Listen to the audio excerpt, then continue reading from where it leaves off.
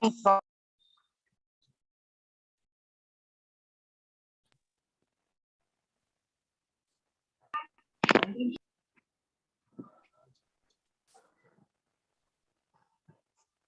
It's my pleasure to walk you through the conference, introduce you to the speakers and delegates that have come from all over the country and abroad today to share their knowledge and enhance our mental horizons.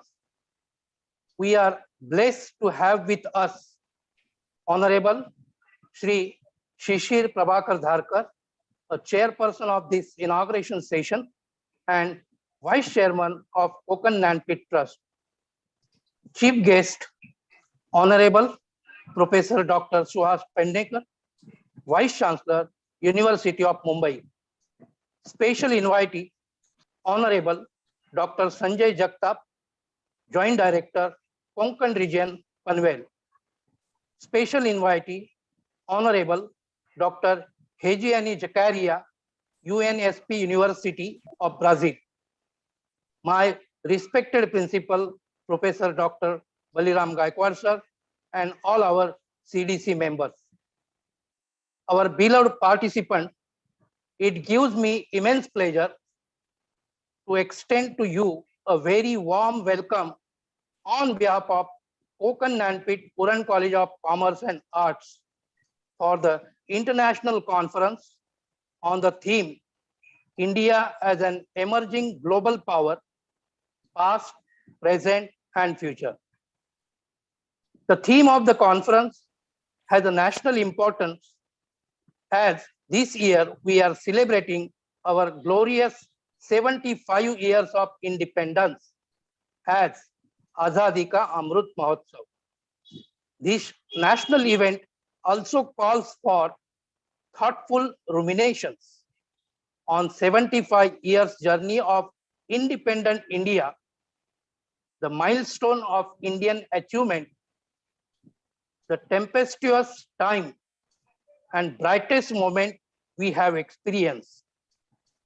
Indian academia also needs to respond in this national event and bring forth the valuable contemplations highlighting India's role in shaping the global future. In light of the above, KONKAN GYANPEETH URAN College of Commerce and Arts, URAN, resolves to participate proactively in Mahotsav by conducting international interdisciplinary e-conference on India as an emerging global power, past, present, and future. The conference aims to encompass the wide range of topics from freedom struggle, achievements, education, finance, technology, and Indian global leadership and future of India. I express my heartfelt thanks to all of you for your valuable presence towards success of our conference. Thank you, Hannat ma'am, to give me an opportunity to welcome all such eminent personalities and delegates. Thank you very much. Hannat ma'am, over to you. I feel delighted that we have so many of eminent personalities together at a single platform. We are all blessed to have you here. Now, I request our Honorable Principal, Dr. Baliram Gaikwad sir, former Registrar, University of Mumbai, who has been the source of inspiration for this international e-conference to august the gathering. Sir, please. Thank you very much, Professor Hannat. I'm extremely delighted to welcome here all of you. At this occasion, friends, it's my extreme great pleasure to invite as well as welcome all of you here on this occasion. There are many national, international personalities joined here to have deliberations on this issue today, India as an emerging global power, past, present, and future. Friends, we also have Honorable Vice Chancellor, Professor Suhas Pendekar sir with us today. And he is actually busy with his other some national level meetings too. But to grace this occasion and share his views on this occasion with all of us, he has joined to give us wishes and share his opinions on this particular topic. I slightly keep the schedule of the conference slightly behind, and I sincerely thank Honorable Vice Chancellor sir for joining us today, and request him to please give his wishes and share his thoughts on this occasion. Honorable Professor Suhas Pednikar sir, Vice Chancellor, University of Mumbai. Very good morning to everyone. Am I audible? Yes, sir. Okay. First of all, my apology to change your schedule, but I'm busy with another simultaneous program happening at the Delhi Task Force Committee. Anyway, I'm so pleased to be part of this inaugural program organized by the KONKAN GYANPEEth Uran College of Commerce and Arts on a very, very absolutely, I would say, a pertinent topic of India becoming a global power. And I appreciate the efforts taken by Principal Professor Bariram Gaikwad and all his and our entire team. I think this is so important. The topic is considering what we are facing after the COVID-19 pandemic situation, where apart from resilience and adaptability, the importance of coexistence and even the vertical boundaries are getting dissolved, and we need to come together. At the same time, we know that there are certain very unpleasant things happening around the globe, whether it is a Russia-Ukraine war, or even for us, the threat and some degree of concern we have maybe from our own neighbors. So this becomes very vital to bring awareness amongst youth about the awareness of what country is doing and what we need to do to face all the future challenges. And in this regard, it's really appreciative that the college has organized one-day conference on a very relevant topic. And we all know that under the able guidance and leadership of our Honorable Prime Minister, the India is gaining or commanding that respect globally. And this is a great sign as far as we all Indians are concerned, in every respect, I would say. And we need to take it forward. And that has to be, and it will be possible when there is a contribution by every individual. And this is the reason why our Honorable Prime Minister is making appeal to everyone to contribute to make Atmanirbhar Bharat. And that would be possible when every one of us become Atmanirbhar. And I'm very happy to share with you that the University of Mumbai has also realized the importance of this field. And we have established a School of International Relations and Strategic Studies in Mumbai, at Mumbai University. So you have to just excuse me that I have to leave early because the simultaneous task force committee is going on. So my best wishes to you all and your dynamic principal, Professor Bariram Gaikwad. This is a wonderful beginning, and I wish to visit your college very soon. So thank you very much for giving me this opportunity. And I'm sure all the participants will be benefited after fruitful deliberation and interaction with one another. So thank you and all the best. Thank you very much. Thank you for your honorable presence and sparing the time for our conference. Thank you very much, sir. We are extremely delighted to listen to you. Thank you, sir. Thank you so much.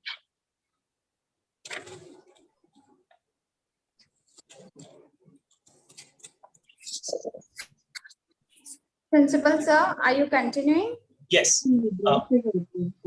Thank you very much, sir. KONKAN GYANPEETH URAN College of Commerce and Arts has been relatively a small college functioning in the semi-urban area of Uran district, Raigad. since 1989, and the college has really taken up the challenge to provide higher education opportunities in the Raigad district. Basically, the Konkan Gyanapeeth Sanstha and the Rural College of Commerce and Arts is determined to impart higher education to the students in the official area of Raigad district. It's a college permanently affiliated to University of Mumbai since long.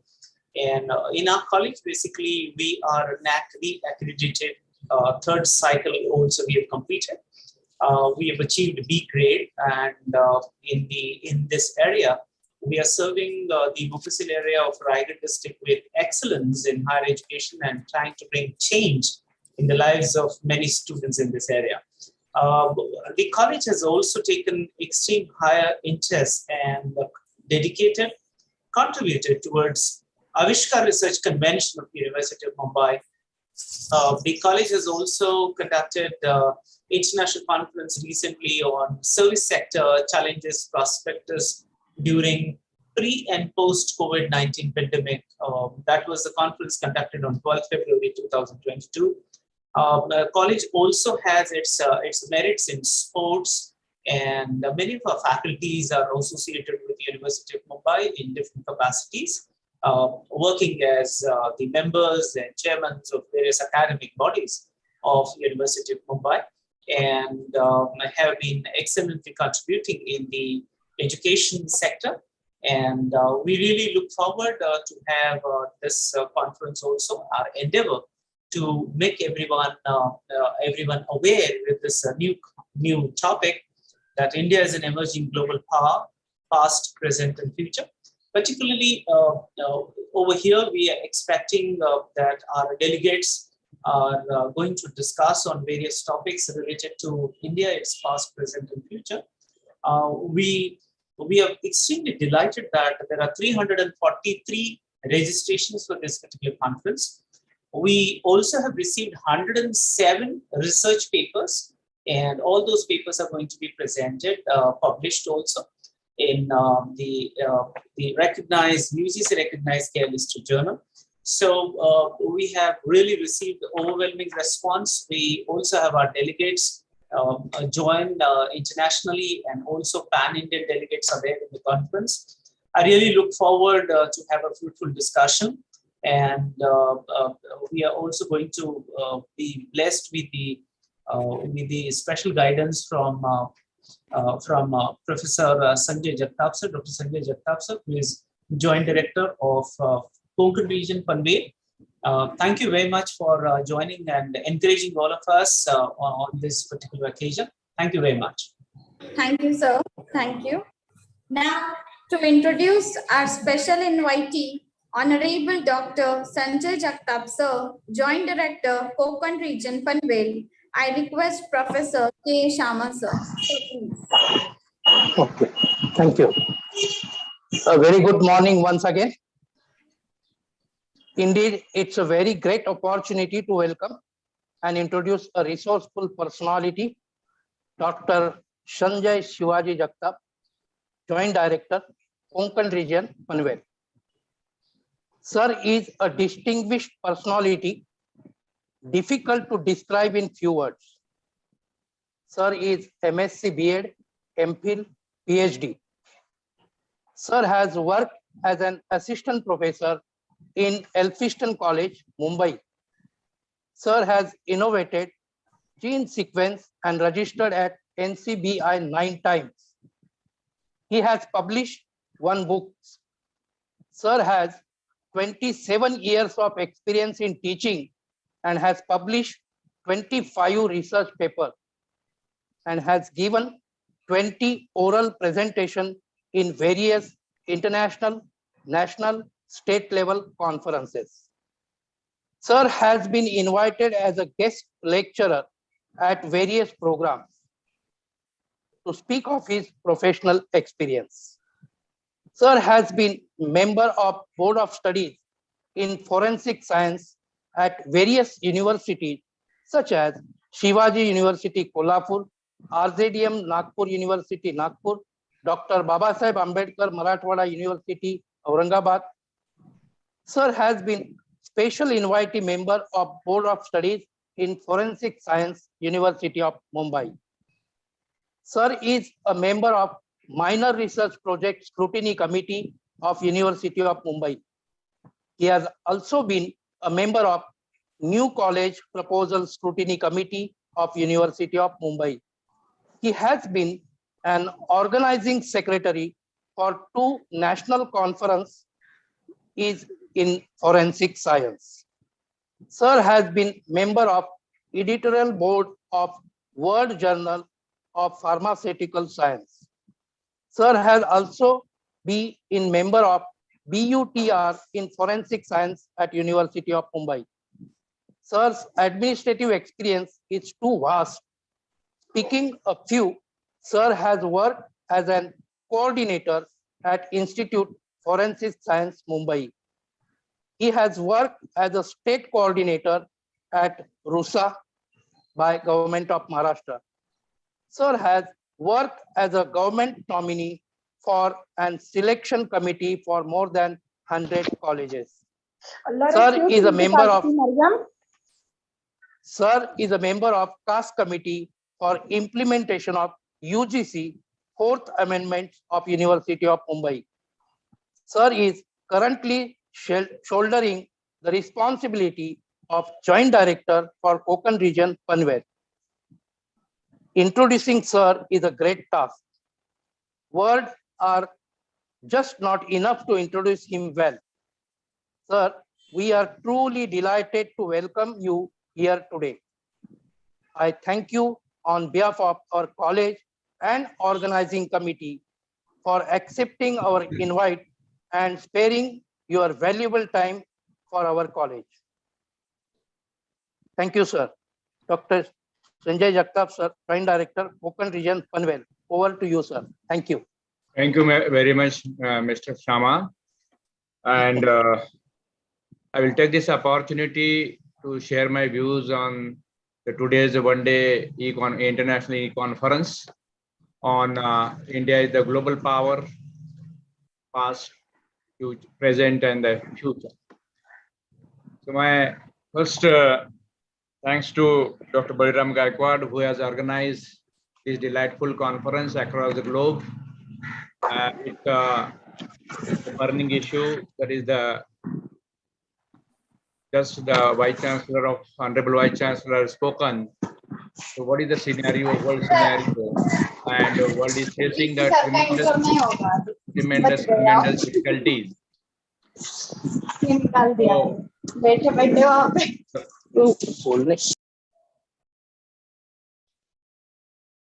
So Honorable Shirish Dharkar,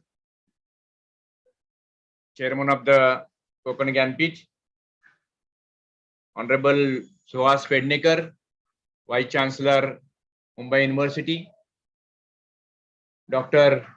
Regiane Jacaris from Brazil, special invitee, all the resource persons for today's deliberation, all the participants, delegates across the globe, across the country, across the states.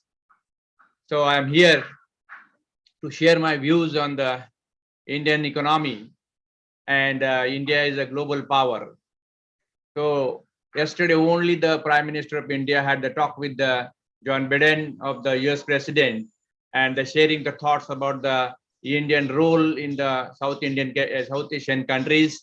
What is the role in the Ukraine-Russian war, and this importance in the US perspective, very important role in the global scenario. So see our Prime Minister Narendra Modi, how he has played the diplomacy across the globe, and how they are connected, well connected with the European countries, as well as the US, as well as with China, as well as the US, Russia, Japan, Australia, and the output of this diplomacy, the 4 countries, that is Japan, US, India, and Australia, we can say it is the Quad. So what is the role of the Quad, and how it plays an important role in the South Asian countries? So what is the role in the global power? So how India plays a very important role. So see the IT sector, IT industry, the very prominent companies, the TCS and Infosys and SCL and Wipro and Tech Mahindra. So they are the global powers in the IT industry. So how the world is managed by the Indian people, how the world is managed by the Indian techies. If you see yesterday, only the topmost 10 the richest person across the globe, they have listed, and out of that there are 2 persons from India, that is Gautam Adani and Mukesh Ambani. These are the richest person from the India. They are representing the within the 10 out of the global richest person. So the Gautam Adani is the richest person in this month, who is acquiring more than $26 billion. So how India's prosperity reflecting in terms of the global scenario, and how they are competing for the other countries also. So the impact of the Ukraine-Russian war on the global economy, as well as the Indian continent, how India is benefited, and how Indian diplomacy. If you see in the pandemic, the vaccine diplomacy played by the India is very important, because all the poor countries, Asian countries, not only the Asian country, not only the neighbor, but entire the African continent has been benefited by the Indian vaccine diplomacy. So in every respect, in every sense, India plays a very important role in the global scenario, and that's why. So we have the prosperity ahead and the future, and so we are reaching to the 5 trillion economy, and we are moving ahead with the confident achievement in the financial growth. So I thank to Dr. Baliram Gaikwad, who has organized such a type of deliberation, which is a necessity of our.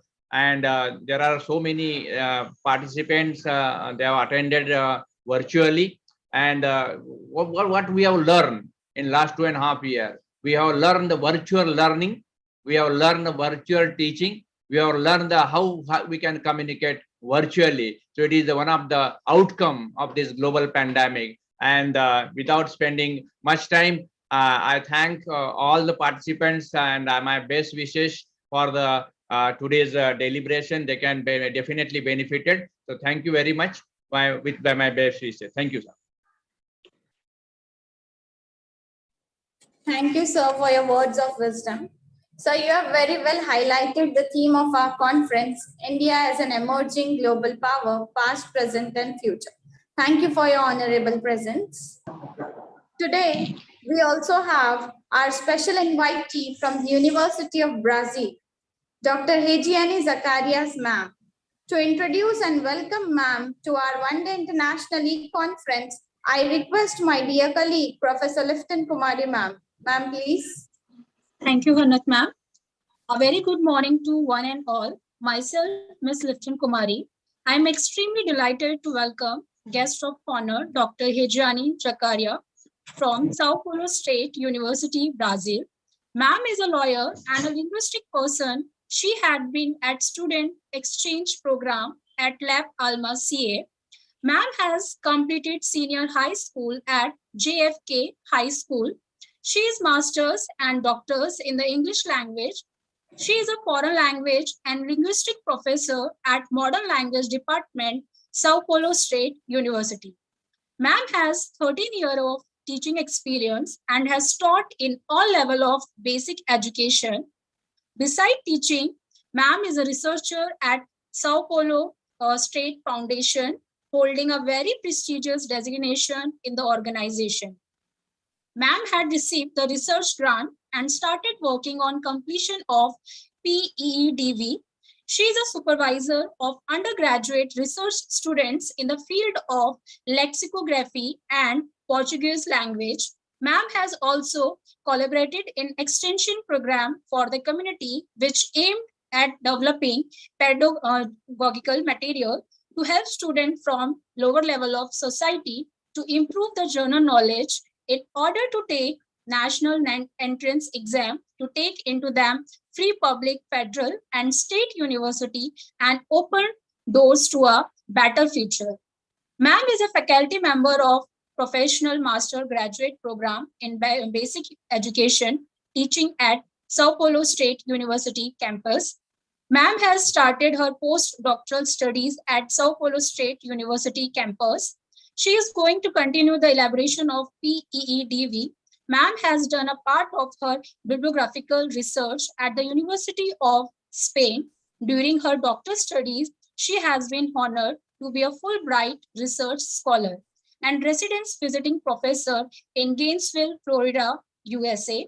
It is a great pleasure to have you, ma'am. I welcome you to this one-day international e-conference. Over to you, ma'am. Thank you. Thank you very much. Thank you. Dr. Hejani, I'll just stop you for a minute to introduce the commitment of Dr. Hejani today to join this particular conference.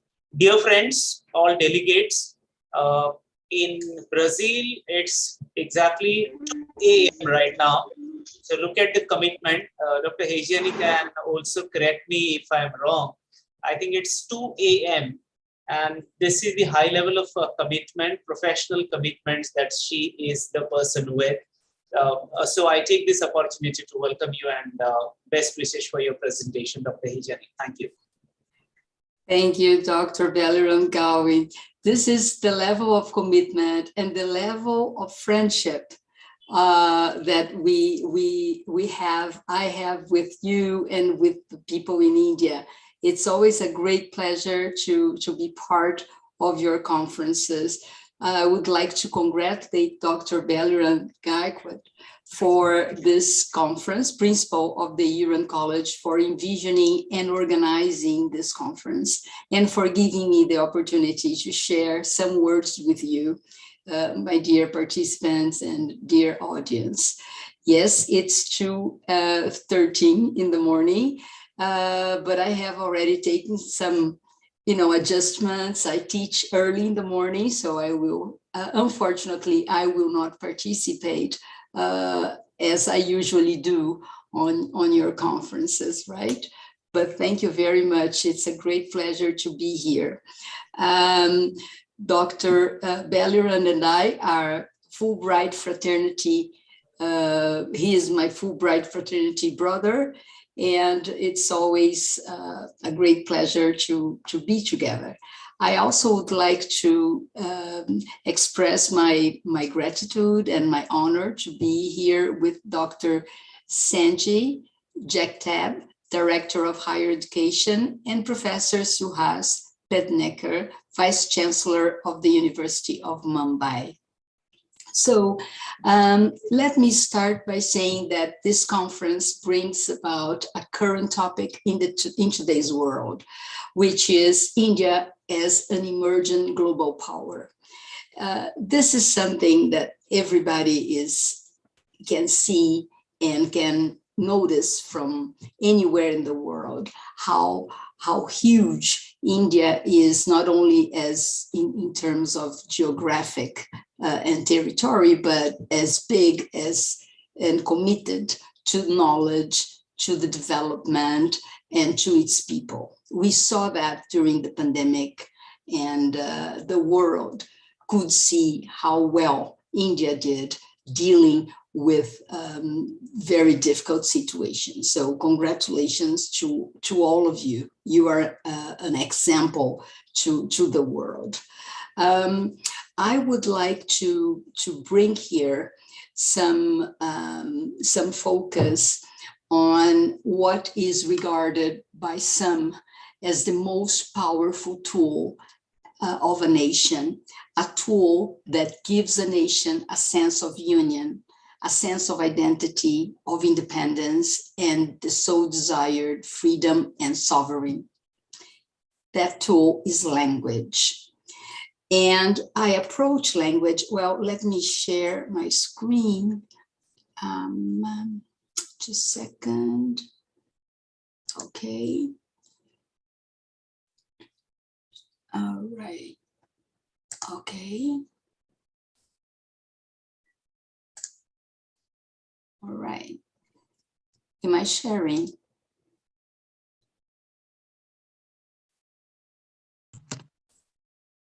Am I sharing? Can you see? Yes, ma'am. Okay, good. Thank you. So let me give you the slideshow. All right. Okay. So by language, I mean number 2 definition here, which is a system of communication used by a particular country or community. So, oops, I'm sorry. For example,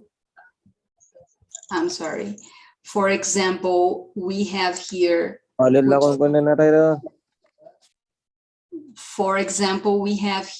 the book was translated into 25 languages, right?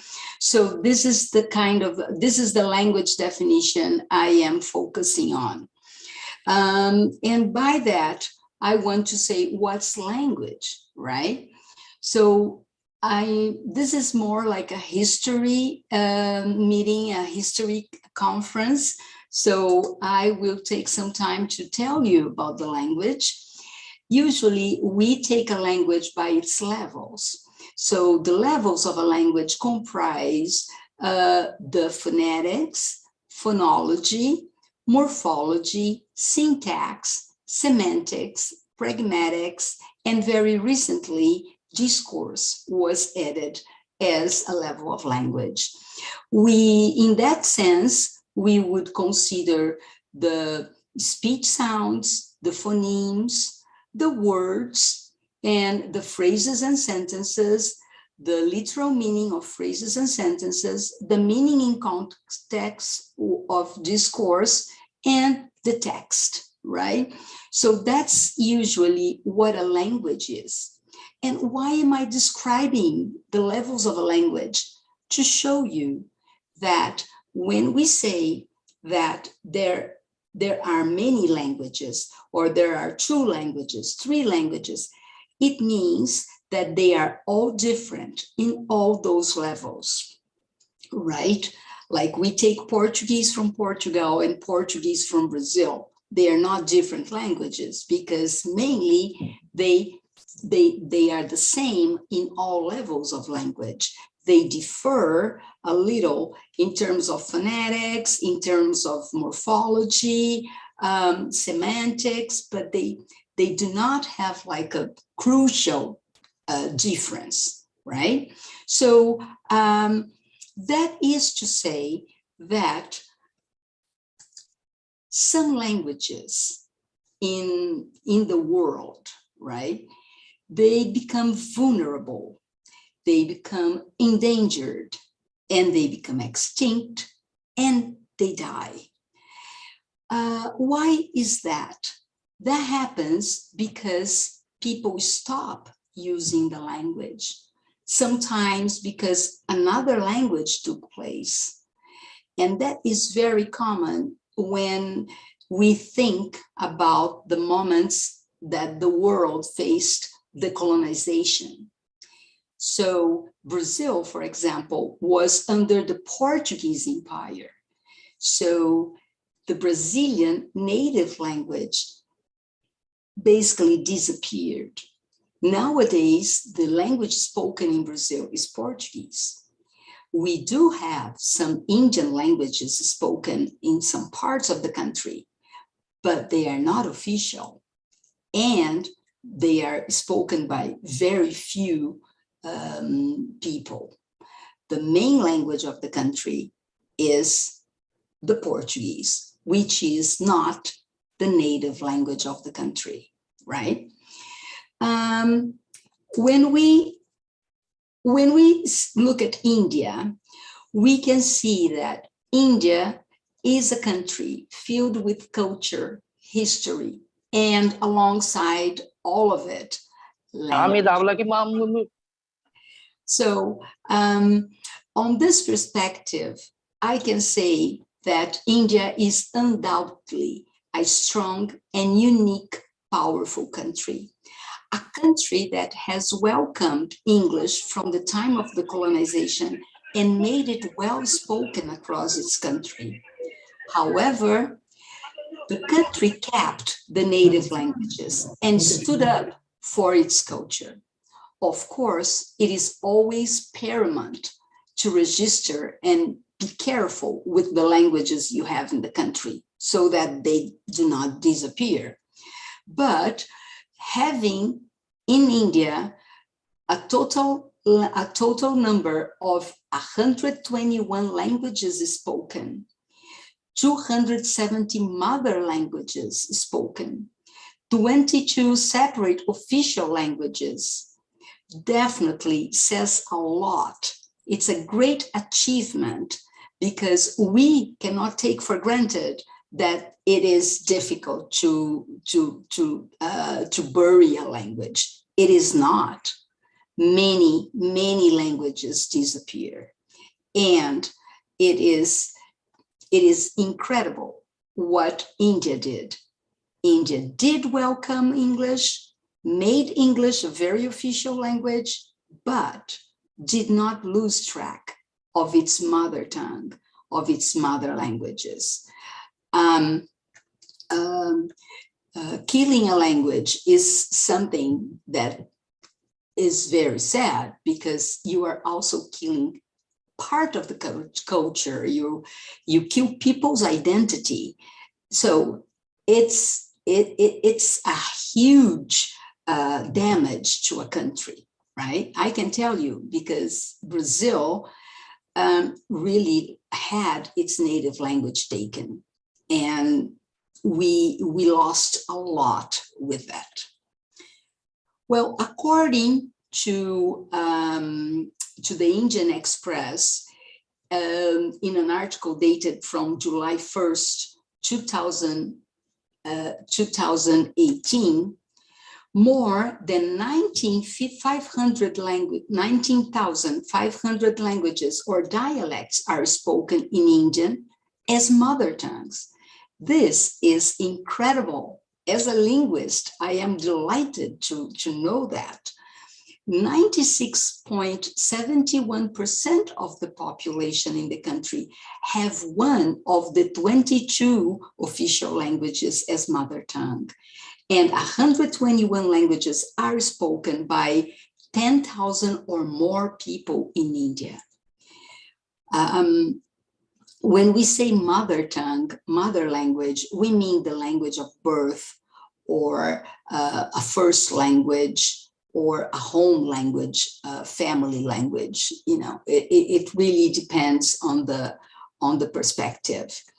It is amazing and extraordinary to observe that India did not inherit English as a death sentence to its native languages. On the contrary, many Indian words became part of the English, such as the word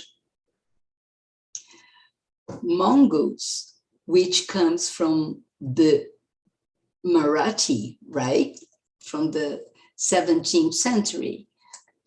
Also, the word chutney, that is also in Brazil, which comes from Hindi, and it's all at the Oxford English Dictionary, mentioned as an Indian background, right? So this is very interesting that after its independence, India kept English language primarily in use in business, education, and official documents. And that today, India is ranked as the world's second largest English-speaking country after the United States, with over 1 billion people speaking it. Well, those are the words in English. So as a conclusion, if I may, a country that was ruled by the British Empire for 89 years and made it through by incorporating the sole dominant language along with its many mother languages and native culture, and also a country that made important contribution to the English language and culture, has given, from my perspective, an expressive evidence of its power to emerge globally and to achieve a more distinguished position in the world.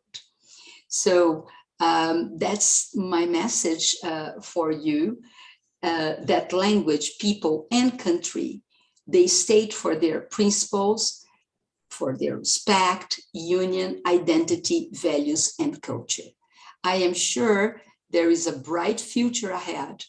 And my perspective as a linguist is that the country will never lose its languages. And this is very interesting.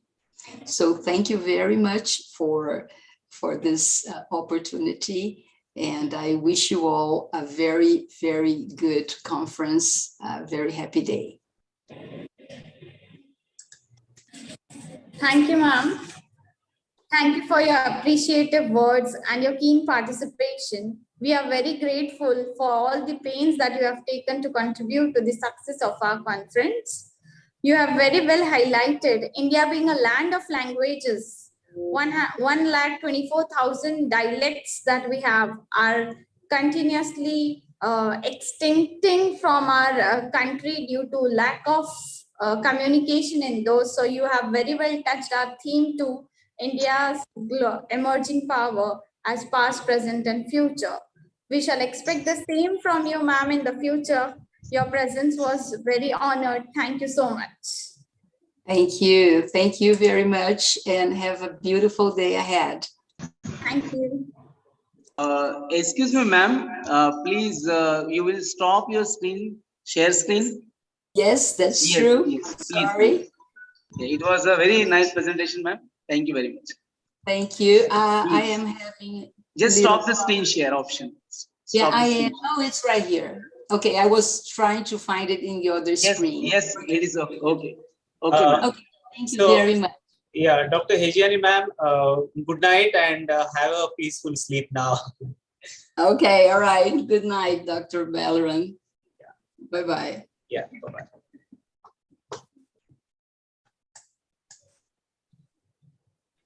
Yes, continue, ma'am. Yes. Thank you. Due to some technical glitch, our Vice Chairman, KONKAN GYANPEETH Trust, could not join, Mr. Shishir Dharkar sir, but he has conveyed best wishes for our conference, and I convey his regards to all of you.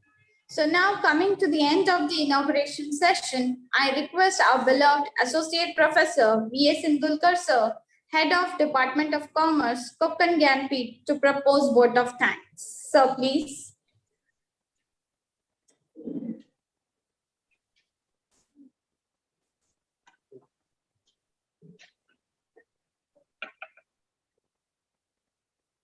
Good morning, all dignitaries and participants this inaugurating session of International E-Conference on India as an emerging global power, past, present, and future, organized by Department of History, Economics, Geography, IQC, in collaboration of University of Mumbai History Department. Myself, Associate Professor V.A. Sindulkar, Head of Department of Commerce, in front of you for the vote of thanks for this inauguration session.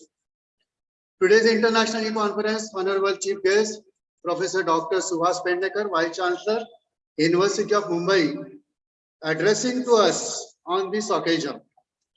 They said you are selected as an upcoming subject for this International E-Conference.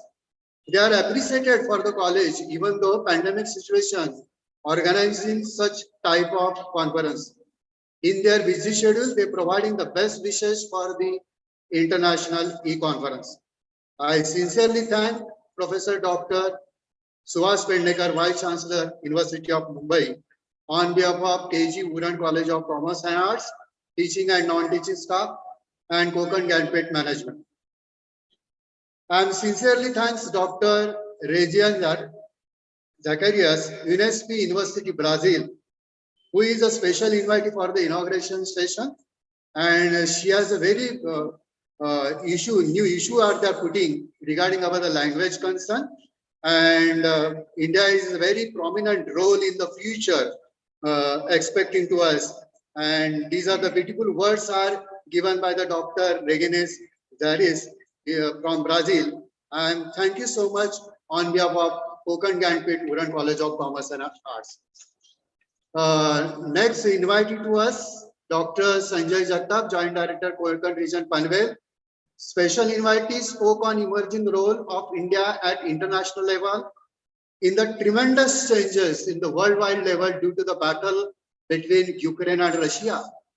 In coming future, very important for virtual education, that change should be followed very positively in their upcoming education system. Thank you so much. These are the beautiful speech to us on this occasion of International E-Conference. Thanks a lot. Today's inauguration session, President Honorable Mr. Shishir Prabhakar Dharkar, Vice President of Konkan Gyanpeeth. I am sincerely thankful for your best wishes and supporting for the organizing such type of international conference. Thank you so much. Principal Dr. Baliram Gaikawad take the review of the college performance of the last 30 years. Today we are very proud filled to organize international conference under the guidance of Professor Dr. Baliram Gaikawad, Principal of Konkan Gyanpeeth Uran College of Commerce and Arts. Thank you so much, sir, for this opportunity to organize international conference on behalf of Department of History, Economics, and Geography and IQC Department. I am sincerely thanks to Senior Professor K. Sharma, IQC Coordinator Dr. Yar Savan, Convener of the conference Dr. M.G. Lone, Professor H. Jagtap, Professor A.K. Gaikawad, Dr. D.P. Himbere sir. Thank you so much for Chairman, Resource Person of Technical Session, Advisory Committee, Organizing Committee, all participants across the countries, research scholars, teaching and non-teaching staff, technical team, and most important, all the students. Thank you so much, all of you, for this patiently listening these few words. I forwarding mic to Professor Anna Sheikh, Madam. Thank you so much. Thank you, sir. So, by permission of our principal, Dr. Baliram and Gaikwad, sir, I declare that the inauguration session has been concluded. Participants, now we'll be moving towards our technical session 1, which is related prominently to the Department of Economics.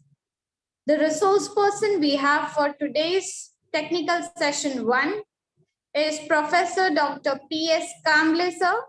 He will be highlighting the topic Sustainable Development of India, Challenges and Policy Ahead. The chairman for the technical session 1 will be Dr. Sunil S. Narwade, sir. Participants, those who have been selected for the paper presentations are required to be ready with the presentation slot-wise. Participants, please note that you are going to share your PPTs from your own device. Minimum time for presentation is 3 minutes. Maximum you can conclude within 7 minutes. Please be ready with your PPTs on your own device. We have 6 participants for paper presentation in technical session 1, out of which 2 best papers will be selected and announced in the valedictory session. Is that clear, everyone, participants? So now, to begin with the technical session 1, we have, as I said, 2 eminent personalities. So to welcome our resource person.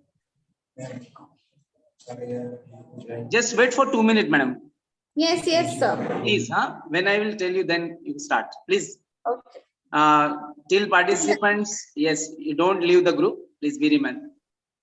So that time, I request our principal, sir,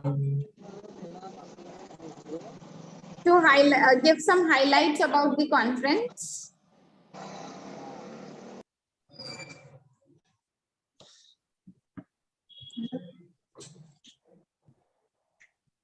Participants, please wait. Yeah. Just make your PPTs ready. Till that time, I request our principal sir to highlight. Okay. Dear participants, dear delegates, as well as the chairperson and resource person who have joined this conference with us today. Friends, the whole idea of conducting this particular conference actually emanated with the active participation from the head of the Department of History, Professor Dr. M.G. Lone, our Professor Anand Gaikwad sir, the Department of Geography, Department of History, Department of this interdisciplinary conference that we came out with. So the whole idea of conducting this conference was we came out because the inputs given to us by the head of the departments, history, economics, and geography. It is their whole idea to have this kind of conference here in the college, considering the 75th year of Indian independence. Nationally, all kinds of academic as well as socio-political, geographical, various kinds of programs are being conducted. And it is on such kind of auspicious note, we as an academician should have a certain role and deliberations on this topic. That was the whole idea. With this, the Department of History of our college, Department of Economics of our college, and Department of Geography, the head of the departments of these three, along with the active participation from Dr. Arun Chaban, who is our IQAC coordinator. So the idea emanated with this, and that's how it is materialized today. And it was backed by and supported by Honorable Vice Chancellor, University of Mumbai, as well as Dr. Sanjay Jagtap, sir, Joint Director of Higher Education, Konkan region. And that's how we came up with this idea. And I'm really delighted that after a 75th year of Indian independence, what India has achieved and how it has achieved. These are the deliberations that we are going to do today. And so in entire days, various 3 technical sessions, we are trying to understand through the research papers, quality research papers contributed by our pan-Indian scholars, academicians, students, researchers on various themes. We gave various themes for this particular conference, wherein to understanding the global, to situate India globally, and to understand how India has that kind of potential to become the global powerful leader globally, and also understanding Indian history, Indian geography.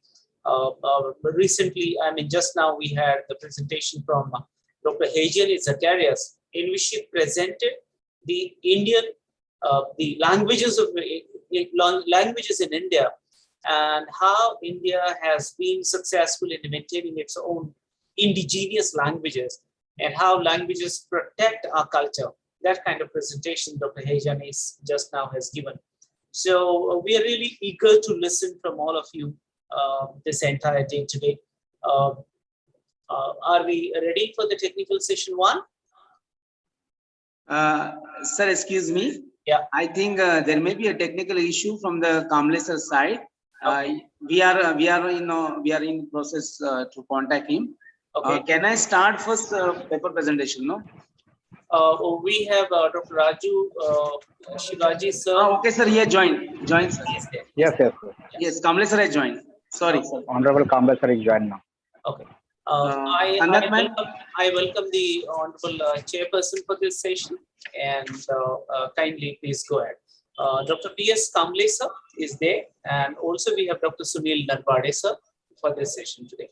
Thank you. Thank you, sir. Anand, madam. Yes, sir. Yes, sir. Continue, please. Very good morning once again to all the participants and the delegates. We have 2 eminent personalities with us for the technical session 1. Professor Dr. P.S. Kamlesh sir, who will be our resource person for the technical session. He will be highlighting the issue Sustainable Development of India, Challenges and Policy Ahead. Whereas the chairman for the technical session will be Dr. Sunil S. Nalwade, sir. And participants, as I have instructed, you will have minimum 3 minutes for your presentation and maximum 7 minutes to conclude. So first, to begin with the welcome and address to you all, I request our Professor H.K. Jagtap sir to introduce our resource person, Professor Dr. P.S. Kamble, Department of Economics, Shivaji University, Kolhapur. So please. Yes. Okay, Hannat ma'am. Good morning, everyone. Azadi Ka Amrit Mahotsav, celebrating our college, organized one-day international e-conference. Azadi Ka Amrit Mahotsav is an initiative of the Government of India to celebrate and commemorate 75 years of independence and glorious victory of its people's culture and achievements. This Mahotsav is dedicated to the people of India who have not only been instrumental in bringing India on its revolutionary journey, but also hold within them the power and potential to enable Prime Minister Narendra Modi ji the vision of by the spirit of Atmanirbhar Bharat. KONKAN GYANPEETH URAN College of Commerce Arts College, Navi Mumbai has also participated in Azadi Ka Amrit Mahotsav by initiating and organizing this one-day international interdisciplinary e-conference on India as emerging global power, past, present, and future.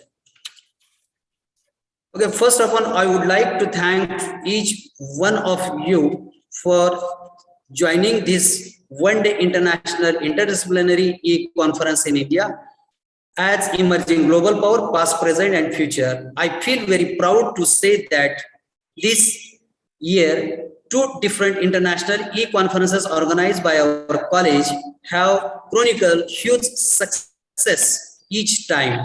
I give a very warm welcome to all the renowned speakers and delegates who took out their valuable time and joined to us today to be a part of this conference. We are honored to have you all with us. I am profoundly delighted to get an opportunity to introduce the resource person of this session, Honorable Dr. P.S. Kamble sir. Welcome, sir. Sir works in the Department of Economics at Shivaji University, Kolhapur. Sir has completed PhD in July 2002 from Shivaji University, Kolhapur and has 32 years of teaching experience.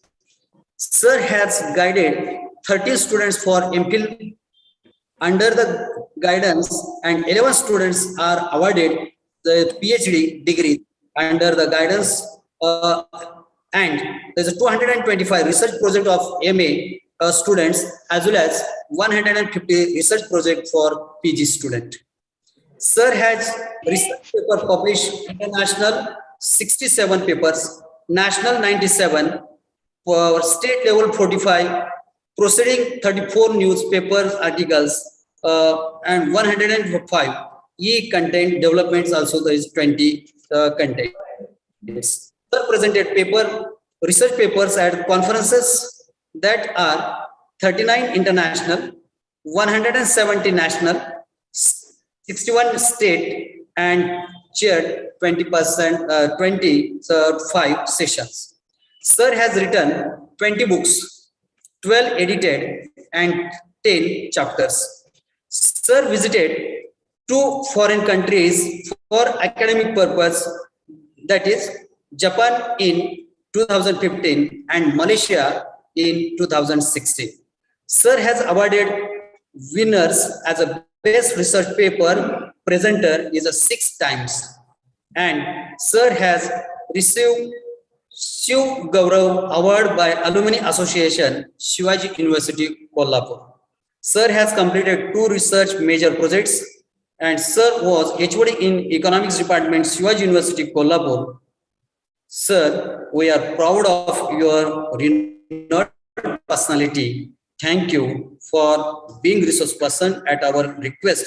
I request sir address the session. Hand over. Am I audible? Yes, sir. Another one. Yes, you're audible. Really, it's a proud and privilege for me to deliver a special lecture on sustainable development and related challenges and what can be policies. I'm very much thankful to Principal Gaikwad sir. My thanks also goes to Savan. I must thank Chairman for this session, Dr. Narodi. Dear participants and fellow delegates. First of all, really, I must thank organizers for giving me an opportunity to deliver a lecture on a very burning topic, a very current topic, that is sustainable development. All of us know we are in the era of sustainable development and not economic development or economic growth. And it is therefore, it is of crucial importance to discuss before the participants, to present before the participants, the various issues and challenges related to sustainable development. And what can be a policy that can be implemented as the result of that, that will enable us in realizing and achieving sustainable development for the country like us. So far as my lecture is concerned, basically it is divided into three parts. Number one is what the term sustainable development means. The theoretical or I would say concept of sustainable development or contextualizing the term sustainable development. Then I will try to place before you what is the status or what is the nature and extent of sustainable development that India has been endeavoring, India has been realized. And in last part of lecture, I will try to discuss before you what measures are required, what policies are required that will enable us in realizing and achieving sustainable development of Indian economy. Thus, I will stick up to only three sections or three parts so far as my lecture is concerned. That is the concept of sustainable development, that is theory or theoretical background of sustainable development. Then what is the nature and extent of sustainable development that India has been realized. And lastly, what should be a policy agenda? What should be a policy ahead so far as sustainable development or strengthening sustainable development of India is concerned. I want to share my presentation. Yes, is it visible? Yes, sir. Yes.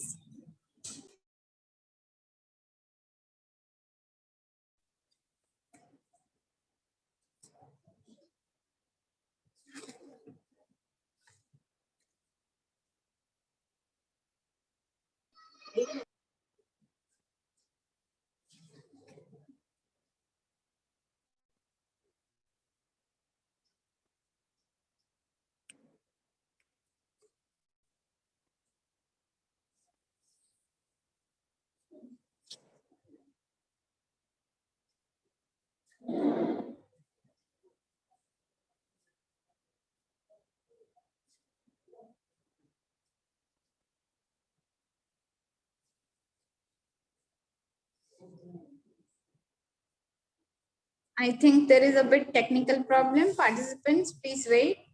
Yes, I'm ready. Okay, I'm ready. Yes, sir. Just a minute. Is it visible? Slide is visible? Yes, sir. Yes, it is visible. That is what I want to place before you, so far as sustainable development is concerned. Now, beginning with the concept of sustainable development, beginning with the concept of sustainable development. Actually, the term sustainable development has been started to use since the 90s.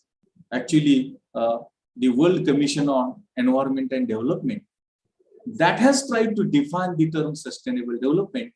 And since then, the term sustainable development is being used. We can look at sustainable development in both theoretical perspective as well as comprehensive, narrow perspective and broader perspective. When we look at sustainable development in narrow perspective, it is just the meet needs of the present without compromising ability of future generations. That is our approach looking towards sustainable development, which is when it is narrower. We talk about how the available productive resources to be allocated and utilized, not only for the fulfillment of wants of the people in the present, but also at future. And prominently, this takes into consideration the natural resources, what we call it as a natural capital or natural asset. Actually, the term sustainable development is very broader. I have mentioned that it is the World Commission on Environment and Development for the first time. It tried to define the term sustainable development. And since then, the process of using an application of the sustainable development has been started in the globe as a whole or across the countries as a whole. Now, when we look at sustainable development in a broader perspective, in a comprehensive perspective, it is found that sustainable development is increase in real per capita income, improvement in health and nutrition, educational achievement, access to resources, and fairer distribution of income. The sum totality of that, what we achieve and realize is sustainable development. That is, sustainable development is very broader. It is very broader. And when we look at sustainable development in a broader perspective, in a comprehensive manner, what we get is we should try to endeavor increase in real per capita income, access to education, access to health, fulfillment of the basic needs like food, cloth, and shelter. All those things are necessary to be realized, necessary to be endeavored, and more prominently, the efforts are required to be undertaken so as to maintain equity and justice. Now, the problem that arises is how to measure sustainable development. And so as to answer this question, Professor Bhartwal of IIT Kanpur has given some of the indicators, some of the parameters or criteria which are helpful for us in measuring sustainable development of the economy. And according to Bhartwal, so as to measure or estimate sustainable development of the economy, try to take into account GDP growth rate, population stability, human resource development, clean air or purity of air, energy intensity, renewable energy proportion, material intensity, water use, soil degradation, forest coverage, recycling proportions, and transport intensity. These are the criteria, these are the parameters which are helpful for us in assessing and examining what is the magnitude and extent of sustainable development that India or any country has been achieved or realized. But the concept of sustainable development has been propounded and developed by United Nations Conference on Environment and Development, and therefore United Nations organization has a separate department, and that separate department has propounded in all 21 indicators or parameters of sustainable development which are helpful for us in achieving and realizing the magnitude and extent of sustainable development that Indian economy or any economy realizes. The indicators or parameters or criteria or methods which United Nations Organization Sustainable Development Policy Department has given are GDP per capita, net investment share in GDP, sum of exports and imports as a percentage of GDP, environmentally adjusted net domestic product, share of exports, annual energy consumption, share of natural resource intensive industries in manufacturing value added, proven mineral resource, proven fuel energy resource, lifetime proven energy resource, intensity of material use, share of manufacturing value added in GDP, share of consumption of renewable energy resources, resource transfer to gross national product, total overseas development assistance given or received, environmental protection expenditure as a percentage of GDP, additional funding for sustainable development, capital goods imports, foreign direct investment, share of environmentally sound capital goods imports, and technical cooperation grant. These are in all 21 indicators which are helpful for us in estimating and measuring the magnitude, extent, and nature of sustainable development any country has achieved or realized. We can look at sustainable development in 4 dimensions, in 4 aspects. Number 1 is economic, number 2 is social, number 3 is environmental, and number 4 is institutional. In economic dimension, what is expected? It is expected to create optimal flow of income by maintaining stock of the capital goods. It also expects internalizing environmental cost, because environmental cost is not taken into account so far as the cost of production of the goods and services is concerned. And therefore, it is undercosting or underestimation of cost. So, economic dimension tells us that you should incorporate environmental cost, that is cost of environmental pollution, degradation in the cost of production. That is a real costing. Then in social perspective, there is a need for maintaining justice and equity. In addition to that, there should be access to health facilities, access to resources, support to whatever income and wealth generated, that should be distributed equitably, security or social security and social benefits to the society like food, health, education, shelter, etc., etc. So, perspective of social looking towards, or social perspective of looking towards the sustainable development is very broader and comprehensive. Then environmental perspective talks about there is a need for sustainable use of resources. All resources in general and environmental or natural resources in particular should be used optimally, and it is therefore there is a need for optimal use of all resources in general and environmental natural resources in particular. The sink function should work efficiently, try to maintain stock of the natural capital, that is natural resources, and we should also attempt for ecological stability. Eco-stability is required, ecological stability is required, that enables us in realizing what we call it as a sustainable development. There is also institutional dimension looking towards the sustainable development. That is, you should have sustainable development policy or strategy. You should participate in global agreements relating to sustainable development. You should have the more and more number of internet users, telephone users. You should spend more expenditure on development and research. And all these are also the part and parcel of sustainable development or the institutional dimension of sustainable development. Now, Pearce and Atkinson, they have rigorously looked at sustainable development in a narrower perspective and a stronger perspective, or weaker perspective and stronger perspective. According to weaker perspective, when Z is equal to S divided by Y is equal to depreciation in man-made capital, its ratio to income, minus depreciation in natural capital, its ratio to income, when it is taken into account, and the coefficient is equal to 0 or greater than 0, it is weak sustainability.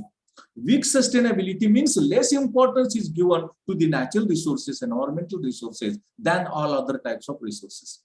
But strong sustainability tells us that depreciation in natural resources, its ratio to income of that country, when the value is less than 0 or equal to 0, it is strong sustainability. That is, strong sustainability means you should take precaution of economical use, optimal use of natural or environmental resources, and try to preserve, conserve, and realize or achieve growth in the natural or environmental resources. If in that direction the efforts are being made, what we call it as that enables us in achieving sustainable development in what we call it as a strong perspective or stronger sustainable development.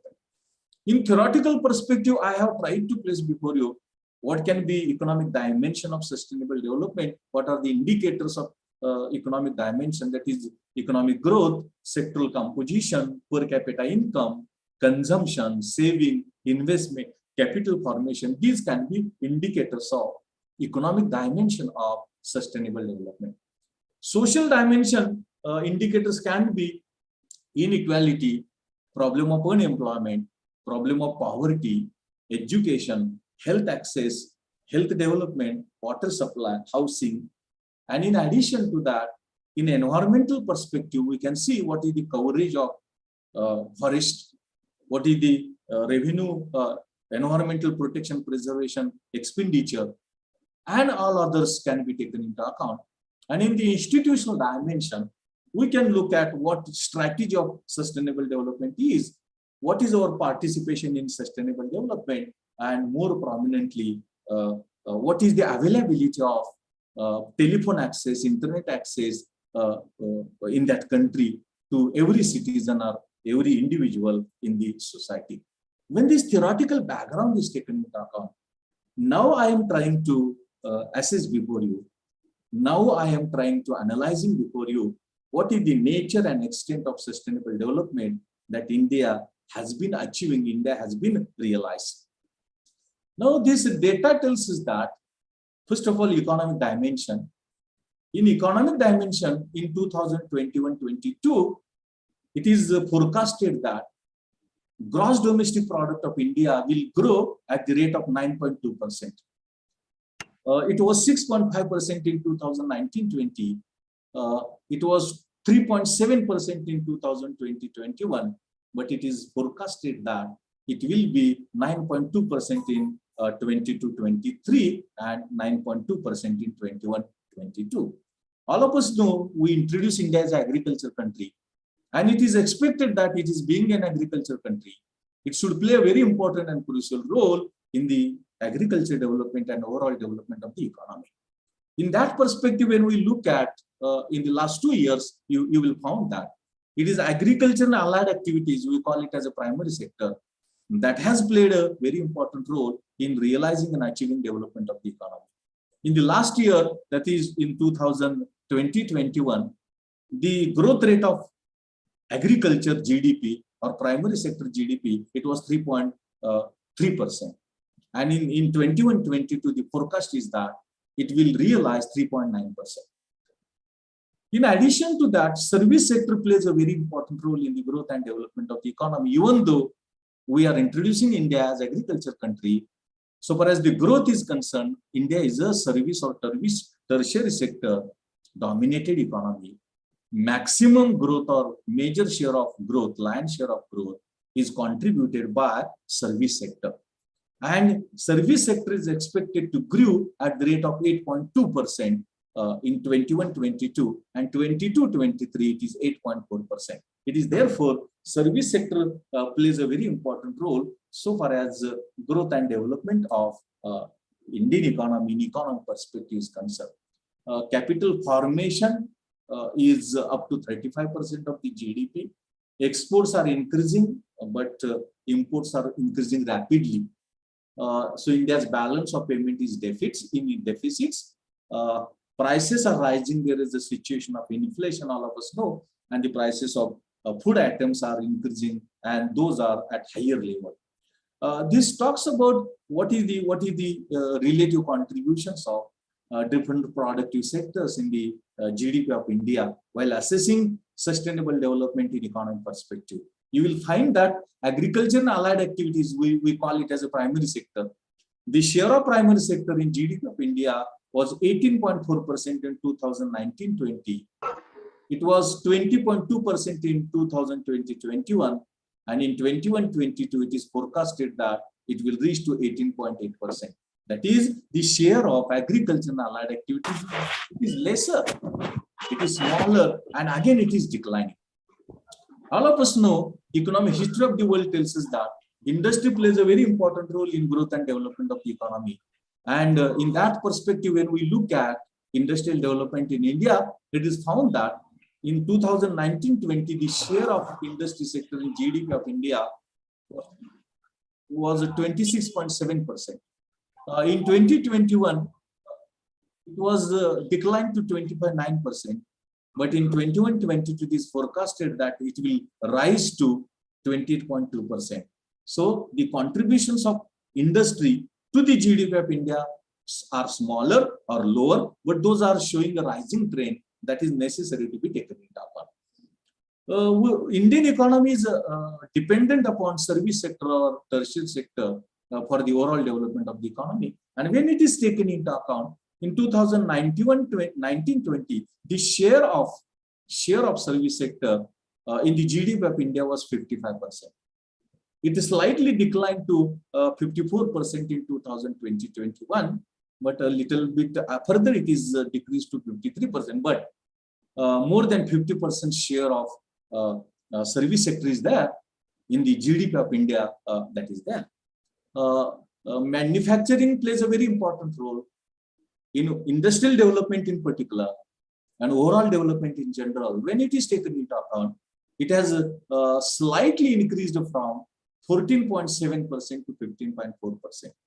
And in services sector, it is the financial, real estate and professional services. Those are prominent and dominant, which is followed by trade, hotels and transport and communication, and then public administration, defense and other services.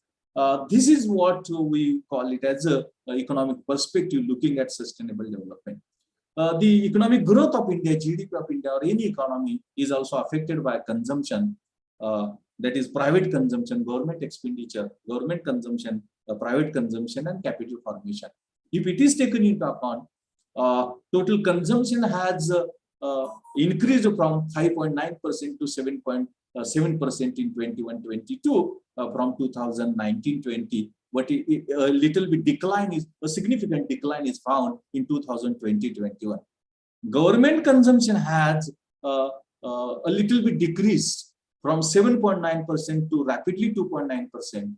But a significant improvement is found in government expenditure, consumption expenditure to 7.6%. Private consumption plays a very important role, which was 5.5% so far as the percentage share is concerned. It has declined to minus 9.1%, but increased to 6.9%. That shows that private consumption has declined, but it is improving.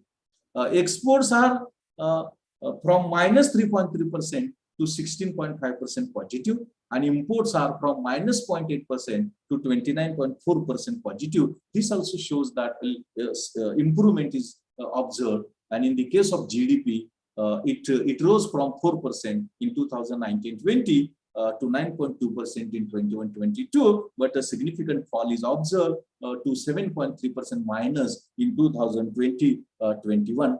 That is there. When this is taken into account, this is what we call it as a economic perspective of looking at sustainable development. Then we should reach to what we call it as a social perspective of sustainable development. In social perspective, it is found that during the corona pandemic period, because of the efforts to provide COVID vaccine, we have succeeded in controlling third wave. And the expenditure which was provided in the budget for 21-22, really it played a role. So far as employment generation is concerned, Mahatma Gandhi National Rural Employment Guarantee Program played a role during the corona pandemic period to generate employment opportunities, but less attention was paid, and the role which was played was also not up to the mark so far as it is concerned. Basically, while talking about sustainable development in social perspective, education plays a very important role. And gross enrollment ratio in higher education, it is 27%, the latest data, which rose from 26.3%, that is there. Then fertility rate has a little bit declined to from 2.2% to 2%. We are trying to provide water supply through Jal Jeevan Mission, that is Har Ghar Jal. Government is spending on social services, and as per the 2021-22 data, there is an increase of 9.8% in expenditure incurred by the government on social sector development. Health plays a very important role in growth and development of sustainable development in social perspective, and it is found that the government was spending 1.4% of GDP on health, but recently because of the corona pandemic, government is spending 2.1% of GDP as per the recommendations given by Task Force on Health Sector. All of us know education is very important and that plays a very important role in growth and development of the economy. But unfortunately, the expenditure on education, it is not increased up to the mark which was expected and desirable. Government, both central and state, are spending on education less than 4% of GDP. And in 1966, Kothari Commission suggested the expenditure should be at least 6% of GDP. And more than 150 years back, Chhatrapati Shahu Maharaj, a very learned policymaker and king of Kolhapur state, he stated that expenditure on education should be at least 6% of total income or GDP. But we have reached to just 4% or less than 4% of GDP that is there. And in the new education policy, again in 2022, we are endeavoring for expenditure on education worth of 6% of GDP, and of the total expenditure, it will reach to 10% of total expenditure. In that direction, the efforts are being made. That also requires to be taken into consideration. While talking about education in general and higher education in particular, our gross enrollment ratio is 27%, 26% for India and 27% for Maharashtra. But the further analysis of gross enrollment ratio in higher education tells us that our participation in higher education is less than the potentiality. One of the studies was carried out by Basant and Sen, and he came with the conclusion that the potentiality to participate in higher education is 44%, but actual participation is just 10%. Across the social groups, across the rural urban areas, across the male and female, also there is a wide disparity so far as participating in higher education or enrollment ratio is to be taken into account. Now, it is found that female participation has increased in employment from 26.4% to 27.3%, especially in urban area. But during the corona pandemic and before also, you might be remembering in 2016, the NSSO report was published, and it stated that the rate of unemployment in India was 6.2%, and it was not accepted by the country because it was the highest in last 45 years. But the last 2 years, it is found that on in April 2020, rate of unemployment was 25%. A gradual decline is found. The current rate of unemployment is about 10%. It is more for urban and comparatively lesser for rural, but male, female, and across the social group, disparity is also found in unemployment. Because of the hampering of employment generation and increasing unemployment, actually, that poverty is increasing, and poverty is very rapidly increasing. That is being found, and that poverty increase is significantly higher and greater so far as the looking at sustainable development in social perspective is concerned. Our poverty line is very meager. In 2012, C. Rangarajan committee defined poverty line 47 rupees in urban area per day per capita, and 32 rupees per day per capita in rural areas is above the poverty line. Even if it is taken into account, the total number of people in below the poverty or in poverty is in crores of numbers. Recently only, this Niti Aayog has given announced a report or published a report that is multi-dimensional poverty index report. And as per this multi-dimensional poverty index, in a comprehensive manner, the efforts are being made such to define and measure poverty. And as per the Niti Aayog report, multi-dimensional poverty index, the intensity of poverty is 25%. Intensity of poverty is 25%. It is the highest in Bihar, that is 52%. Jharkhand 43%, Uttar Pradesh 38%, Madhya Pradesh 37%, Assam 33%, and Rajasthan 39%. That is there. When this is taken into account, again, the problem of poverty is intensified, or it is increasing. That we identify, that we get acquainted with. This is what it was expected to be discussed so far as the poverty and unemployment is concerned. But one more social dimension of sustainable development is inequality. And recently, only in 2022, World Inequality Report has been published, and that report tells us that 50% poor population in India has possessed only 13% share of total income and 6% share of total wealth, but 1% richest family has possessed 22% share in total income and 33% share in total wealth. If that is taken into account, inequalities is significantly higher and greater, and it is further increasing, its intensity is further increasing.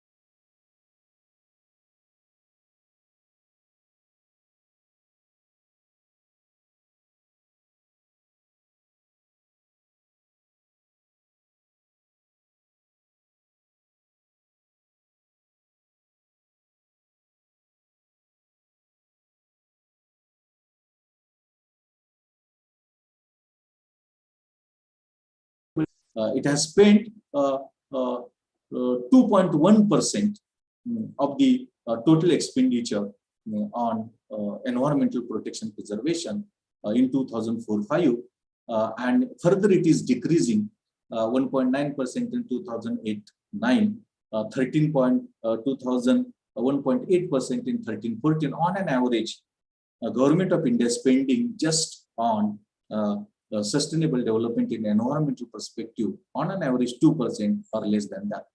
All of us know it is the thermal energy from coal, petrol, diesel that discharges carbon dioxide, and that contributes to the global warming, greenhouse effect and climate change. In that perspective, when we look at sustainable development in environmental perspective, it is found that we have a 82% share of thermal energy, which is pro climate change and global warming in India, and only 15% is hydro energy and 3% is nuclear energy. That is 82% energy is our pro climate change, global warming and greenhouse effect. Forest area covered, at least 33%, one-third% of the area should be covered by the forest, but it is found that the data is there in the slide. It shows that about 22% share of the total area or geographical area has been covered by the forest. At least 33% share is required, and this means that in environmental perspective also we do not have much efforts and realization or achievement. In institutional perspective, when we take into account the total number of telephones, in millions, the figure is 951.35 to 933, a decline of 1% is found. Rural tele-density has increased a little bit, 39% to 44%. And urban tele-density is higher, but a little bit decline is found, 169% to 145%. And overall tele-density is declined from 78.66% to 75%. That plays a very important role. But in China, in America, the tele-density is significantly higher and more, very, very higher than that of the India. That requires to be taken into consideration. Now, based on this analysis, I am trying to draw some conclusions. Our efforts toward the sustainable development are restricted to economic perspective, and the social perspective, environmental perspective, institutional perspective. We are trying, but the required attention we didn't pay or we have not paid, and it is therefore there is a need for paying increased attention towards the environmental dimension of sustainable development, the institutional dimension of sustainable development, and economic dimension of sustainable development. At this moment also, our growth strategy is economic growth or economic development and not the sustainable development. And that is resulting in what we call it as a under attention or lesser attention towards the overall sustainable development of the economy. In this perspective, there is a need for increasing area under forest, increasing pro-environment energy, increasing education, health, access, employment, poverty, inequality control, These are tele-density, rural-urban disparity across the social groups. All those things are very much necessary to be taken into account so far as in the real sense of meaning, realizing sustainable development of India is concerned. Then what can be a policy ahead? We are trying for $5 trillion economy. This growth already corona pandemic has adversely affected. Again, this Ukraine-Russia war is also affecting, and there is a need for special efforts for the revival and growth of the economy. Efforts is required to industrial development and service sector development also, because industrial development plays a very important role in overall growth and development of the economy.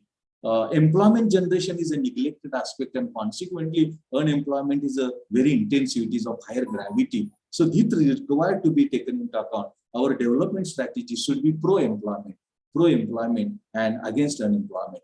Efforts are required to pay towards the poverty, because poverty is a less attention paid in the country like us. It is underestimation of the poverty. Multidimensional poverty index is taken into account. That gives us a broader picture of poverty and the nature and magnitude of poverty that is there. Inequality is very rapidly increasing, and that requires to pay due attention. That can help us in realizing social dimension of sustainable development. Health sector has been improved significantly during the corona pandemic period, but there is a space for development, especially public health sector in the rural areas. And there is a need for control over the private health sector, because wide disparity is there. Labor rehabilitation and welfare, because of the course of labor, all labor acts, social security acts have been dismantled, and this can adversely affect welfare of labor and the social security benefits which are being given. This requires to be paid due attention. There is a need for control of pollution and conservation of the environment. That policies are required. And more effort is required for increasing area under forest, that is afforestation, and biodiversity and ecosystem conservation that is required. More importantly, what is required? It is required what we call it as a mixed economy. We are continuously striving for privatization. We have assumed that privatization is a assured way. It is a definite and effective way of realizing growth and development of the economy. But we should try for what we call it as a mixed economy, because it is given in Constitution, and Constitution tells us that there should be a combination of both private sector and public sector. But unfortunately, we are not paying attention towards the prevalence and maintenance of the mixed economy in the country like us, and we are violating Constitution on the other hand. And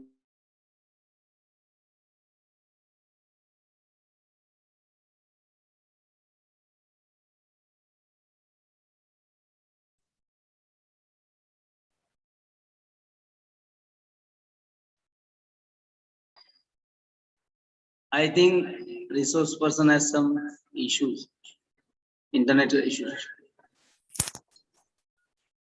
Is disconnected. Trying for economic dimension, yes, environmental dimension, social dimension, institutional dimension is also crucially important. And in that direction, the efforts are required. If in that direction the efforts are required, in the real sense of meaning, we will try for sustainable development. And that is expected and desirable, because we are in the era of sustainable development and not in the era of economic growth or development that is there. Thank you very much. Over to you.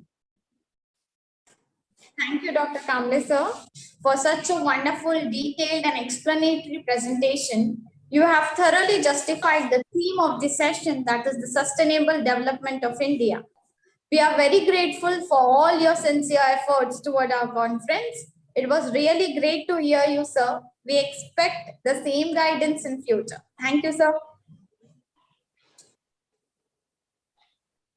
Now, I request our Professor Jagtap sir to introduce our chairman for the session, Dr. Sunil S. Narwade sir. Jagtap sir, please.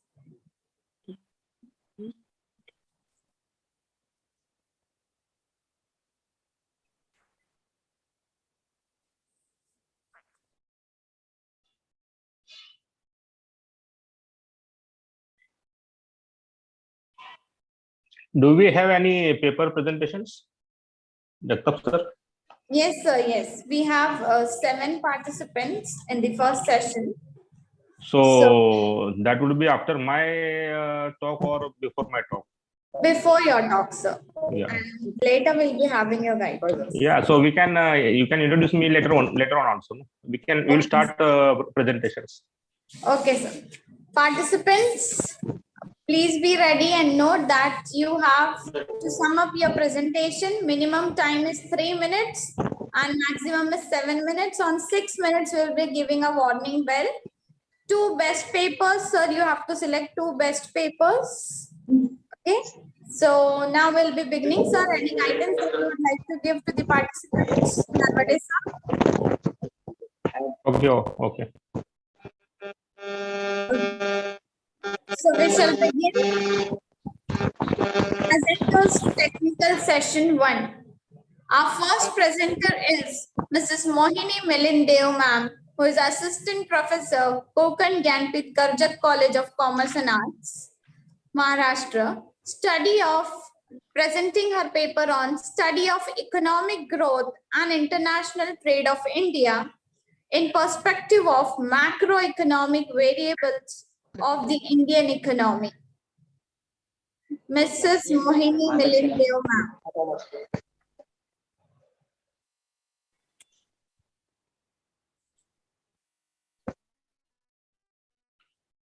Yes, ma'am. Am I audible? Yes, ma'am. Yes, ma'am. Shall I share the screen? Yes, ma'am. Yes.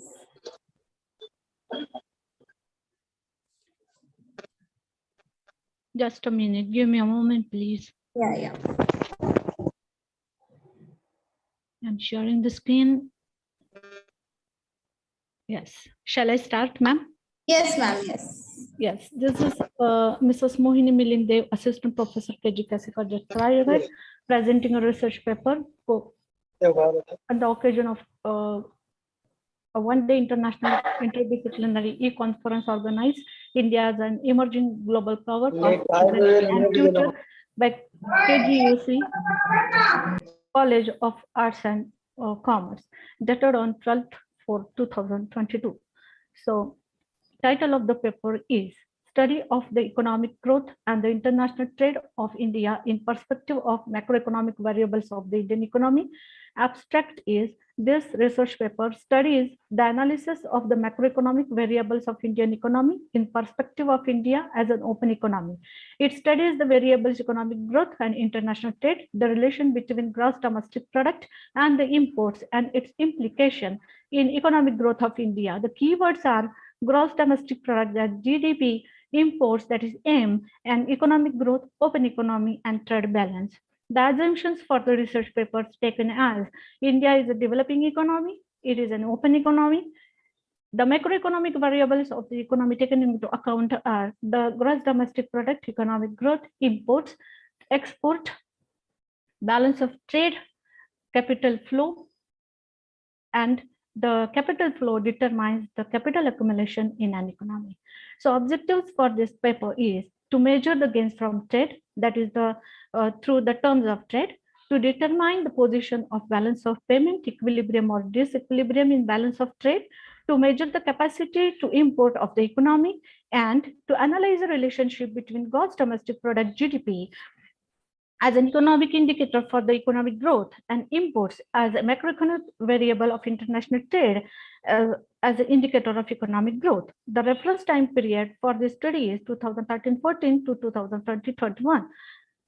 And here is the main topic of the relationship mapping of the economic growth and international trade in India. The macroeconomic variable for study for this economic growth is the GDP and the imports. But moreover, it has been mapped through the terms of trade concepts as a macroeconomic variable in India. The net barter terms of trade of India during 13-14 to 2021 has been improved from 3% to 33%. The position of balance of payment has been mapped through the difference between the commodity or net barter terms of trade and the gross barter terms of trade, and it is found that it is in disequilibrium. Then third conceptual term has been taken into account as income terms of trade, And it has been seen with the data that the capacity to import has been increasing over a period of time of 1314 to 2021. And here, the second part of the study is that the relation between gross domestic product and imports at GDP and M respectively in our denotion of the mathematical terms as an indicator of an economy as studied, and a functional relationship between two variables, that is GDP, gross domestic product, as a dependent variable on an independent variable imports of economy during this reference time period is taken as a functional relationship. A general format of this relationship is taken as a GDP, that is y dependent variable is equal to B0, that is a constant, plus B1, it is a coefficient of the explanatory variable of X is imports. So we can write this equation that GDP is equal to a constant plus a coefficient multiplied by this explanatory variable imports.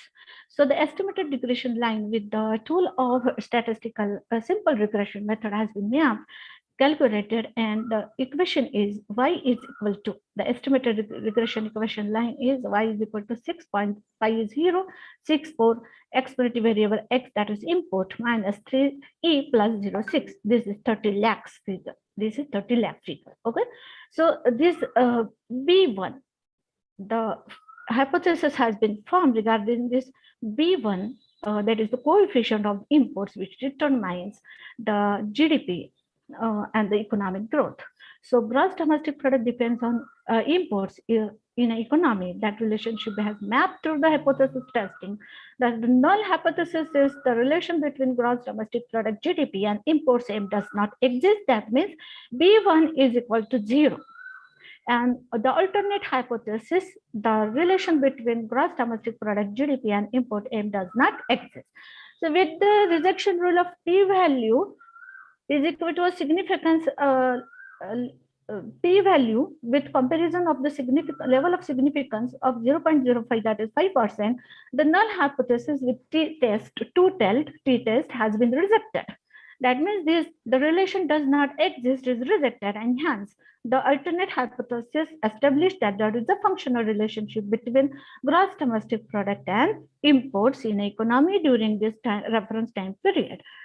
And the findings of the research paper are then net barter terms of trade of India during 1314 to 2021 shows again from international trade for economy. The position of balance of trade in terms of trade is in disequilibrium during 1314 to 2021. The imports are more than exports, thereby causing a disequilibrium. The disequilibrium in balance of payment it is in the nature of fundamental disequilibrium and structural disequilibrium due to inflation pressure in an economy, and the functional relation between the import of India and the gross domestic product is estimated with a simple regression line, and it has been found that there is a relationship between this GDP of India and the import of India. The coefficient is this positive, and this is the constant value. Y is equal to 6.5064 of explanatory variable import X minus 30 lakhs. This figure is to 30 lakhs. So the gross domestic product depends on the imports in an economy.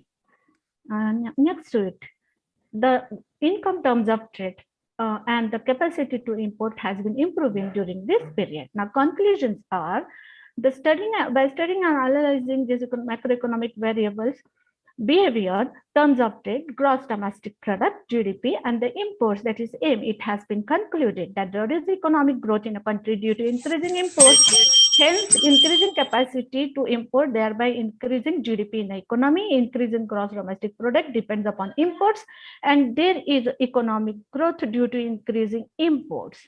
And reference books are International Economics, Macroeconomics, Theory of Econometrics. This website of RBI has been used, and thank you for making this presentation possible.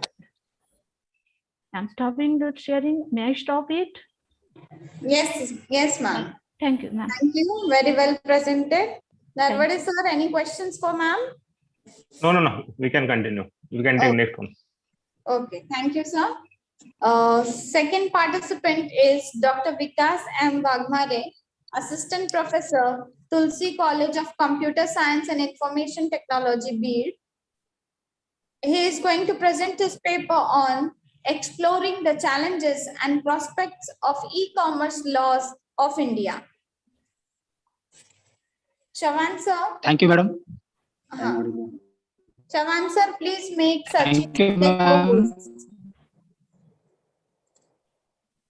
Sachin Jente, please make him co-host, sir. Okay. Sachin Yende. Yes.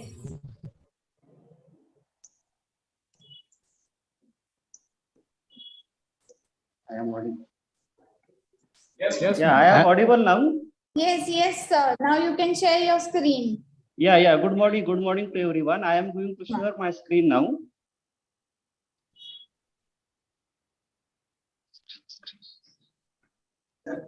Yes, my screen is visible to everyone. No, it's not visible. Not Sure, visible, no, sir.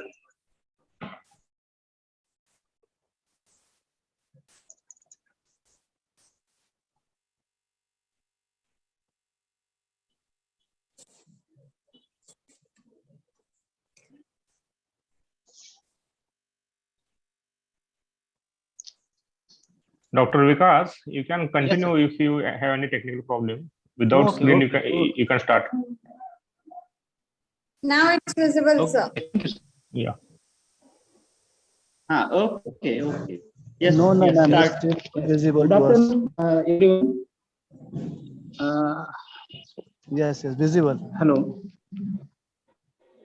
Good Yes, afternoon, sir. everyone. You can Today I am continue. going to present my research. I am going to present my research papers on the title of Exploring the Challenges and Prospect of E-commerce Laws of India. Basically, e-commerce is rapidly growth in India. You can last 2 years because of the COVID pandemic situations. We all know about the situation of COVID and best uses of online shoppings, like it's a most important playing the role in the last 2 years, and you can see our rules and regulations of government of India is not sufficiently fulfill the e-commerce businesses. There are many issues of the controversial issues. Their stakeholders not follow the policies properly, and we can say it's a benefited for the cyber crimes also. There are so many problems. You can see my slide. Credit card frauds are there, friendly frauds, account taking over frauds. These are the issues of e-commerce. Basically, these issues are mostly popular in the last 2 years in the COVID-19, and our governments are making a lot of rules for the reduce the rules and regulations which made by our government. FDI also is there. FDI is the most important role in our, but my papers is whatever rules and regulations had made by our government were not proper implemented in our e-commerce companies, e-commerce businesses. These are the some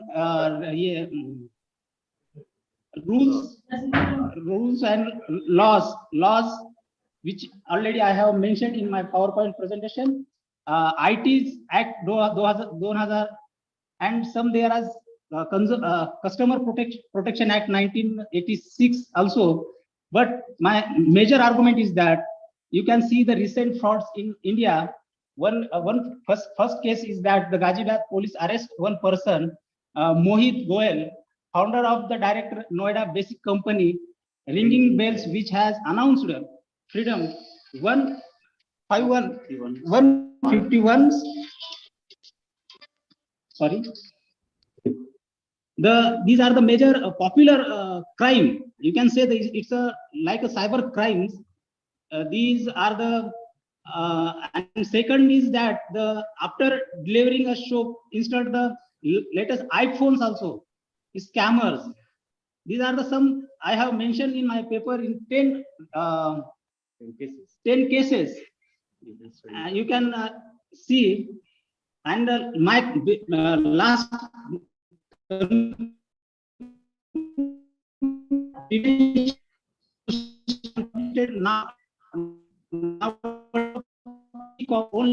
one of the most important disadvantages of e-commerce can be lack of the reliability and security because of the poor implementations. And major advantages are security cracks, no possibility to treat some projects to buy online, lack of privacy, legal issues are there, and there are many solutions like one of can really one customer's care search engine contact the official website. We need to update our computer software always. Thank you. Thank you. Thank you, sir. Nicely presented. Now, please stop your screen share, sir. Okay. Thank you. Narwadi, sir, any questions? No, you can continue. Take next one. Okay, sir. Next. Saqib Abdul Hakim Osmani from Latur, School of Management Science, SRTMUN, Sub-Center Latur, Maharashtra, presenting his paper on impact of drought on economic conditions of farmers in Latur district. Saqib, sir. Good afternoon, one and all, and thank you, madam. Are you able to hear me? Yes, sir. Shall I share my screen, madam? Yes.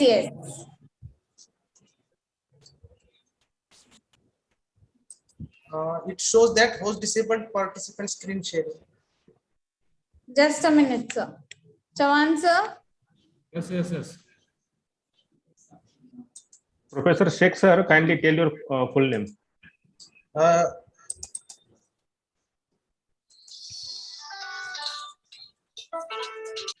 Myself is Saqib Abdul Hakim Usmani. I'm working as a district disaster management officer at Collector Office Latur, and currently I am pursuing my PhD from Swami Ramanand Tirtha Marathwada University, Nanded. Before starting my presentation, I would like to thank the organizer, the convener of conference, and the chairperson of this technical session for providing me such a great opportunity to present my paper. The title of my paper is The Impact of Drought on Economic Conditions of Farmers in Latur district. This is the content of my presentation: introduction, the objectives and the methodology, evaluation of economic impact, findings, conclusion, and references.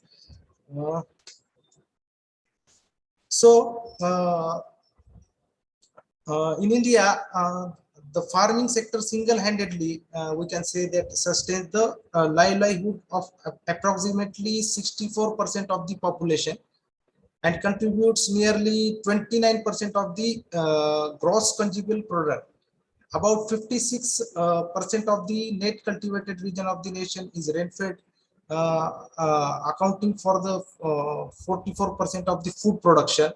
Thus, the monsoon rainfall is the key for the farming production and the food safety of our entire nation.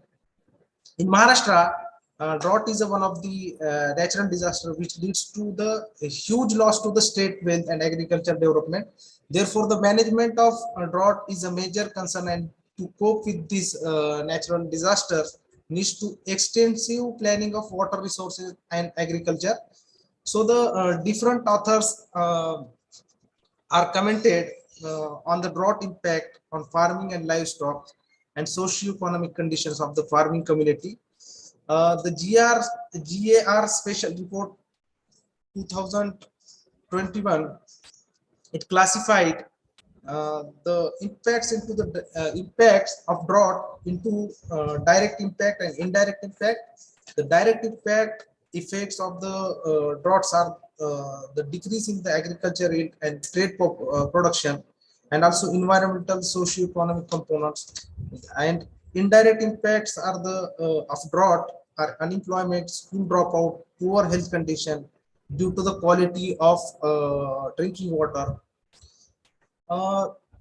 This study, the study area is Latur district. Latur district is known for 1993 earthquake. And since from last 10 years, Latur is also known for drought, recurrent drought. Latur experienced drought in every alternate year in this region. The most worst drought year was 2016. We can imagine its severity that Latur, first time in history of Maharashtra and second time in history of India, the drinking water was supplied through the railway wagons from Miraj district Sangli to cover around 343-kilometer distance. And after all these efforts, around 54 railway wagons water train came to Latur to supply the drinking water for Latur city.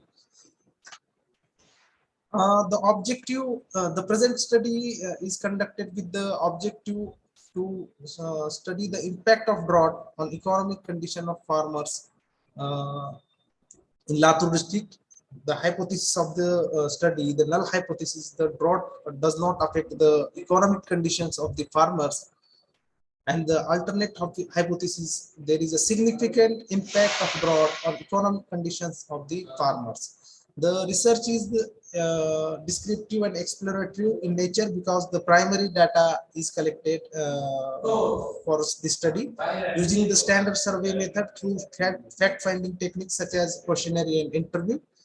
The main purpose of this study is to study the drought-prone region of Latur district of Maharashtra state in India, to how drought affected the economic conditions of the specifically farmers.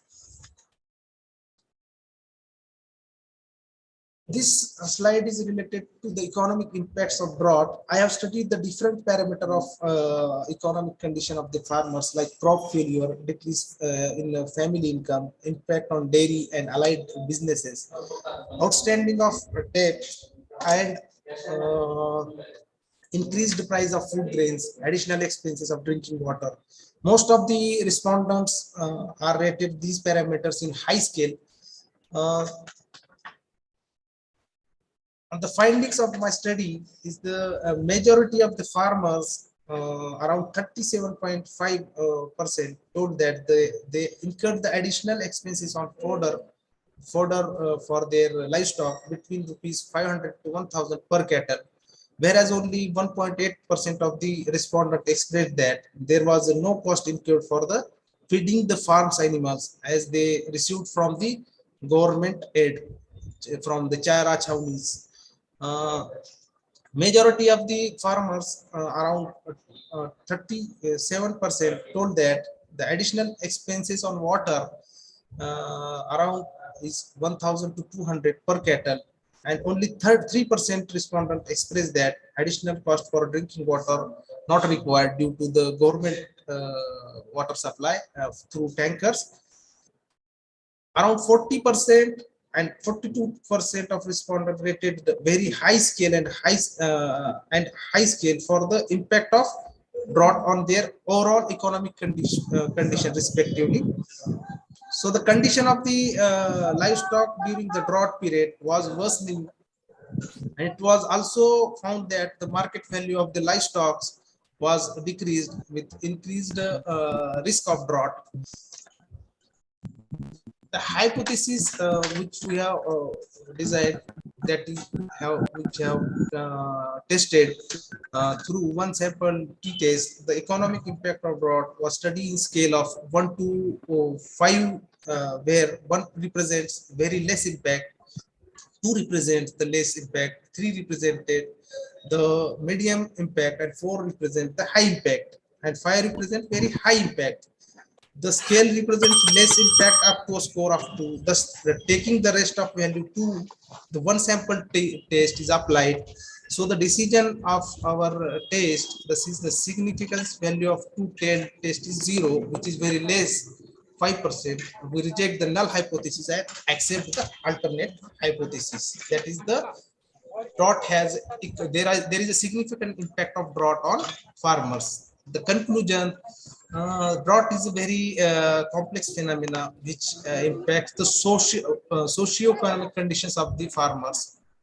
Majority of farmers have rated the economic factors in survey in high scale. There is a very less opportunity of employment due to less industry in the area like Marathwada. The population is dependent on mostly on agriculture and allied activity. Due to every alternate drought years, farmers' economic planning is interrupted. There is a need for economic awareness of the farmers community in this Marathwada region. Educating the people is one of the very important things in this regards. These are the references which we have used for this study. And thank you very much giving me such a great opportunity. Thank you. Thank you, sir. For presentation. The next participant is Ms. Shashira Shetty, a research scholar from Karmavir Bhaurao Patil College, Vashi, presenting her paper on a study on awareness of investment opportunity in mutual funds, special significance on SIP, systematic. Shashira Shetty. Good afternoon, ma'am. Am I audible? Yes. Sakib sir, please stop your screen share.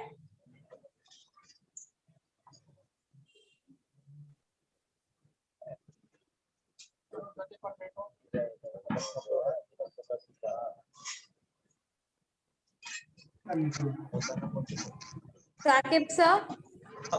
Yes, ma'am. Yes. Okay. Thank you. Okay, ma'am. I'll just share my screen. Yes. Yes. Now you can begin.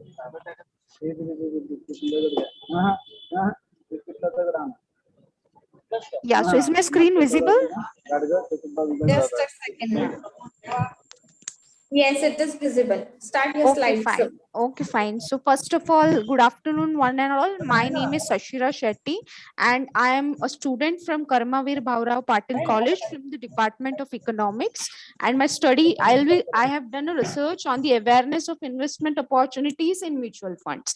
First of all, I'd like to thank this particular for providing me with this particular platform to present my research work on.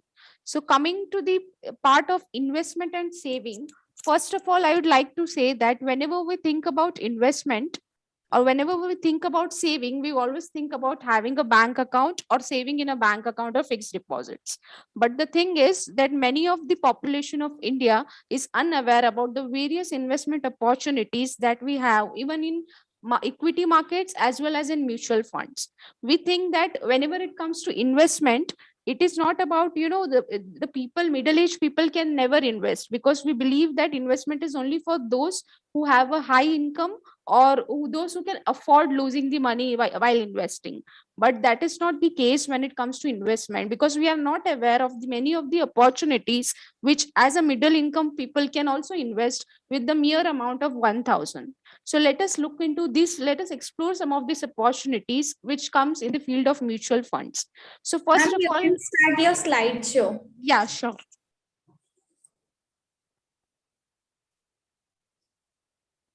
Yeah, so is it visible now? Yes, yes. Yeah, so let us start first of all with the introduction of mutual fund, how it started in India. So basically, mutual fund industry in India began in 1963 with the formation of the Unit Trust of India, which was the sole proprietor, which had a sole monopoly when it came to mutual fund in India. So as we can see, there are different phases of development of mutual fund. The first phase was from 1964 to 1987. The second phase was from 1987 to 1993, and the third phase came from till 2003. And since over the period of time, if you can see the graph, we can see that how the asset under management in mutual funds is going on increasing, how the people are becoming more and more aware about mutual funds and how they are investing in mutual funds. So what I'll be highlighting at this particular session is that what is systematic investment planning, that is SIP, because this is something which even a basic person who is earning mere 20 to 25,000 can invest with. That is, SIP is what, when it comes to SIP, you can invest in mutual funds with a particular amount as minimum as 500 rupees every month, which can lead to huge benefits to you in the future. So basically, this particular aspect of SIP is for those individuals who want to invest, but they are afraid of investing, or they don't know they are not aware about the minimum limit of investing. So I would like to say that the benefits of SIP, there are two major benefits of investing in SIP. The first one is rupee cost averaging, and the second one is the power of compounding. Now let us see one by one. First of all, the rupee cost averaging. Suppose now you are an individual and you're investing 1,000 rupees per month in a particular mutual fund SIP. So what happens is, due to this particular, if you go on investing 1,000 each and every month, what happens is, whenever the market conditions are not favorable, this particular amount will buy less amount of those particular units, and whenever the market condition is favorable, the units will be increased automatically. As you can see, so in the first month, the person has invested 1,000 with an NAV of only 10 rupees.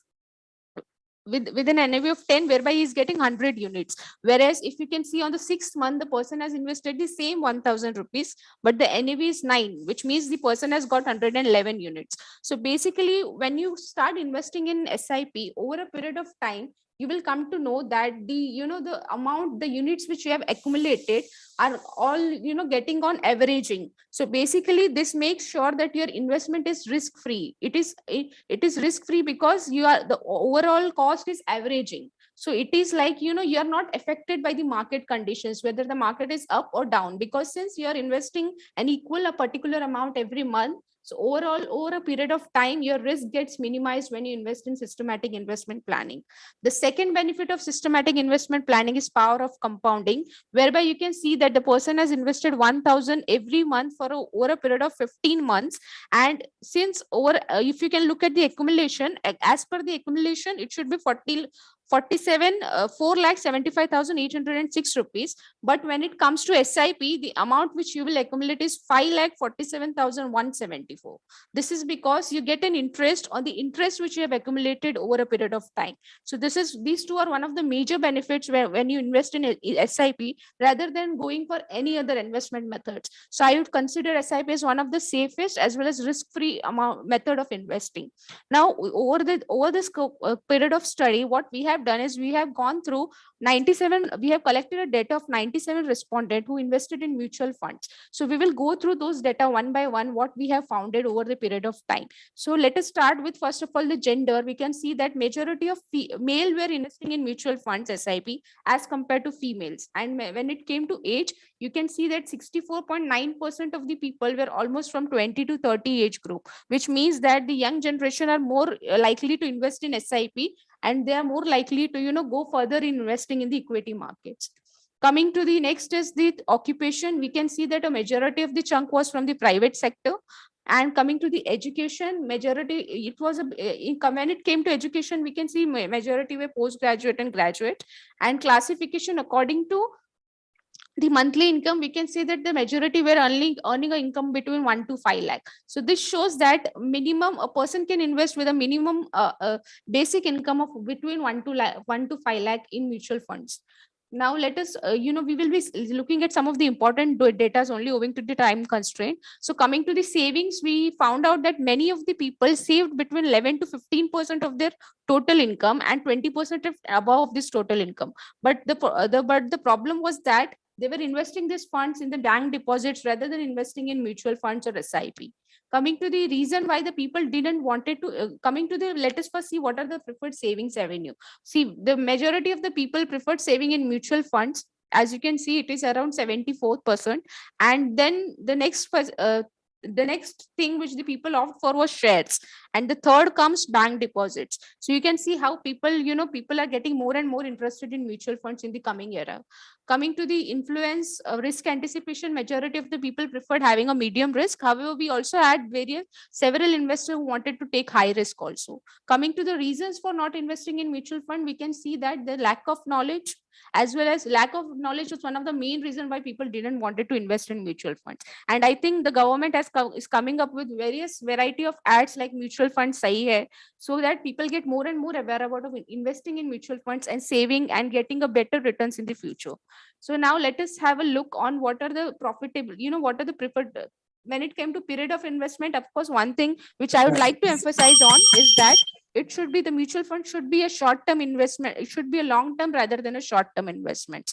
So now we will focus on the various suggestions which I would like to provide, because findings, as I have taken you through the graph, these were the findings which I have summarized already. So coming to the majority of the suggestions which I would like to say, first of all is the lack of awareness, and I would suggest that the government comes up with various campaigns so that people who are sitting in the rural areas gets aware about the mutual fund opportunities. The second most important point which I would like to highlight is that more and more we need to increase the female participation in the mutual funds, because we have seen that majority of the females are not willing to take risk or not willing to invest. So I think more campaigns related to female and more different various types of products catering to each and every person's need would be the highlight of this moment. So hereby I would like to conclude by saying that mutual fund has a great future, and if you are one of those who are waiting for who want to start an investment, let us start with the first step, that is having a monthly SIP of minimum 500 rupees.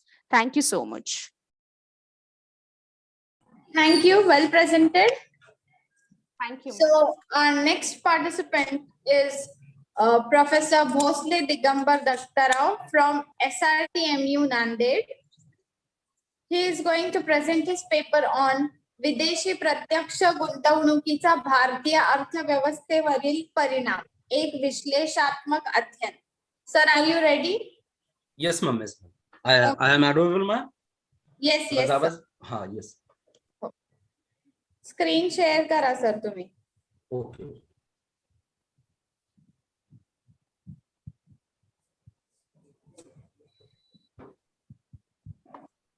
Screen दिसत आहे का ma'am माझी? हो हो. हा. Sir slide show.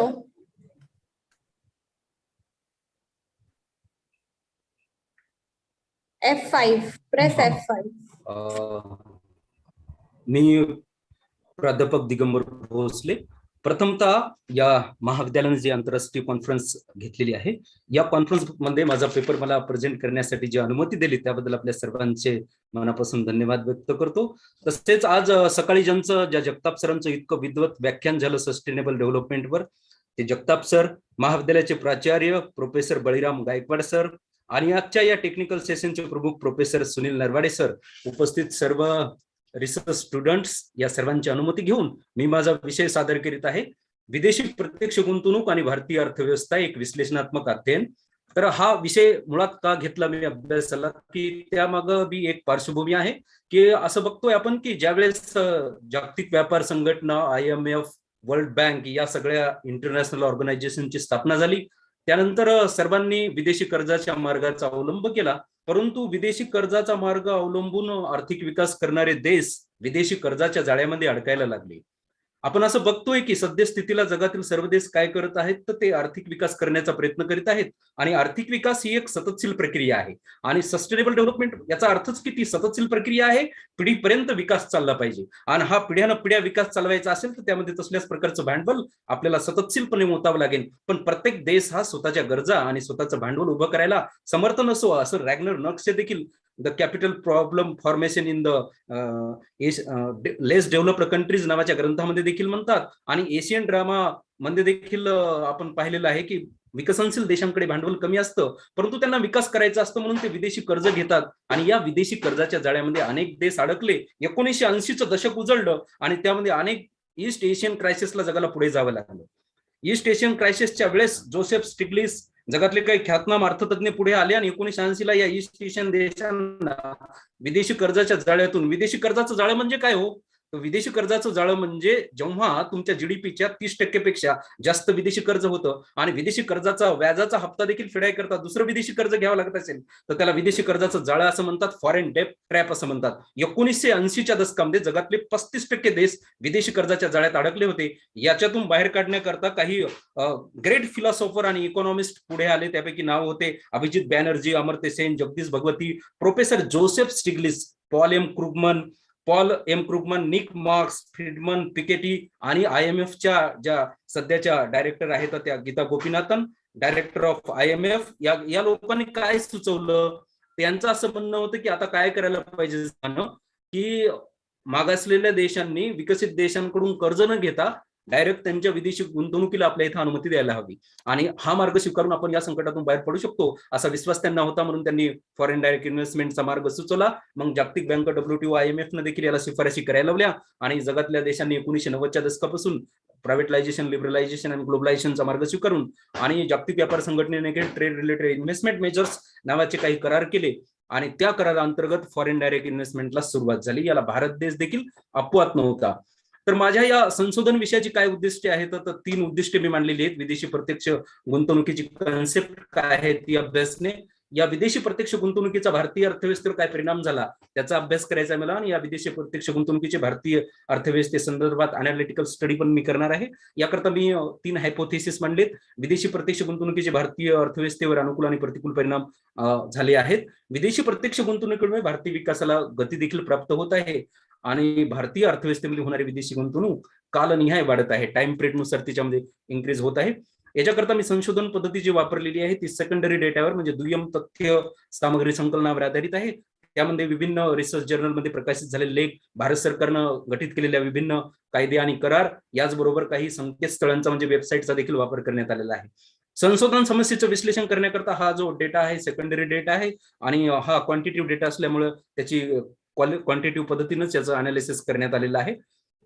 विदेशी गुंतवणुकीचा अर्थ काय होतो हा सामान्य प्रश्न अनेक बसलेल्या विद्यार्थ्यांना किंवा संशोधकांना देखील पडू शकतो की विदेशी प्रत्यक्ष गुंतवणूक म्हणजे काय, तर त्याची व्याख्या IMF चार्टर मध्ये करण्यात आलेली आहे आणि जागतिक बँकेने देखील केलेली आहे. जेव्हा एका देशातले नागरिक किंवा वित्तीय संस्था किंवा एखादी उत्पादक कंपनी दुसऱ्या देशातील भांडवली मालमत्तेवर हक्क प्रस्थापित करण्याकरता जेव्हा गुंतवणूक करते तेव्हा तिला विदेशी गुंतवणूक असं म्हणतात. याच्यामध्ये बरेच आयाम आहेत, ते मी लिखित स्वरूपात माझ्या पेपरमध्ये मांडलेले आहेत. काही मोजक्या वेळेमध्ये आपल्याला पेपर सादर करायचा आहे म्हणून मी एक जस्ट हायलाइट करीत पुढे जाणार आहे. परंतु ज्याप्रमाणे आपल्या देशातील नागरिकांना गुंतवणूक करण्याची अनुमती असते त्या पद्धतीची अनुमती जेव्हा विदेशी नागरिक आणि कंपन्यांना दिली जाते तेव्हा त्यालाच विदेशी प्रत्यक्ष गुंतवणूक असे म्हणतात. भारतातील विदेशी प्रत्यक्ष गुंतवणुकीचं एक्सप्लेनेशन करत असताना आपल्याला बघावं लागतं की इथं काय काय कायदे चाललेत आणि काय श्रेण्या पाडल्यात. आपण त्याच्या 4 श्रेण्या पाडल्यात. फर्स्ट श्रेणीमध्ये आपण त्याला ऑटोमॅटिक रूट म्हणतो, दुसरी ज्याला स्वयंचलित मार्ग म्हटले जाते त्याद्वारे गुंतवणूक केली जाते, तिथे 100% विदेशी गुंतवणुकीला अनुमती आहे. श्रेणी 2 आहे, त्याच्यामध्ये गव्हर्नमेंट रूट आहे की गव्हर्नमेंटची परवानगी घेऊन आपल्याला गुंतवणूक करता येते. तिसरं क्षेत्र आहे, तिसरी श्रेणी आहे, तिच्यामध्ये गुंतवणुकीला विदेशी गुंतवणुकीला अजिबात मान्यता नाहीये, ती पूर्णतः प्रतिबंधित क्षेत्र म्हणून ओळखले जाते. आणि चौथं क्षेत्र आहे जिथं सरकारच्या परवानगीने आपल्याला काही नियम आणि अटीच्या अधीन राहून गुंतवणूक देखील करता येते. मग पूर्णतः प्रतिबंधित क्षेत्र कोणते आहेत बरं ते की ज्यांच्यामध्ये बॅन लावलेला आहे यांचा आपण अभ्यास. हा बोला sir. Directly come to the findings. Okay sir, काय हरकत नाही. आपण जर विदेशी गुंतवणूक पाहिली तर याचे कन्क्लुजन असे आहेत सर. हे ग्राफ एक आणलेलं आहे मी त्याकरताच की सगळ्यात जास्त विदेशी गुंतवणूक आपल्या इथे सिंगापूरहून आली, मॅरेसिस, नंतर USA चा नंबर आहे. यावरून आपल्याला लक्षात येतं की हे मॅरेसिस, सिंगापूर, सायप्रस यासारख्या देशांतून आणि केनन बेट यासारख्या ठिकाणून आपल्याला फॉरेन डायरेक्ट इन्व्हेस्टमेंट जास्त आली. सर काय येत आहे यामागचे कारण वेगळी आहेत. स्विस बँकेतले अकाउंट आहेत, अनेक अनालिटिकल आहेत, विद्वान लोक इथं बसलेले आहेत की मागासलेल्या देशातून आपल्या इथं फॉरेन डायरेक्ट इन्व्हेस्टमेंट येते आणि विकसित देशातून काही येत नाही. आपलेच गुंतवणूकदार तिथून गुंतवणूक आपल्या इकडे फॉरेन डायरेक्ट इन्व्हेस्टमेंटच्या माध्यमातून करत आहेत. अनेक काही सिक्रेट गोष्टी आहेत त्यातल्या, पण कन्क्लुजन आपण असं काढूयात की काय अनुकूल परिणाम झाले. कुशल नियंत्रण आणि उच्च प्रबंधनाचा लाभ मिळते आपल्याला, मॅनेजमेंटचा, मॉडर्न टेक्नॉलॉजी मिळते, भांडवलांचा निरंतर प्रवाह प्राप्त होत आहे, स्वदेशी आणि स्वदेशी उद्योगांचा देखील विकास होत आहे. विदेशी चलन साठ्याचा जो प्रश्न आहे आपला फॉरेन करन्सीचा तो देखील सुटला आहे. आणि विशेषतः ज्याच्यामध्ये फार रिस्क आहे, जोखीम आहे, असे जे खनिज द्रव्यांचा शोध आहे, खनिज तेलांचा शोध आहे, अशा क्षेत्रामध्ये आता गुंतवणूक यायला सुरुवात झाली. भारत सरकारला फॉरेन कडून आपल्याला टॅक्स पण खूप मोठ्या प्रमाणात मिळत आहेत आणि इथला रोजगार देखील वाढत आहे आणि कौशल्यामध्ये वाढ होत असल्याचं आपल्याला दिसून येतं. प्रतिकूल परिणामाच्या बाबतीमध्ये टीकाकारांचं जे राष्ट्रवादी विचारधारेचे विचारवंत आहेत ते अशा टीका करतात की मर्यादित क्षेत्राचाच विकास व्हायलाय, जिथं जास्त बेनिफिट आहे तिथंच फॉरेन डायरेक्ट इन्व्हेस्टमेंट आली, देशाचं आर्थिक शोषण होत आहे, देशांतर्गत उद्योगांचा ऱ्हास होत आहे आणि मोनोपोलीचं देखील विकसित होत आहे, अशा प्रकारच्या टीका देखील याच्यावर केल्या जातात. इतर काही परिणाम देखील मी सांगितले की जिथं सार्वभौमत्वाचा प्रश्न देखील निर्माण होऊ शकतो. तर अशा पद्धतीने मी याचा अभ्यास केलेला आहे. जाता जाता फक्त माझ्या एक 2 ओळी लिहिलेल्या आहेत, त्या सांगतो सर सारांश रूपानं की या भारत देशाला महासत्ता बनायचे आणि त्या अनुषंगाने इंटरनॅशनल कॉन्फरन्स देखील आहे. त्या संदर्भात मी स्वतः लिहिलेल्या 2 ओळी आहेत सर. गोलमोल की बात नहीं, हमें समस्याओं का हल चाहिए. अब इस देश को गोलमोल की बात नहीं, हमें समस्याओं का हल चाहिए, हमें हमारा सुनहरा कल चाहिए. इस देश को हमारा सुनहरा कल चाहिए. भू विजेता कौन हुआ, धन विजेता कौन हुआ, रण विजेता कौन हुआ, जिसने ना कभी आराम किया, गर्दिश में रहकर भी मन मस्त मगन होकर लगन से काम किया, उसने दुनिया में नाम किया, उसी ने दुनिया में नाम किया. हिंद दिन की ओर, इतिहासाचे पण काही प्राध्यापक आहेत सर. हिंद दिन की ओर म्हणजे आपल्यासारख्या विकसनशील देशाला सर लास्टचे शब्द घेतो आणि विराम घेतो वाणीला. हिंद दिन की ओर देख, जग गलत कहे या ठीक, हिंद दिन की ओर देख, जग गलत कहे या ठीक, वीर खिचकर ही रहते हैं इतिहासों में लिख. एकदा फक्त स्किल अचिव्हमेंट आपल्या देशामध्ये होऊ द्या, स्टार्टअप आणि मेक इन इंडियाला रंग येऊ द्या आणि देश देखील महासत्ता होईल, फॉरेन डायरेक्ट इन्व्हेस्टमेंटच्या रूपानं हे साध्य होईल अशी अपेक्षा करून मी माझे 2 शब्द संपवतो. आपण सर्वांनी मला अनुमती दिली. Professor Sunil Narwade sir, professor Kamble sir यासारख्या विद्वानांसमोर मला पेपर वाचता आला, त्याबद्दल आपल्या सर्वांचं मनपूर्वक धन्यवाद व्यक्त करतो. Thank you sir. Very nice and energetic presentation, sir. So very well presented. Our next presenter is Assistant Professor Sai Joshi from MGM University, Maharashtra, presenting her paper on analysis of non-performing assets of selected public and private sector banks. Professor Sai Joshi. Good morning, everyone. Very good. There is a little mistake in my introduction. I'm not the assistant professor, but the student. Okay. She is a research scholar from MGM University. Yes. Okay. Am I audible clearly? Yes.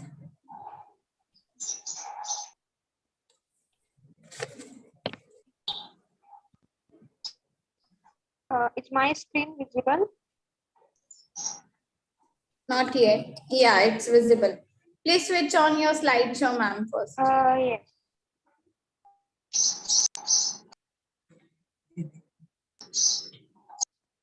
If it is possible, you can switch your video also on.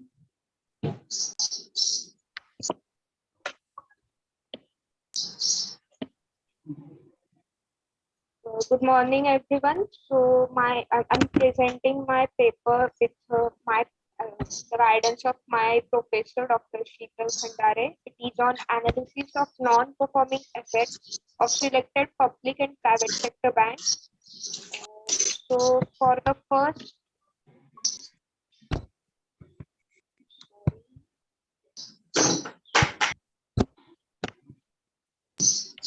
You can press F5 for slideshow. Yeah, actually not operating. So my introduction about it is non-performing assets are nothing but the loans given by Indian banks or financial institutions whose interest or principal amount has been overdue for a long time. It's just not about the principal amounts, but the overdrafts or CCs, the bills, the principal amounts for crop seasons or short crop seasons. And when we mention the long term, it means 90 days or more than 90 days. Like every other businesses, the bank should also be profitable, but NPAs takes a large portion of bank's margin to generate the loan amount. In India, the concept of NPAs came into recognition after the reformation of the financial sectors by 1991 by Narasimha Rao's government. Objective of my paper is to make comparative study of gross NPAs, net NPAs for selected public and private sector banks to evaluate PSBs and PVBs and NPAs using statistical tools to distinguish the gross NPAs and net NPAs of public and private sector banks.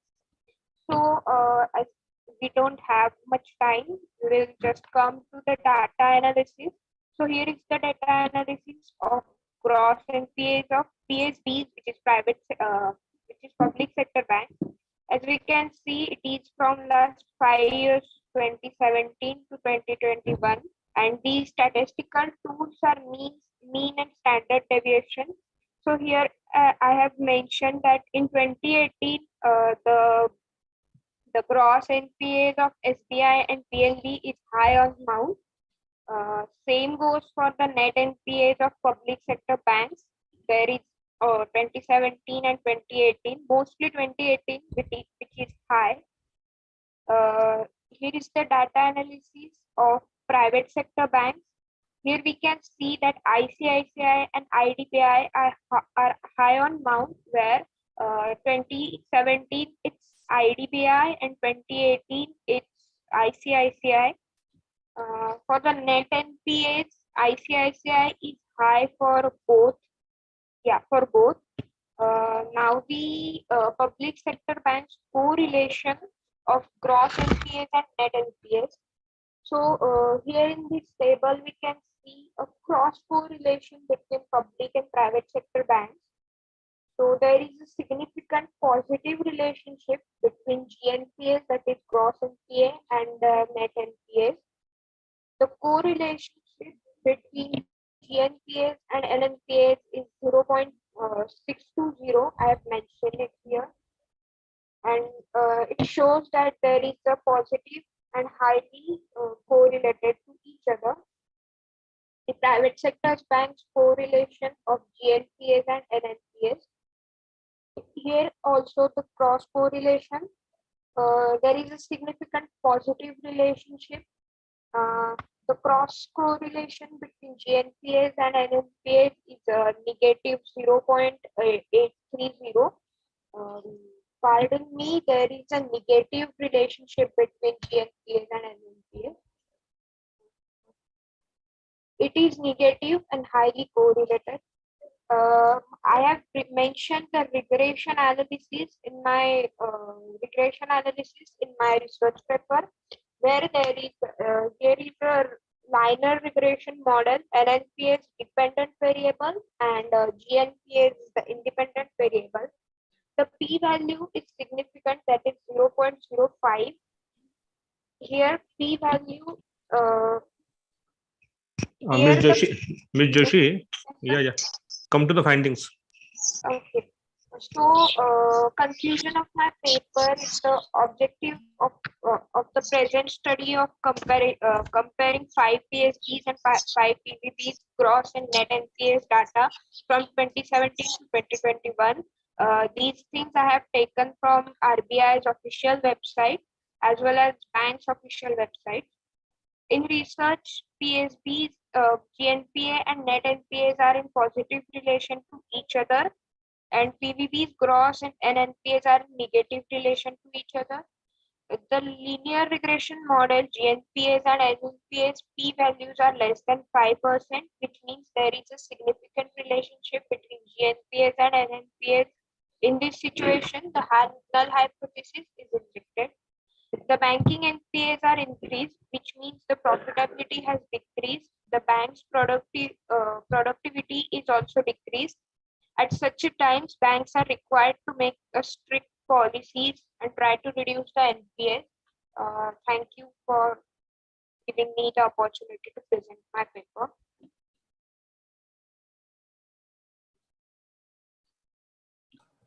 Thank you. Wonderful presentation. Thank you. So here we conclude with the paper presentations for technical session 1. I thank all the presenters. Now I request Professor Jagtap sir to introduce our chairman for technical session, Dr. Sunil S. Narwade sir. Jagtap sir.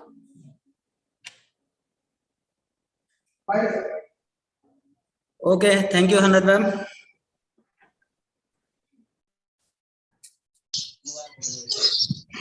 Am I audible? Yes, sir. Yes. Yes, okay. Welcome all of you. Now I introduce the first technical session, the chairman, Dr. Naravade Sunil Seshrao sir. So, sir was a NET clear in 1999 and PhD in 2006. Sir has 21 years teaching experience. Sir was Senate member in Dr. Babasaheb Ambedkar Marathwada University, Aurangabad. Sir is coordinator for SAF DRS2 Department of Economics in Dr. Babasaheb Ambedkar Marathwada University. Sir is a research guide and there is 8 students are awarded a PhD degree and 11 students are working and 22 students are the awarded degree of MPhil and 4 students are working. Sir has published 54 papers, articles, national and international, 32 research papers presented at national and international seminar and conference. Sir has a membership of Indian Economic Association, Indian Society of Agriculture Economics, Marathwada Economic Association, etc. Sir has published total 5 books. Sir, ongoing and completed, there are 5 major projects. Sir has organized 2 national and 1 international conference. We are proud of to have a great eminent personality like a chairperson for our technical session. Okay, thank you, sir. Hand over, Hanadna. I request Dr. Sunil S. Narvade sir to provide concluding remarks of the PowerPoint presentations. Thank you, Dr. Jagtap sir. Chairman of this conference, Principal Dr. Sir आवाज नहीं आ रही.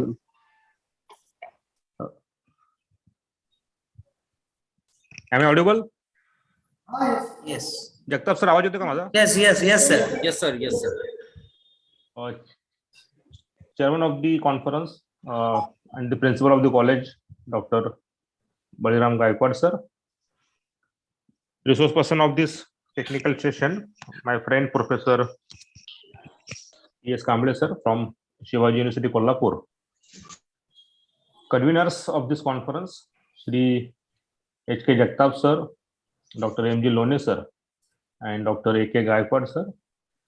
Co-conveners, Dr. Hingmire sir, Dr. Arun Chavan sir, and Shri A.R. Kamble sir. The paper presenters of this technical session and teachers, faculty members, and research students. First of all, I would like to congratulate the organizing committee and Principal Dr. Gaikwad sir and all the conveners and co-conveners for organizing such a important conference on sustainable development. Friends, in this technical session, we had total 6 paper presentations. The first one was by Mohini Dev. Her research paper was on terms of trade and the balance of payment of Indian economy. Then we had next paper on Dr. Vikas Wagmare on e-commerce. The third paper was of Professor Sheikh Hakim. That was on the effect of drought on farmers in Latur district. Then we also had paper from Shashistra Shetty on the importance of SIP, SIP, that is which is known as in wealth creation. Then also we had lecture this research paper from Digambar Bhosle on the impact of FDI on Indian economy. And the last research paper was by Ms. Sai Joshi, and her research topic was the NPS of public and private sector banks. So I congratulate all these paper presenters. They have really worked hard and prepared their research papers for the conference. Friends, as far as the conference theme is concerned, that is sustainable development, the keynote addressee, the resource person of this technical session, has covered all the aspects of sustainable development. Professor Kamble sir has in detail analyzed the role of agriculture, industry, services sector in sustainable development, and he also covered the role of social security programs like health and education programs, their importance in sustainable development. He also talked about the role of rural infrastructure in sustainable development. So in detail, he has analyzed all the aspects of sustainable development and what are the various factors that play an important role in sustainable development.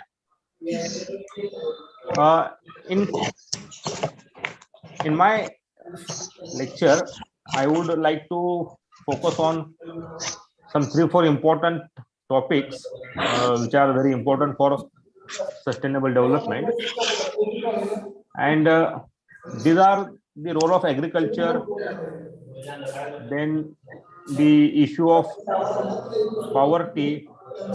Jagtap sir, तुमचा mic unmute करता का? Jagtap sir and Mayuri, can you unmute? Sorry, mute your mic. Okay, thank you.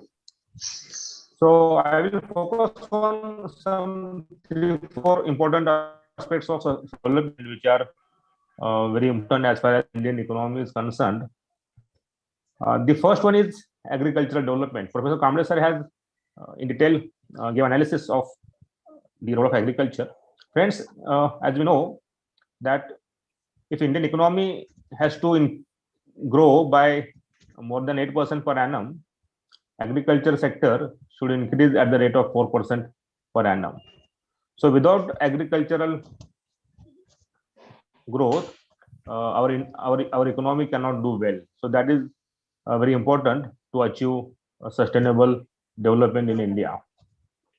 And if you see, as the major problem of agricultural growth in India is there are two major problems, and the one is of land fragmentation. Okay, the small holdings of land, the small plot size that we call. So that is the first important problem of India's agricultural development. And second one is the low productivity in Indian agriculture. Although after Green Revolution, our productivity has tremendously increased, but if you compare ourselves with the rest of the world, you'll find that in case of many crops, our productivity level is very low. So that is another problem. So for agricultural development, so these two problems we need to solve. The first is of land fragmentation, and the second is of the land productivity or crop productivity. Okay? And that can be done with the help of better irrigation. That is possible through public and private investment in agriculture, then better use of farm equipments, then timely availability of inputs to farmers like seeds and fertilizers and other inputs. So that is very important. as far as development of Indian agriculture is concerned. Friends, we know that during last 60, 70 years after independence, the agricultural production in India has increased by at least 4 to 5 times. But one thing we must remember, that the area under cultivation, that is the net cropped area which we call, or the gross cropped area, it has almost remained same. Okay, it has almost remained same. So this is the main problem. So on the one hand, the number of farmers, the number is increasing, but at the same time, the land under cultivation, it has almost remained same during last 60, 70 years. And as a result, the area operated by farmers, it has decreased during last 70 years. And it has, because of this small land holding, what we are, I mean, Indian agriculture is facing a lot of problem. Because of this small land holding, we cannot use modern technology in agricultural development. So this is the major concern as far as the attainment of sustainable development is concerned. So we have to look after this issue. Now, the second important issue which we need to solve to achieve sustainable development in India is of poverty. As we know that almost there are many studies, and all these studies, they say they have found that almost 1/3 of India's population is below poverty line. Okay, but now this the number of people or the population below poverty line, it depends upon how we measure our poverty line. That is the very important issue. That is the measurement issue of finding our poverty line. Friends, I would like to share one important aspect of our poverty line, and that is the incidence of poverty, or most of the poor in India, they live just above poverty line. See, just think about that. Most of the poor, or that is called incidence of poverty, that is just above the poverty line. So if you just shift our poverty line a bit upward, if you shift our poverty line a bit upward, then you'll find that majority of the Indian population, they would be under, or they would be below poverty line. This is very important. Means almost 70-80% of India's population, it would be below poverty line if we shift our poverty line upward by a small amount. So, and this power, as far as this poverty is concerned, friends, most of the, who are the poor? The most of the poor, they live in rural areas. They depend upon agriculture. See, if you see the poverty, most of the poor, or the poverty, you will see that agricultural laborers, they are the most poor class in Indian economy, and followed by farmers, small and marginal farmers. They are the most poor class in Indian economy. And also the urban labor class, which is in unorganized sector. Okay, they are also the most poor class in Indian economy. So to reduce poverty, so we have to focus on the development of landless agricultural laborers, the development of small and marginal farmers, and the development of labor class in unorganized urban sector. So that is also very important as far as achieving sustainable development goal is concerned. Friends, if India wants to achieve or to attain sustainable development goals in near future, we have to provide a social security to our population, to masses. That is also very important. Social security like education, health, these are very important things which we need to provide to our people. Now, as far as education is concerned, we all know that the government is spending less than 3% on education, and the same amount is spent on health. So to achieve sustainable development goals, we need to increase our health and education expenditure. At least if you take an example of Maharashtra, we must have medical college in each district of Maharashtra. That is very important. In each district of Maharashtra, we need medical college. And as far as education is concerned, after independence, we have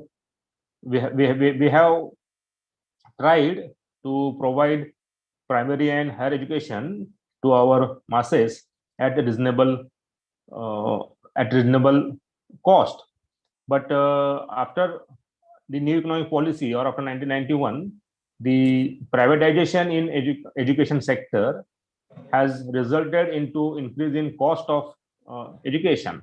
So there is a concern that these poor people, or the students from rural areas, can they afford this costly education or not? So we have to think about this. The privatization in education, okay, if it is inevitable, that's a government policy, we need to rethink about it. But at the same time, we should have some programs so that the poor students, the rural students, they would have access to the education system or of this country. So that is another important aspect which we need to focus on. I mean, only education, giving education is not important. What we need quality education. So what we have done in last many years, we have just focused on increasing the quantity of students in higher education. But at the same time, we have neglected the quality of higher education. So to attain sustainable development goal, India needs to focus on providing the quality education to its masses. That is another important issue. And the last issue which I would like to highlight is of employment. Friends, we all know that in rural area, in agricultural sector, even in urban area, there is a problem of unemployment. We have failed to generate enough employment in rural as well as urban area. The problem of employment or the unemployment in rural area is very serious. So what we need, in case of employment also, we need to generate quality employment in rural areas. The NREGA like schemes, okay, they are okay to generate income to poor households in rural areas, but that will not solve the problem of Indian economy. NREGA is very important. I am not taking any. There is no question of the role of NREGA in generating employment and income in rural areas, but we also need to generate quality manufacturing jobs in rural areas.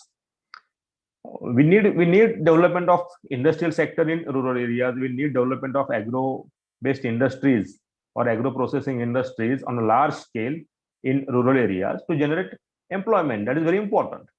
Without that, we cannot develop our rural sector. Without that, we cannot develop our agriculture sector. And until and unless we develop our rural sector, we develop our agriculture sector, Indian economy cannot do well. We have to accept this reality. The self-employment generation in rural area is another big concern as far as Indian economy is concerned. We have failed to generate self-employment in agriculture. As we know that there is more than 20% of 20 to 30% of rural households, they are landless. And 60 to 70% of our land holdings are small and marginal. So in this case, it means there is no self-employment in agriculture, which will sustain our livelihood, which will sustain our high income in agriculture. So for that, we need to generate self-employment in agriculture. We must give land to landless households. That is very important. There's also need of providing some land for agriculture, for cultivation to marginal farmers. So we need to reforms in our land leasing system, okay, the land rent system. So we need some reforms in that area. Without that, we cannot increase self-employment in agriculture, and also to increase self-employment in rural areas. We know that for the rural development, we cannot just depend upon agriculture sector. We have to focus on non-farm employment as well. Generating non-farm self-employment is very important as far as rural development is concerned. Without that, our rural economy cannot go ahead. So these are some important issues which we need to focus to achieve sustainable development in India. So without that, we cannot go ahead. And the last issue which I would like to focus is of inclusive development of Indian economy. Okay, so far many economists they have focused on only growth, and they thought that if there is increase in per capita income or increase in GDP in double digit, then that it would benefit to all sectors of economy, it would benefit all sections of economy. But friends, the results or the empirical data, it shows that the growth, if we have double digit growth, it would not directly benefit to all sections of society or all sectors of our economy. So for that, what we need some special attention as far as our development plans and programs are concerned. And what we need inclusive development or inclusive social development for our sustainable development. So that is a need of an hour. So with these words, I would like to stop here.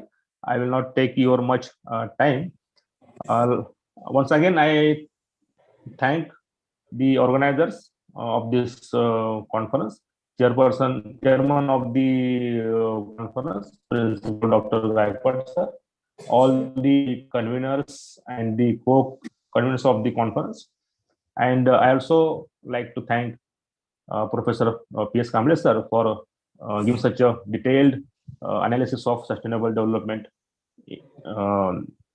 in India. Thank you. Thank you very much. Thank you, sir. Thank you for chairing the session and your kind cooperation. You have tapped all the levels of the sustainable development to inclusive development well regarding touching the aspects of education, development, agriculture, poverty, and all. Thank you so much, sir. I request our IQAC coordinator, Dr. Arun Chavan, sir, Assistant Professor, Department of Economics, KONKAN GYANPEETH, to extend word of thanks. Sir, please. Audible? Good afternoon to everyone. It's my pleasure to express gratitude towards the eminent delegates present in this session. First of all, I would like to express heartfelt thanks to our resource person, Professor Dr. P.S. Kamble sir, for giving his valuable inputs towards in this conference. Thank you again, sir, for your valuable time.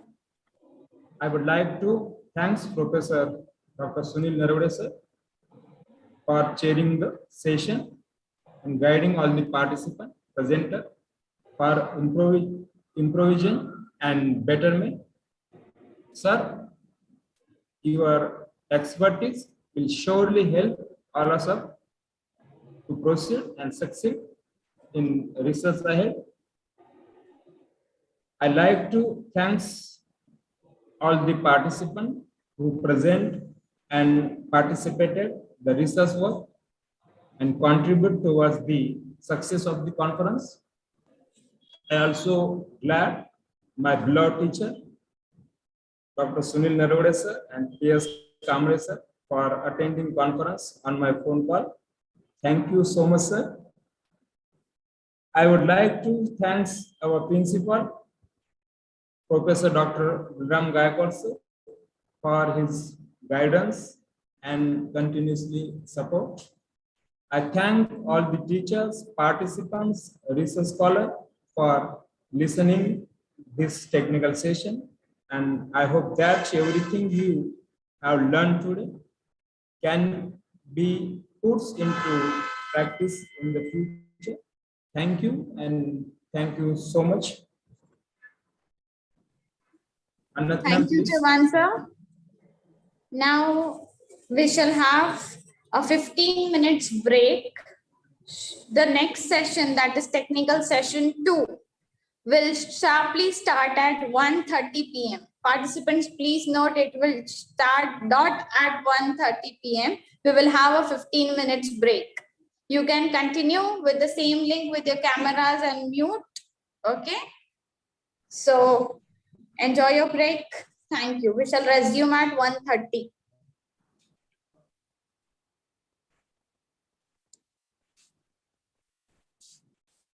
Chavan sir, we can play that soft music. Yeah, okay.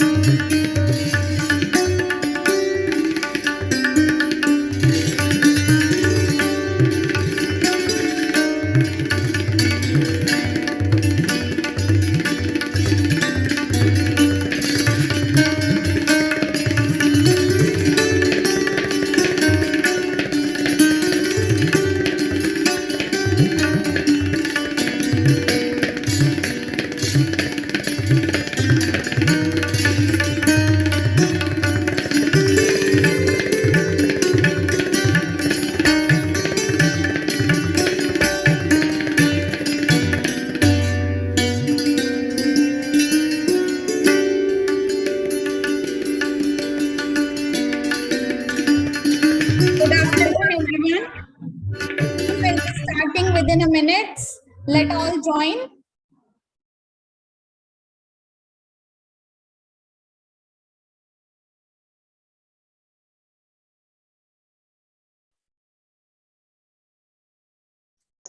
याला काय झालं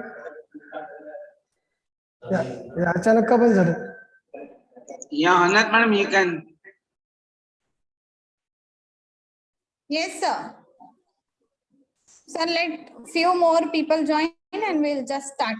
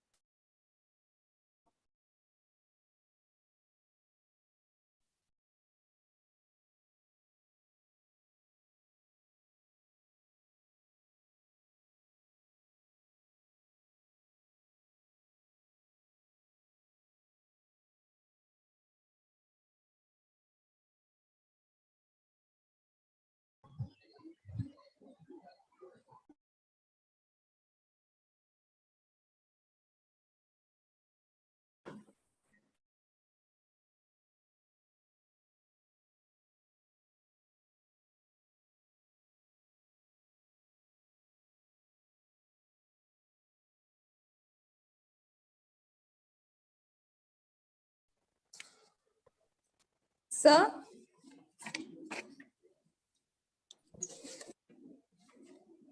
Yes, Anat madam.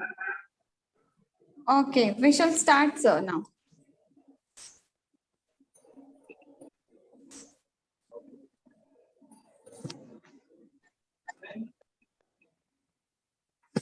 Principal sir, can we start now?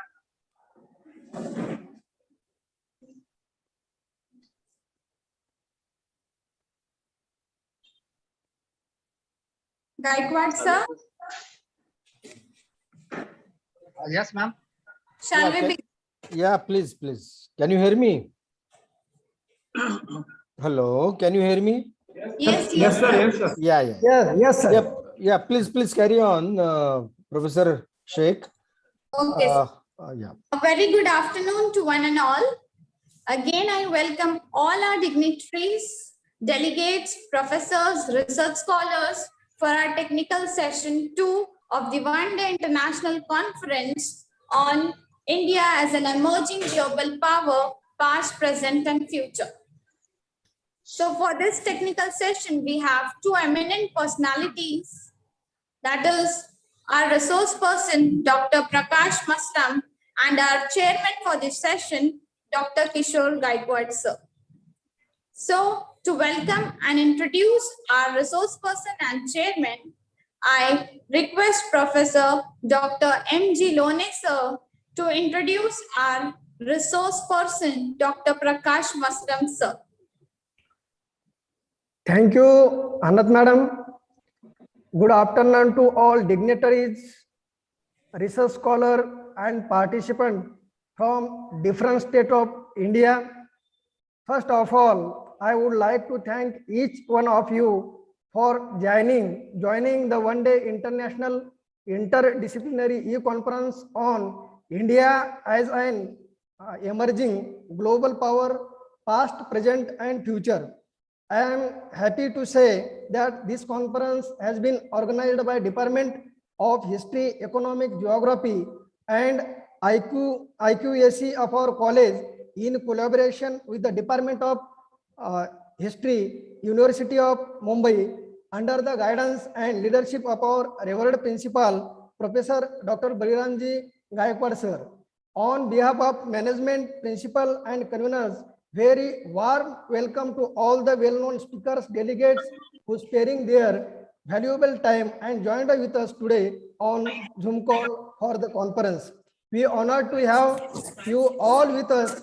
I take an opportunity to introduce the today's resource person of this technical session. I welcome to Dr. Prakash Masram sir. Presently, sir is the in charge of the Department of History, University of Mumbai. Sir has a 13 years teaching experience and 7 years research experience, and is a member of Board of Studies, University of Mumbai.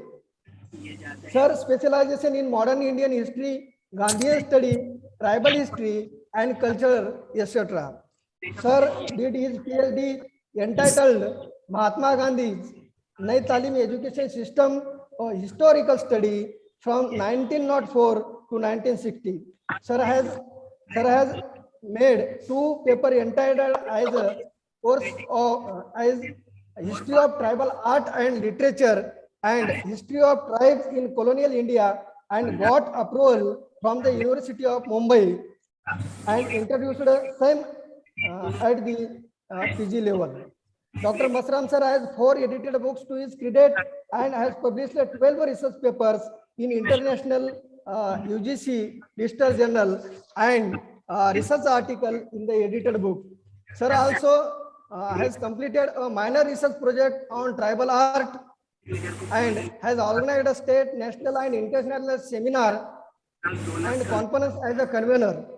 Sir has also been invited as a resource person at UGC, ICHR and ICHR sponsored state, national and international seminar and conferences. Sir is a PhD guide in the Department of History, University of Mumbai, and guiding 4 students, 4 PhD students and 1 MPhil students. 1 student have submitted thesis under his supervision. Sir is also engaged in several other academic and administrative endeavors at the University of Mumbai. Sir, we are fortunate that you are accepted our request as a resource person and immediate response for collaboration with us for the conference. Once again, I welcome to you, sir, in this our international conference. Now I over to you, Hannat madam. Thank you, sir. Thank you, sir. Now I request our resource person, Dr. Prakash Masram sir, Head of Department of History, University of Mumbai, to address the gathering on the title Historical Perspective on Gender Development and Status of Tribal Women in India, with special reference to tribal women in Vidarbha region. So please.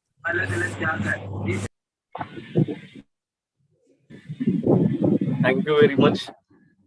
First of all, at the outset, thank you very much, Principal Professor Dr.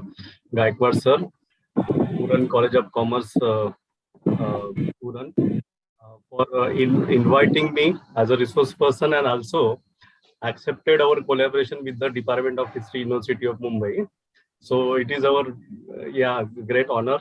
And also, I am very much thankful to Professor Dr. Gaikwad sir, being a chairperson of this session, because I, under the guidance of Kishore Gaikwad sir, I delivered the most of the lectures, and sir was the chairperson in various kind of the seminars, and I, as a resource person, acted in various seminars along with the Professor Dr. Kishore Gaikwad sir. So of course it is my honor, delivering a lecture with Professor Dr. Kishore Gaikwad sir. Yes, today's seminar organized on India as a emerging powers, global powers, past, present, and future.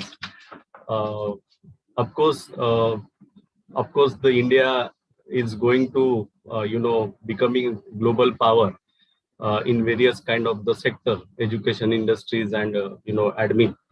But in this context, when we, the general discussion is that what is the emerging power, so where when we set up the particular inclusive development schemes or thought or philosophy, then and then only we can say so India is going to becoming emerging power.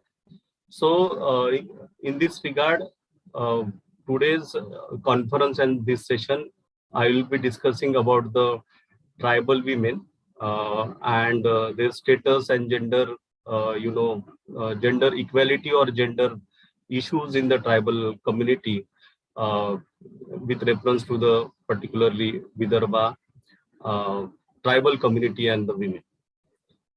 Of course, as being a student of the history, if you look at the ancient period till modern period, so many sources, archaeological sources, various kind of the archival sources, ample source of information, including Vedic to the epic literature, mention various tribes and the various kind of the tribal women who achieve a lot in various kind of the sections, like Bharat, Bhil, Kolas, Kinars, Matsya, Nishad, Banars, Gond, Billa, Kolam. This kind of the tribes and their achievement already discovered from the various kind of the archaeological and the various kind of the archival sources from ancient to up till now. Because prior to introduction of the caste system, existed in the India. So all the community we treated as a tribal community, and they enjoy their autonomy in the particularly if you look at the Indus Valley civilization, Harappan civilization, or pre-Vedic periods. So where the tribal community, and particularly when we talk about the women in the tribal community, they enjoy a lot their autonomy, whether it is economical section, political section, cultural section, so on. So where they enjoy their autonomy. And basically, till today, the tribal community were and are the homogeneous and self-contained unit without any hierarchical, we can say, discrimination, without any hierarchy, because they believe in the, we can say, community development, mean to say they are and that is why I am. So that kind of the concept definitely we will find in the tribal community when we talk about their society, their culture, and their art.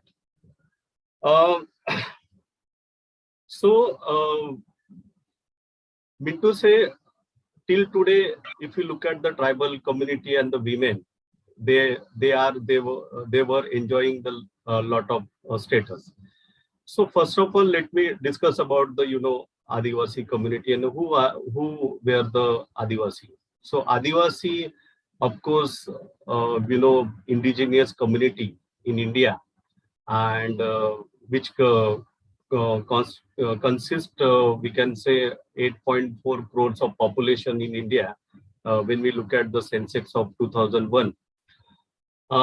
So in that term, the India has the largest number of the tribals community among the countries in the world, followed by Myanmar and the Mexico. But in many cases, the tribal population is decreasing, and some tribals are on the verge of the extinctions, because as per the 2001 census, if you look at the census, the proportion of the tribal population in Maharashtra, when you look at the Maharashtra and the Vidarbha, was 8.85%, 85%, because the proportion has declined from 9.19% in 1981 and 9.27%, in 1991. So to 8.85% in 2001. So that kind of the data figures, indicated that the proportional or population of the tribal community is going to decline. So because there are a n number of the responsible factors for decreasing the population of the tribal community, we can take a various kind of the example like health, then sanitation, like so many there is a scattered resources for fulfillment of the at least basic needs. So that's why the decreasing is going on. if you look at the particularly, Maharashtra and the Vidarbha, so if go visit the Gadchuri, so Gadchuri district has a highest percentage of the Adivasi people, and followed by the second district of the Vidarbha is Yavatmal district, and the Bulthana district has the lowest population in the Vidarbha. So in total, there are 45 communities in Maharashtra, in which the major community are Bhilla, Mahadev Koli, Thakur, Warli, Kokna, Pardhan, Kolam, Nagarchi. So these are kind of the community, are the major community in the Maharashtra. And of course, there are three community known as the primitive tribal community. These are Kolam from Yavatmal districts, mean to say Yavatmal, Adilabad districts, and Katkari from Raigad, Thane, and Palghar districts. And last is Madia Gond from Gadchuri, Gondia, and Chandrapur districts. So these are three tribes, known as the primitive tribes, recognized by Government of India. Because when we look at the primitive tribes in the entire India, there are 75 primitive tribes recognized by Government of India. Mean to say very vulnerable tribes or very backward tribes as compared to other tribes. So that have been notified as a primitive tribes. So till today, a large number of them are still following the primitive practices and shifting cultivation, gathering the minor produce from the forest, and hunting like that. Most of the community, following these kind of the primitive practices. And in that, practices, the tribal women and their role is very substantial and crucial. That is also very important, because if you look at also the sex ratio of the tribal community till today, the more than half of the total population, the male, mean to say female category, having in the tribal community as compared to the men. Because and that kind of the things indicated that in the tribal society, women are more important than in other non-tribal societies, because they contributed a lot in various kind of the section. For example, the tribal women, they work harder, and the family economy and management, of course, they depend on them. Even after industrialization, globalization, commercialization swept the tribal economy, till the women continue to play the very significant role for fulfilling their basic needs or fulfilling their whatever requirement of the family. So mostly women from the tribal community, even in the, if you look at the contemporary period, they contributed for their family income. Mostly they involve in the collection of the minor products, or they do work in the construction work, mean to say particularly non-organized sectors.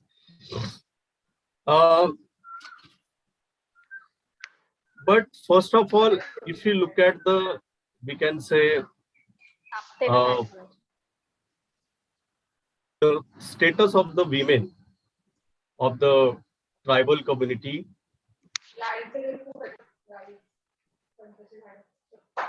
you will definitely find that one of the book I refer by author by Alma Grace Barla. The title is Adivasi Viranganai. So in which she mentioned that in Indian academic arena in the 1970s, there was started the discourse about the feminism, and that feminism developed as a radical politics in the India, but this kind of the feminism concept, developed before before that 1970s decade in India. I mean to say, since if you look at the early age to modern period, so that kind of the feminism concept, definitely you will definitely find in the tribal community. What is it? Because the feminism concept is a kind of the academic discourse, started from Western world to India in the 1970s decade or 1980s decade. But that kind of the concept, it was or are the close part of their culture, their society, and their, we can say, community. Mean to say, if you look at the any kind of the social practices, like in Warli community, there is a social gathering, or Gond community, or Pardhan community, Kolam community. So in the various kind of the social gathering where they used to give the first preference, or we can say that man or respect to the women first of all, and then after that they of course give the prestige and the respect to the female male also. So that kind of the concept was the and are the close part of the tribal society. And of course, which kind of the knowledge or which kind of the practice transfer from one generation to next generation through their indigenous knowledge or through their oral tradition.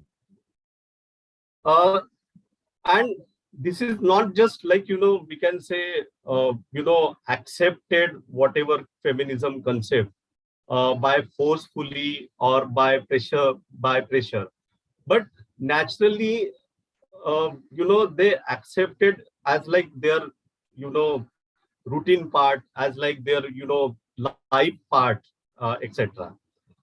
Because if you look at the tribal community and at the same time, if you look at the other kind of the community, you will definitely find the divorce or remarriage or kind of the choices or autonomy or liberty, are permitted in the tribal community for the girls, for the and of course till today.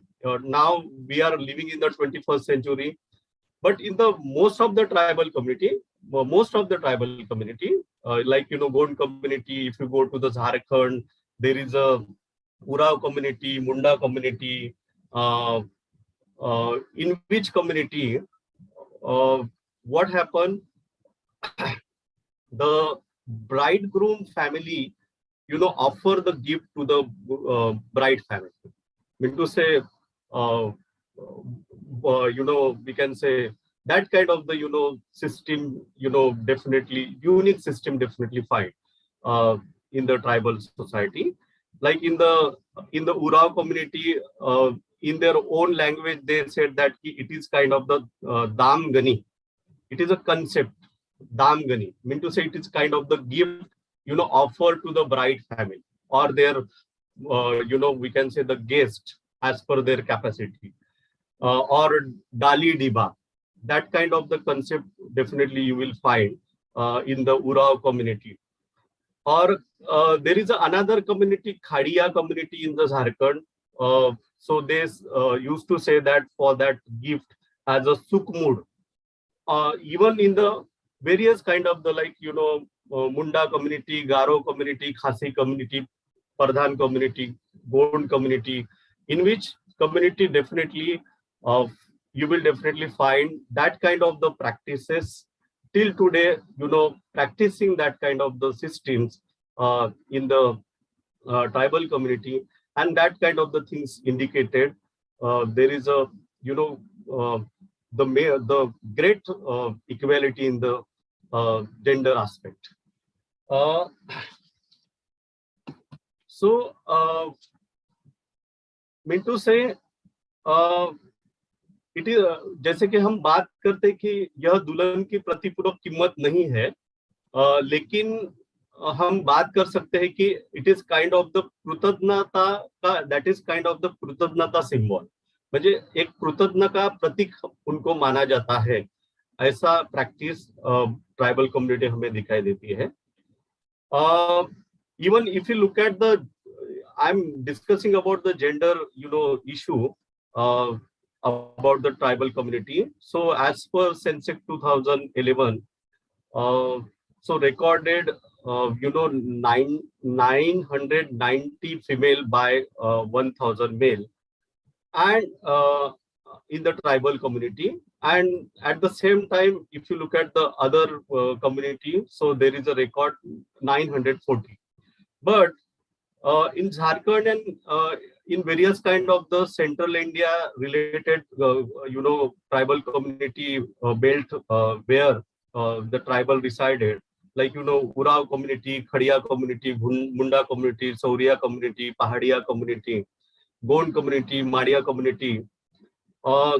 Here, the very notable thing is that the number of the female, is the highest than the male. So that is also the very notable things as we discuss about the gender status in the tribal community. So it is said that his status of the tribal women can be judged by mainly by the roles they play in the society.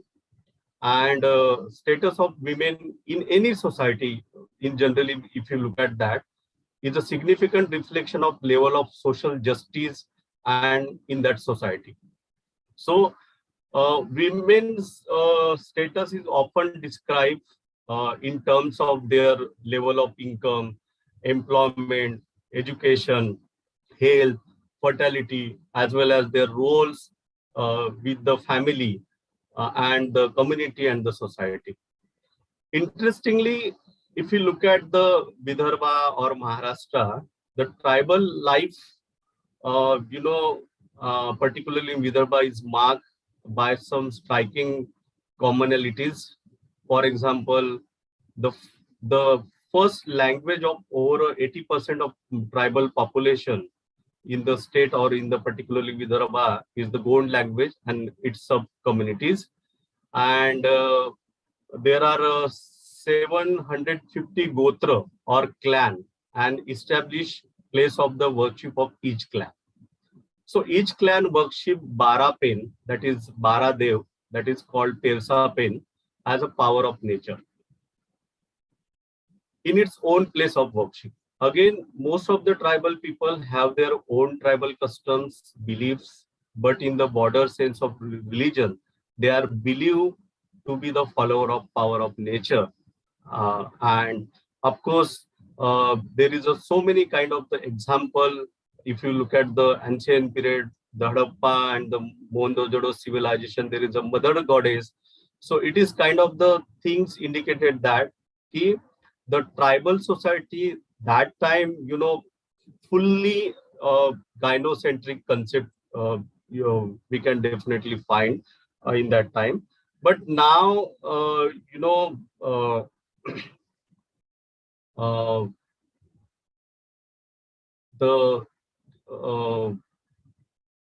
but in the modern period, we can say some kind of the things it changes. So for that, so many kind of the philosophers or writers and researchers, they already commented why the tribal condition and particularly women condition of in the tribal community deteriorated because of most of the researcher, they concluded that with the advent of the British rule, the situation of the tribal women or tribal society, becoming very deteriorated because of their, commercial policy, because of their Forest Act policy and so many kind of the policies, responsible. for deteriorating or miserable conditions of the tribal women, particularly whether it is Maharashtra or Vidarbha or any kind of the tribal belt area. So, but when we look at the gender perspective, so of course, the post-colonial feminists like Gayatri Spivak, Kumkum Sangri, Sushi Tharu, Uma Chakravarti, Aniya Lamba, Rajeshwari Sundararajan, and others have examined the aspect of gender in relation to aspect of class, tribes, and caste system. So both in colonial and post-colonial India highlighted the fact that articulations of the category of the native Indian women, including the tribal women, especially in colonial discourse, is usually associated with the upper class women of India and ignores the presence of the subaltern women within the Indian nation. So in which also context, the Kamala Basin also rightly pointed out that in her book, that is Understanding the Gender, here she also mentioned that under the native Indian women, especially in the contemporary period, is usually associated with the upper class women of India, and women के माध्यम से women का अत्याचार और उनकी जो miserable condition है वो होती जा रही है. इस कॉन्टेक्स्ट में कमला बसिन ने अपने अंडरस्टैंडिंग जेंडर में कहा था. But again, furthermore, she mentioned that if you look at the tribal community, particularly she already spoke about the Bhilla community and mentioned about the Bhilla community. If you look at the Bhilla community's tribal girl, she had having the lot of liberty, lot of autonomy, whether it is any kind of the aspect of their life, social, economic, cultural, or sports, or any kind. There is a huge amount of the autonomy as compared to the other kind of the society. So that kind of the things, ultimately I mentioned that till today there is so many kind of the autonomy in the tribal community for the women.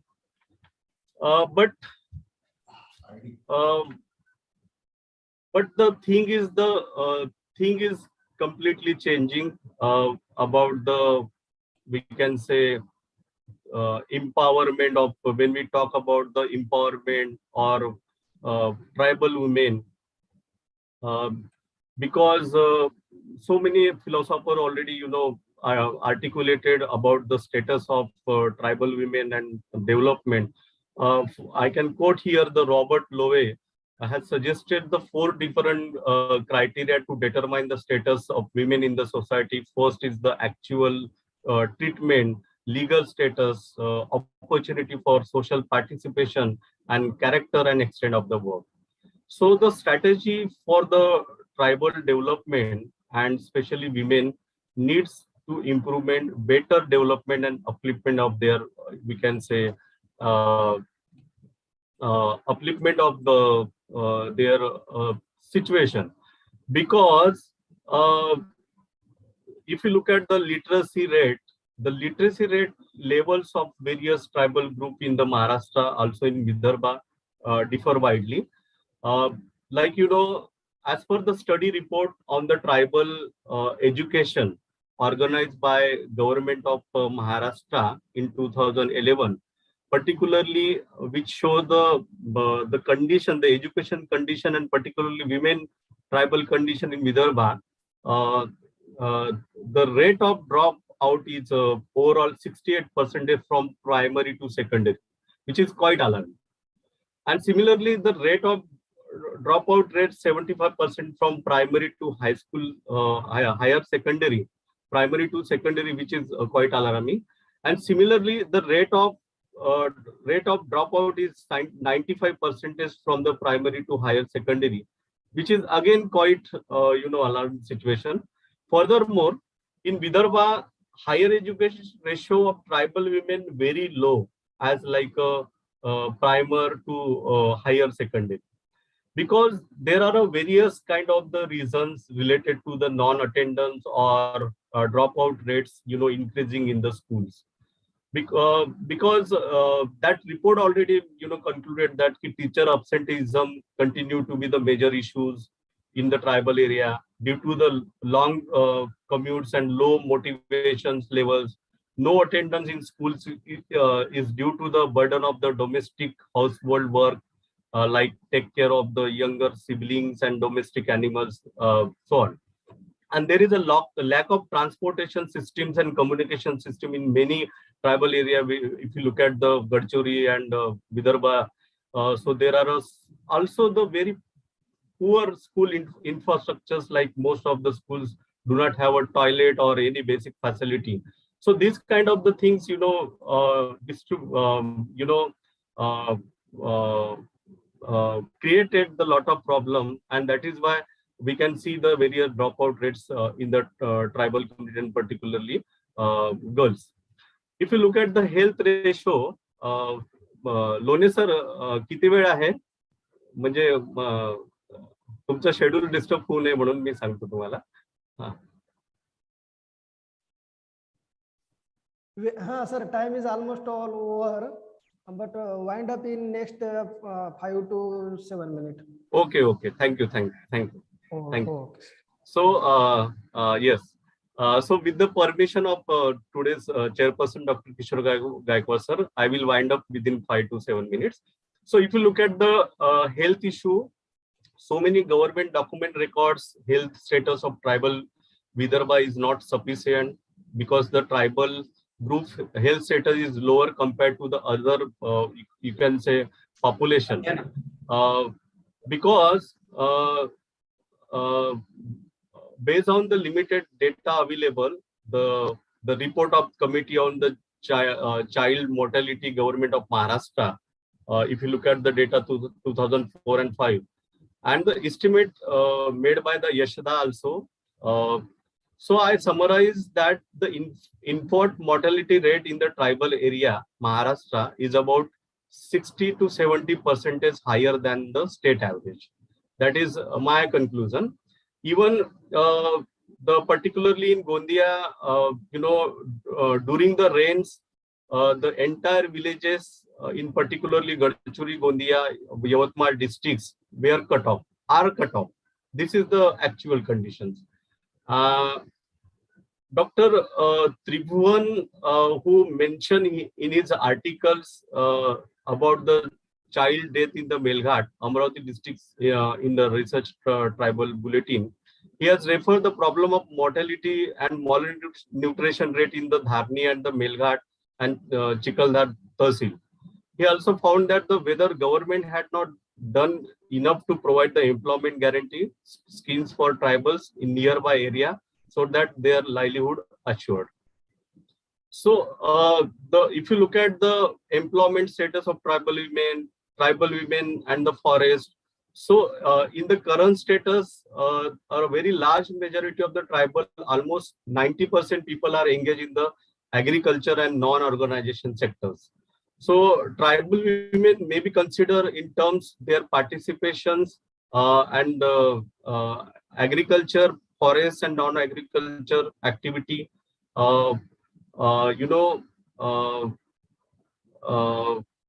The tribal women are 42% agricultural laborer, and 32% of men to have the same occupation. Mean to say here, if you look at the employment and particularly non-organized sectors employment, where most of the tribal women involved, but there was no assurance about their health and their whatever relaxations for the getting the lunch or some relax. So there was no assurance, and however there is a large amount of the problem about the bonded labor, forced labor, and even physical harassment and so on.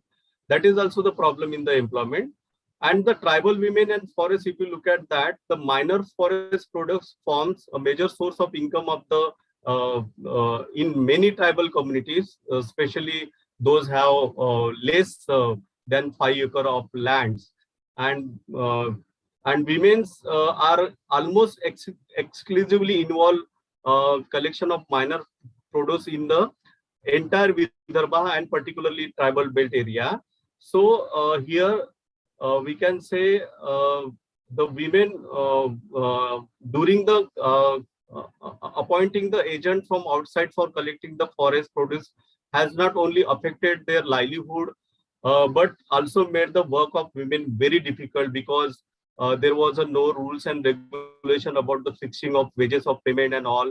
So that's why there was so many are the very much difficulty to sort out this kind of the problem. In conclusion, within 1 minute, I will sum up. Geographical and social, economic, and political isolation.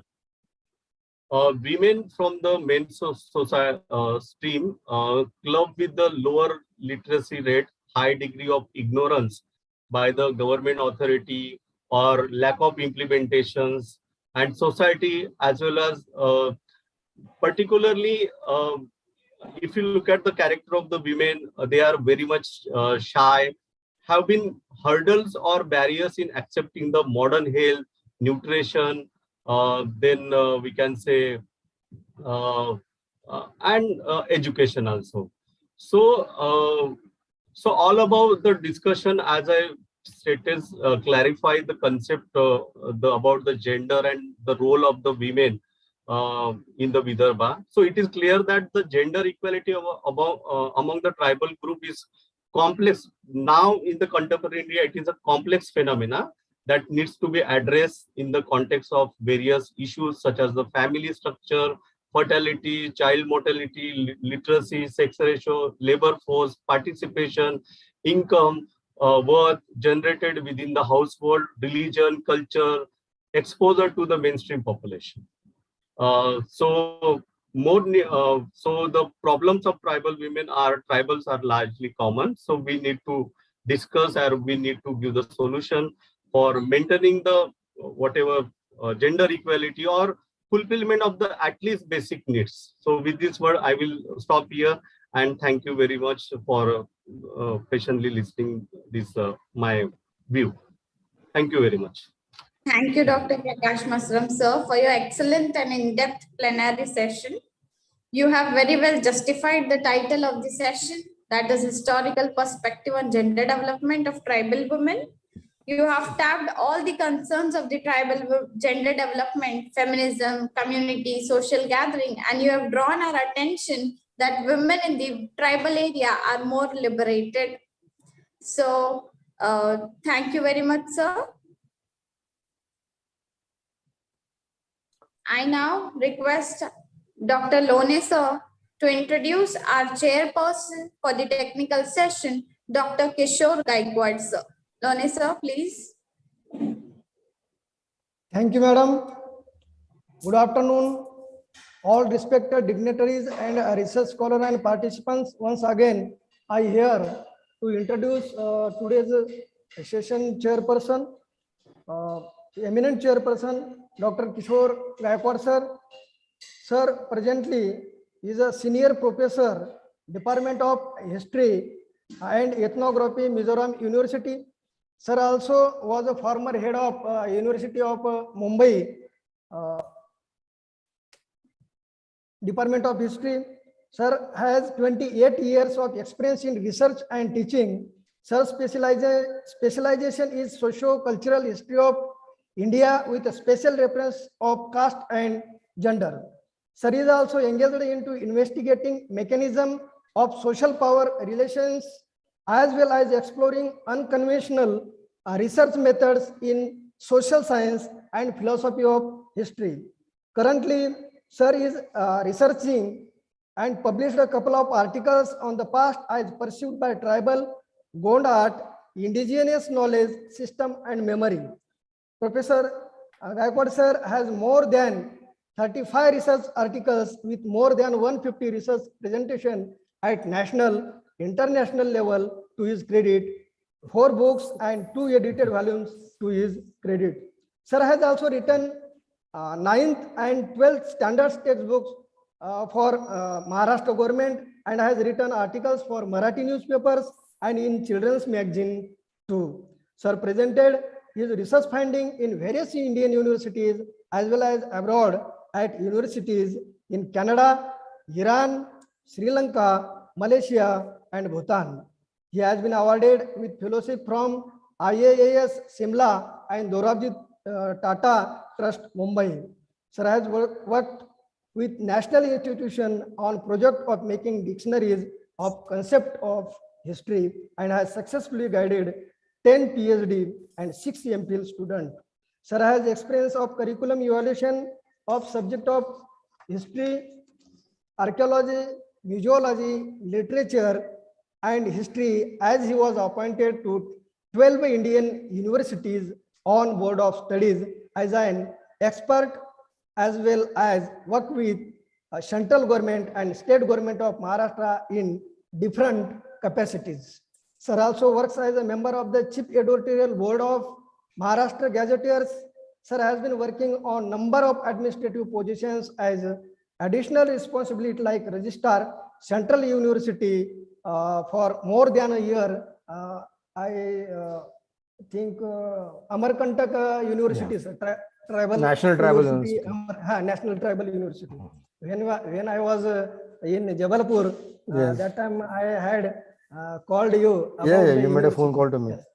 Yes. And due to sir has a towering personality, due to time constraint, I here brief without hesitating. Sir accepted my invitation for a chairperson. I thinking to organize this international conference from November month, and that time also I had call with Dr. Gaikwad sir. Sir also said me, you go ahead, whatever help I will give you. Thank you, sir. Once again, I warmly welcome to this international conference and this technical session. Over to you, Hanat madam. Thank you, sir. Dr. Gaikwad, sir, shall we begin with the technical session? Please carry on. I think at the end I will Yes.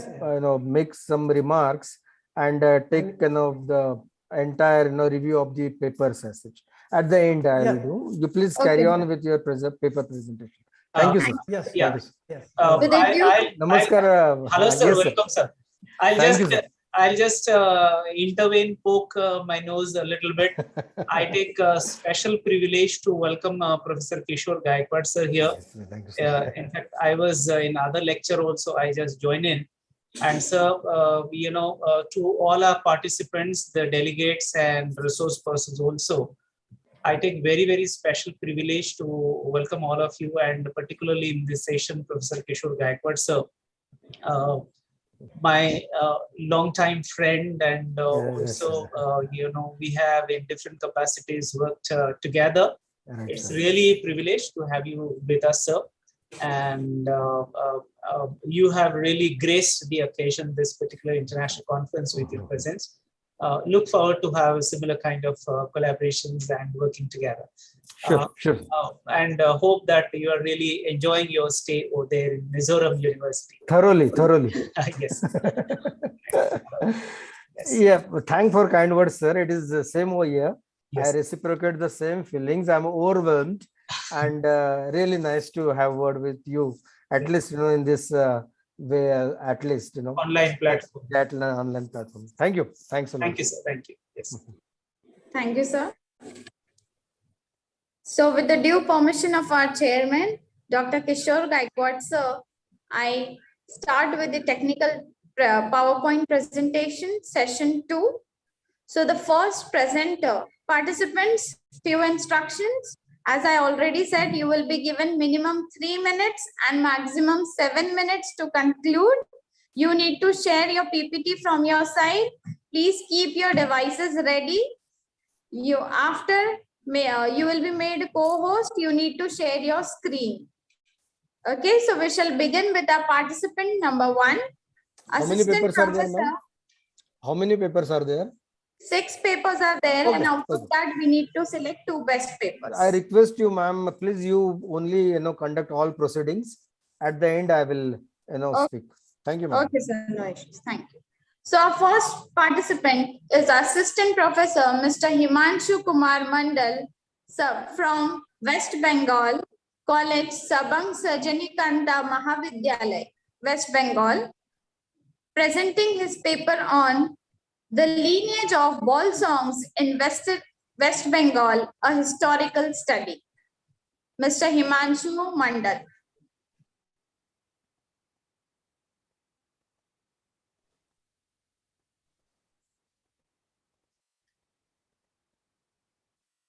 Mr. Himanshu.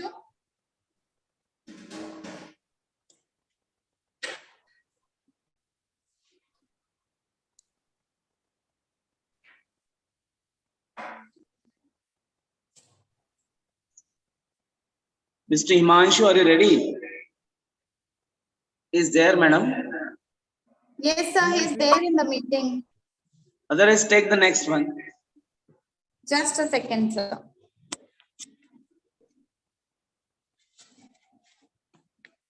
Mr. Himanshu.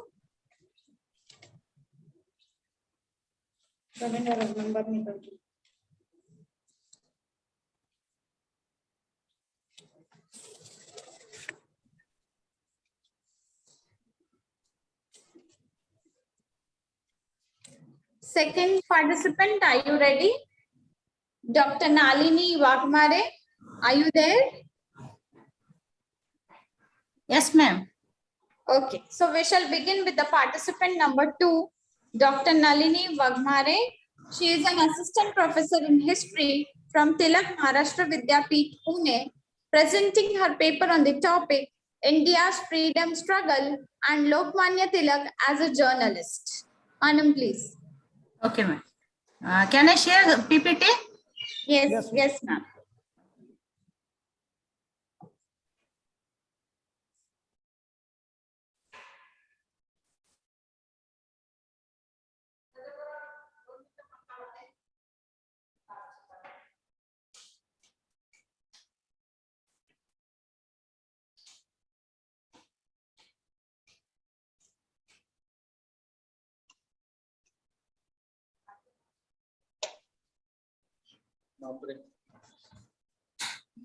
Ma'am, is it possible?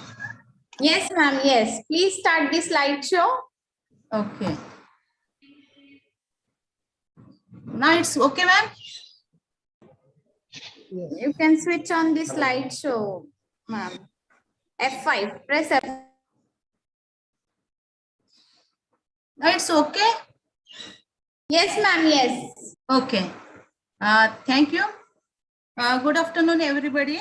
I'm Dr. Nalini Avinash Wagmare, working as an assistant professor at Tilak Maharashtra Vidyapeeth. Today's my paper is India's freedom struggle and Lokmanya Tilak as a journalist. Here in this paper, I am going to introduce introduction, Lokmanya Tilak, a brief life sketch, Tilak's newspaper, Kesari and Maratha, and Tilak as a journalist, some findings, conclusion, as well as some reference. So main objective of study this paper is that to study the historical background of national movement. Another object is the Indian National Congress, as well as to study the Tilak as a journalist, and what was the role of this Kesari and Maratha newspaper to create awareness among the people or in the Indian national movement, as well as how the Tilak's thoughts relevance to modern times. So methodology is that descriptive and analytical one, by and large historical methods adopted in this paper, as well as visited to Kesariwada, where the primary sources are there, Kesari newspaper, Maratha newspaper, as well as some Marathi books referred, along with taken the opinion of the experts for prepare this paper. And we know that I am not going to detail about the Tilak life sketch, but we know that Lokmanya Tilak is called in various name by the people, the Lion of Maharashtra, and he was one of the great national leader, as well as his slogan. We all know that Swaraj is my birthright and I shall have it. He was the main architect of Indian freedom fighter, as well as he some foreigners call him as a father of Indian unrest, and we Indian people call him as a Lokmanya, which means they accepted by the people as their leader. So this is the brief life sketch of Tilak. Then while we are studying the journalistic role of Lokmanya Tilak or his works, we have to study extremist movement in Indian history, moderate extremists and Gandhian period. So in the Tilak's role actually comes in the extremist thoughts or philosophy that 1905 to 1990 or 1920. So Tilak fourfold program, Swaraj, Swadeshi, Boycott and Rashtriya Section. So newspaper, basically while we are studying the Tilak as a journalist, Tilak's newspaper is Tilak's national movement, we can call that one also. And basically in Maratha and Kesari newspaper, 80-81 to up to the death of Lokmanya Tilak, his writings, his thoughts, his philosophy, creating awareness among the people, all those things we find in these newspapers. And Tilak stated that this newspaper is for the people, and till today this newspaper is also continued one. This is the first newspaper's first edition mentioned. And the Maratha also, Kesari is for Marathi knowing people, and the Maratha is for foreign language, basically English people purpose, that newspaper run by the time. And this many in the Kesari and Maratha newspaper, we find that politics, social issues, literature, philosophy, sports, and other things also. Through this newspaper, Tilak started mass movement against the British powers. And this Kesari, in fact, became a symbol of the freedom movement at that time. And he stated that Kesari belongs to the people, neither I brought nor I am going to take it away. All the patriots who are indeed annexes for the interest of the country should keep it on going. And the thing that still this paper is existing. And the Kesari and Maratha cover so many topics like Diamond Jubilee, Tilak imprisonment, fourfold program, and other, even the article on plague. So only few points I am expressing here. Even political as well as economic, Swadeshi, famine, labor, marketing, trade and industries, even democracy, Indian National Congress, the moderate and extremist thoughts also. As well as literature and social points related also, festivals, Ganesh Utsav, Shiva Jayanti also. Every topic Tilak cover in that time, which give the importance to the awaken the people against the British power who harass us, who are under, means who are, they are make us as a slave. And Tilak never given any time to whatever he is writing, his thoughts, his philosophy, we find through these newspapers. Even that time also Tilak stated, while we are reading the Tilak's papers, we find that सरकारचे डोके ठिकाणावर आहे का, राज्य करणं म्हणजे suit नाही, Om Hari Om. So this type of things, if you article, you read the Tilak article this time, we get a lot of information, even the article related to education and other things also. These articles are not only guided that time, they are also guided to till today also. And these papers used as a weapon fight against the Britishers. And the language of the paper is very simple and understandable. And those are against the British powers. And Tilak's topics which are covered in these newspapers, and already I explained Marathi and English, both language he used. And his writing skill, if you find that dialogue with the people, those things we find there, and whatever against the government he mentioned in his writings. So those things we find at that time, and he emphasized the constitutional aspect of functionalism, British government, and strove hard to explain it in the Reader of Maratha and Kesari. And these are the effective instruments he used that time to strengthen the national awakening among the masses during early stages of his freedom movement. And even nationalism created among the people. And so the writing style was simple and it attacks, he never missed any opportunity, but he wanted to awaken people through this newspaper and fight against the Britishers. And such a brave fight by using the medium of newspaper was totally unknown before the Tilak. That papers also cover so many points, but here the Home Rule League, Lucknow Pact, First World War, Reform Act 1919, Khilafat Movement, Jallianwala, etc. And whatever the journalistic, whatever Tilak wanted, maybe the simple words, but they are very honestly, simply, as well as that awaken the people. And another thing is, to be a person who is responsible for educating the masses is one of the most difficult job. And Tilak seemed fit for this powerful position, and one cannot imagine him any other role than that journalist thinks. So present the Kesari situation is like e-Kesari is also available, and the Maratha journal is later on published as a journal. Now it is the Maratha peer review is considered. So in the right side photos mentioned. And the conclusion is that Tilak used to describe his profession as a journalist and author through these two newspaper 1881 to up to 1920. Through this newspaper awakened the people about British affairs for Indian freedom movement. People also go through the writings of Tilak and taken the steps to solve the political problems existing at that time.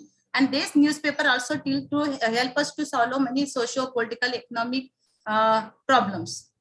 And Tilak used this pen for educating not only native language of people, but English, the Maratha newspaper, through that he started that one. So these all writings still inspire us to build nationalism among the people. So the Tilak Wada is in Pune. So those who are listening this lecture or attending this program for study tour purpose, you visited there and to attribute it to Lokmanya Tilak in the 75 years of Indian independence. So these are the reference books I have referred for presenting this paper. So thank you very much, and thank you Tilak Wada and Tilak Maharashtra Vidyapit and Chancellor Rajasthan. Thank you very much for organized committee members to give an opportunity to present this paper. Thank you very much. Thank you, ma'am. Well presented. Thank you very much. Our next presenter is Ms. Archana Ashok Pednekar, Assistant Professor, Gyan Prasarak Mandal's College and Research Center, Asagaon, Goa. Her paper is Contribution of Women to Learning and Literature in Ancient India. Ms. Archana Pednekar from Goa. Yes, ma'am.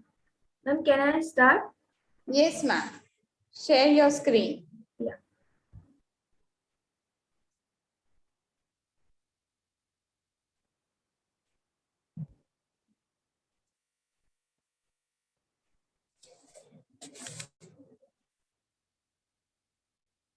Ma'am, it's coming host disabled participant screen. Yes, ma'am. Wait a minute. Yes, yes. Chavan, sir.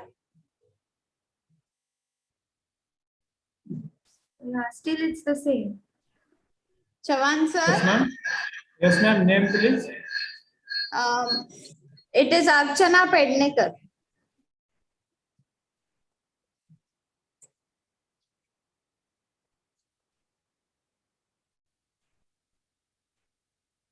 Archana Pednekar. Yes. Yes, ma'am, you can start now. Okay, yes.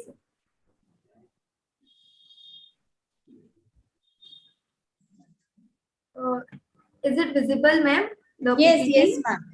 Okay. Just start your slideshow, ma'am. Excuse me, ma'am. Start your slideshow. If I start the slideshow, the slides are not moving. I had just tried it. Okay, so I can just present like this. Yeah, yeah, sure. Okay. So, ma'am, I'm starting. Yeah. Yes, yes. So, good afternoon, everybody. My name is Archana Ashok Pednekar from Gyan Prasarak Mandal's College and Research Center, Asagaon, Goa, Assistant Professor, Department of History.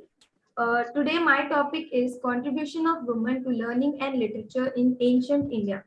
Now, in this paper, basically, if we see whenever we talk about ancient India, about contributions regarding the ancient Indian history or the scholars about ancient India, mostly we see about the male scholars which are there, and the female scholars are basically they're kind of not given that much important as given to the male scholars. So because of this, what happens is that their contribution is not given that much importance to the literature or whatever field they have contributed in ancient India.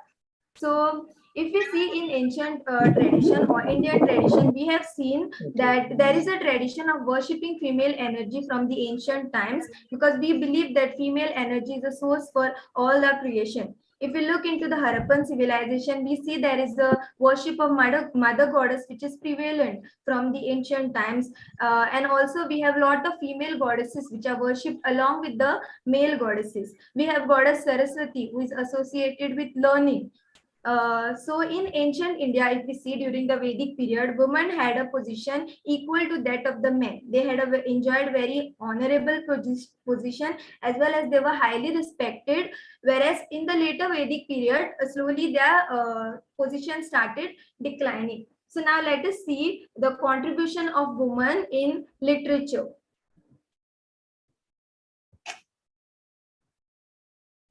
Ma'am, are the slides changing? No, ma'am. Yes, now it is changing. Yeah, okay. I'm continuing. So, with the Yajurveda, it says that a scholarly woman purifies her life with her intellect. Through her knowledge and action, she promotes virtues and efficiently manages the society. So, from this quote, we come to know that the significance or the importance which was given to the intellect of a woman in the ancient Indian period. So, there were many scholars. Education of women was not neglected during the ancient Indian period. It was they were given chance to get educated along with the boys, and because of this there were many female scholars, poets, educators who were part of ancient Indian history and who have contributed to the ancient Indian history. Now, there were two kinds of scholars during the Vedic period. There were the Brahmavadinis and the Sadyodvahas. Brahmavadinis were very highly intellectual women, and they dedicated their life to the study of Vedas as well as theology and philosophy. And then there were the Sadyodvahas who studied the Vedas only till the time they got married. So, there were many female scholars in the ancient India. Now let us look into some of the notable scholars who have done a valuable contribution to the ancient Indian literature. Now in Vedic age, women enjoyed freedom both physically as well as intellectually, and due to this in ancient India, as I have said, there were many educators and philosophers or poets who were not only intellectually advanced but also spiritually advanced, and they also received formal education and contributed to learning and literature. They were not only contributed to Vedic and language and literature and learning, but there were also some Brahmavadinis like Gargi who also took up in philosophical discussions along with the great male rishis of that time. And Gargi was one of them. She was one of the great Brahmavadini who wrote many hymns questioning the origin of existence and all her philosophical views. These are mentioned in the Chandoga Upanishad. She is considered to be one of the 9 jewels in the court of Janak of Mithila, and she is most famous for the debate which was done along with Yajnavalkya, which is mentioned in the Brihad Aranyaka Upanishad. Apart from Gargi, there was Lopamudra, who has contributed 179th hymn, or hymn number 179 in Rig Veda. Then there was Maitreyi, who has written 10 hymns in Rig Veda. Then Gosha, it is said that she has written 2 hymns containing 14 verses in the Rig Veda. First one actually is in praise of Ashwini Kumaras, because it is said she was suffering from leprosy and they cured her illness. That's why it was written in their praise. And second one was to tell her desire to live a married life. Then was Vishwara, who has written hymns in praise of Lord Agni, Apala, who have written hymns in praise of Lord Indra.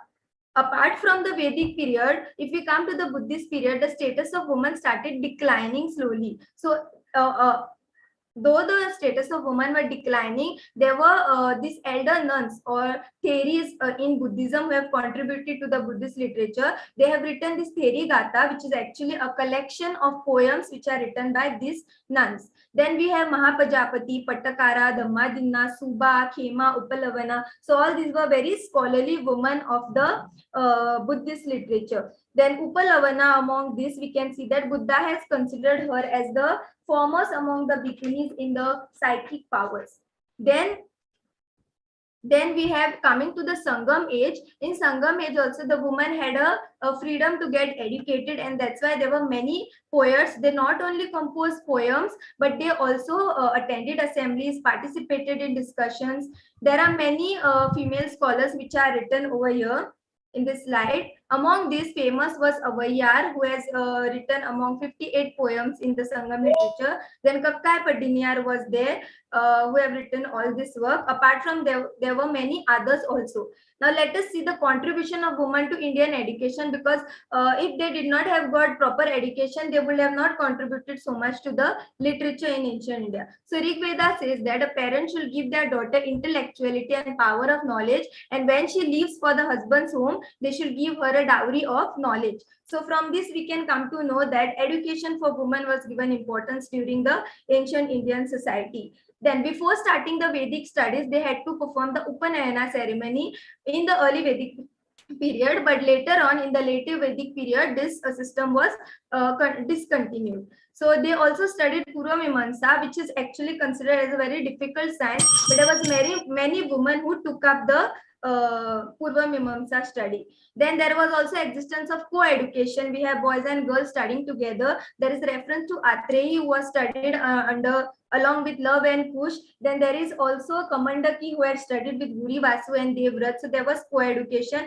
There were many female teachers who were known as Upadhyayas. Dr. Altekar says that there were many female teachers in the society. Otherwise, a new term will not have been used to designate them. Then in epics also, we have many learned and a strong woman who had contributed. We have Gandhari, Draupadi, Sita, Kunti, Mandodari, who are very intelligent and strong ladies.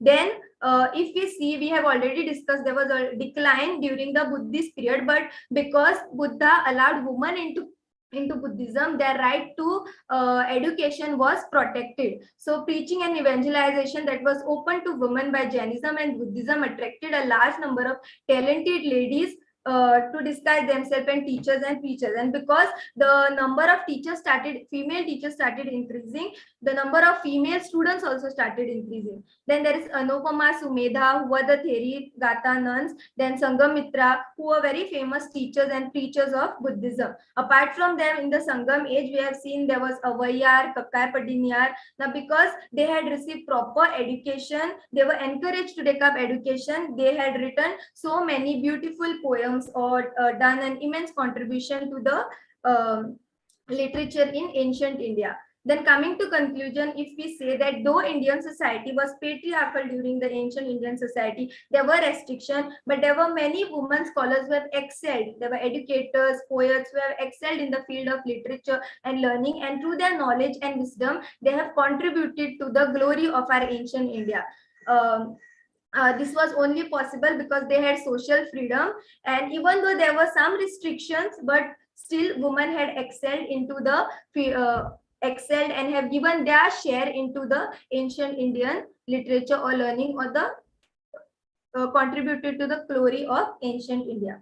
Thank you so much everybody for giving me this opportunity to present my paper, as this is my first time paper presentation.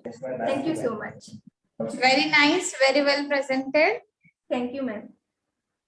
Next, I would call upon Mrs. Yogita Chandrakant Patil, Research Scholar, Department of English, University of Mumbai, from Changukana Thakur Arts, Commerce and Science College, New Panvel, presenting her paper on Adventures Odyssey of Anupama as a woman protagonist for emancipation and empowerment in Sudha Murthy's Mahashweta. Mrs. Yogita Chandrakant Patil.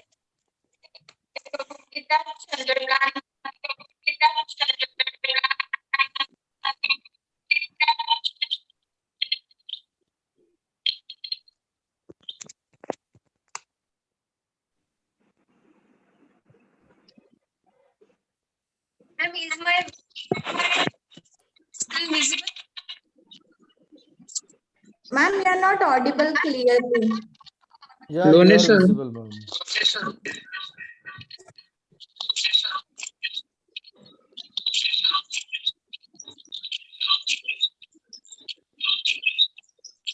Yogita madam, you are not audible clearly. Wait a minute, sir. Yeah.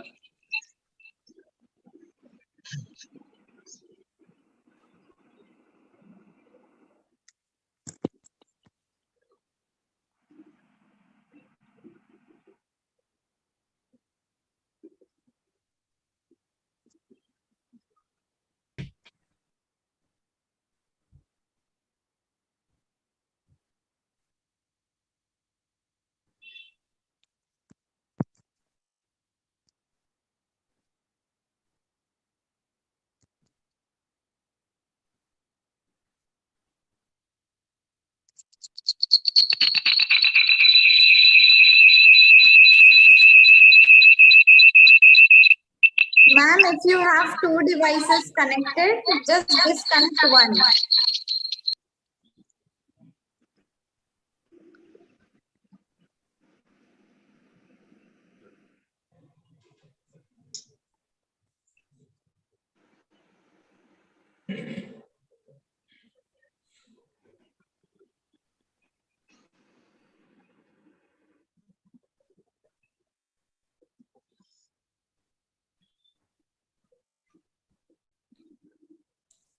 Ma'am, is it visible now?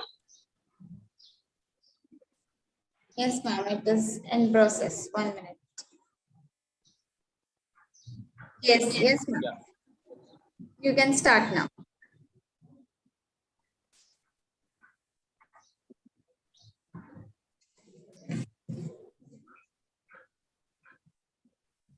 There is something problem in slideshow. Hello everyone, good afternoon one and all. This is Yogita Chandrakant Patil from University of Mumbai, research scholar, presenting my research paper before all of you under the guidance of Dr. Rajesh Yevle sir, Head Department of English, CKT, Commerce Science and College, New Panvel.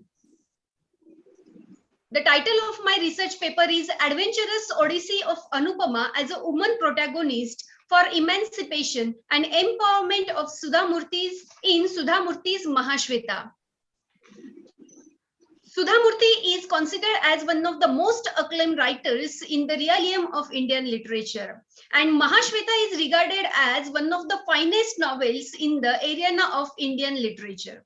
Mahashweta is an inspiring story about courageous and valorous women Anupama who travels in the world of marriage, which is full of illusion, betrayals, disappointment, and social stigma. Here is the adventurous journey of Anupama is presented through this research. I would like to give heartful thanks for giving me the opportunity to present my paper. The objectives of my research paper are to examine reflection of women characters in Sudhamurti's novel Mahashweta, to explore Anupama's journey as a successful woman, to analyze the conflict between mother-in-law and daughter-in-law, and to search the journey of self-realization of Anupama through this novel. In the very first session of this novel, the novel starts with the birth of a baby girl, which the Simone de Beauvoir presents one of the most female protagonists. Simone de Beauvoir explains that when the girl is not born but rather become a woman, and through this incident, the novel is started. The central character of this novel is Anupama, who has a versatile personality. She has born with beauty with brain. And while introducing Anupama's, Dr. Desai is stated as, Anand, you cannot imagine how versatile our Anu is. She is superior actress, excellent student, always getting at top rank. And also, but this Anupama has not given good treatment by her stepmother Sabakka. She is always dominating her. She is always trying to tolerate her each and every time. Let us not educate her father. It might become difficult to find a husband for her. Decide they will not support us. She has to marry and go to somebody else's house one day. This is the quote of her stepmother. Sabaka is always trying to praise the God that not to match her horoscope with Dr. Anand when her marriage is going to fix with Dr. Anand. This is the adventurous journey before marriage. After marriage also there is no change. Radhakka is Dr. Anand's mother, means Anupama's mother-in-law. When she hears about Anupama from her son, she is shocked because she wished a daughter-in-law from rich family, and this Anupama belongs to poor family. She is the woman of few words. The Radhaka, her mother-in-law, is a woman of few words, and she is always trying to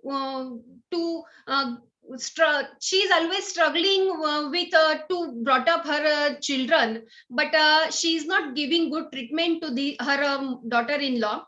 Anupama feels like a stranger after her marriage with her laws. Even after her life before marriage is far better than this one, because she thought that after marriage she will get independence and her life will be better, but it is not done. Sudha Murthy describes her life as before her marriage she has been a free bird and had gone whenever she pleased. Now she felt as if she has locked in the giant cage. This quote is taken from Mahashweta 41. Anupama's adventurous journey is described. Anupama has after marriage there are many clashes between her husband and she, because she is suffering from leukoderma, and they send her to her mother's house, to her parental home, and after that she decided to go to Bombay to her friend's home and settle there. In that big city, she never reminds her disease of leukoderma.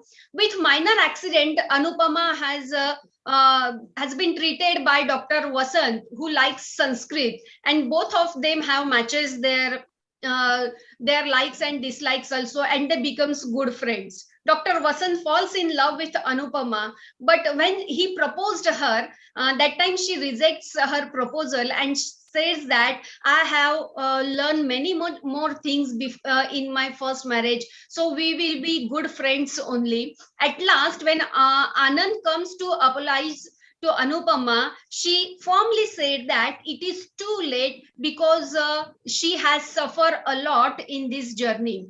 She confidently tells Anand that their relationship is over, and this is the adventurous journey we see that Anupama before her marriage and after her marriage. The conclusion is that in this way, the attempt has been made to explore the adventurous odyssey of Anupama as a woman protagonist for emancipation and empowerment in Sudha Murthy's Mahashweta.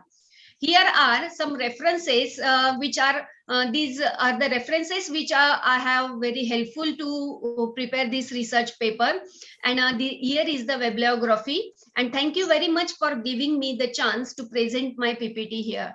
Thank you very much. Thank you, ma'am. Very well presented. Our next presenter is Dr. Madhu Kelkar, Associate Professor from HR College of Commerce and Economics, Churchgate, Mumbai. She is presenting her paper on Sanitas Sanitatam Omnia Sanitas, Sanitary Education and the Development of Public Health Conscience in Bombay Presidency.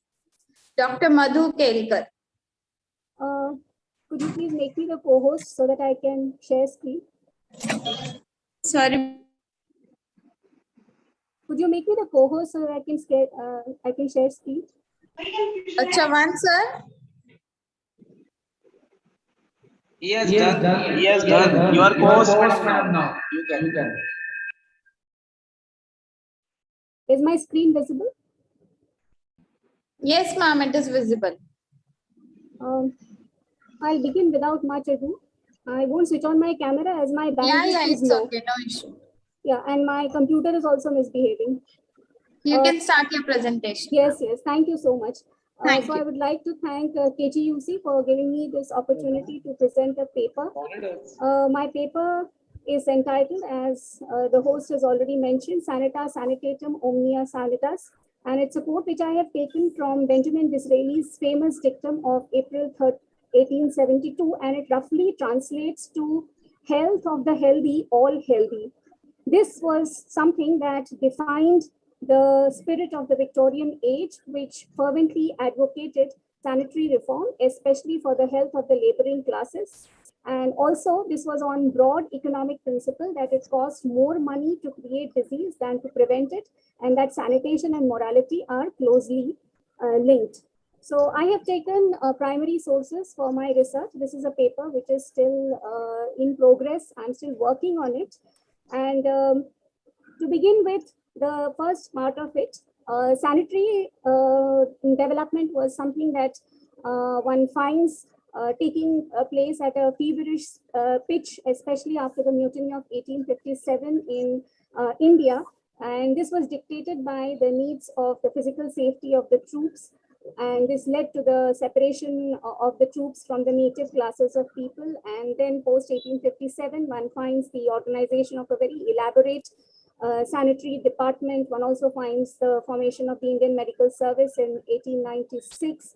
And later on, one comes across research institutions, town planning measures, etc.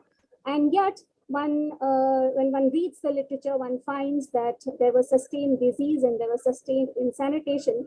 And this forced the colonial government to turn to sanitary education as a tool of sanitary salvation of the country. Now, I have focused in my paper generally on Bombay Presidency as well as Bombay City. So in the first part, I have explored generally what was done post 1857.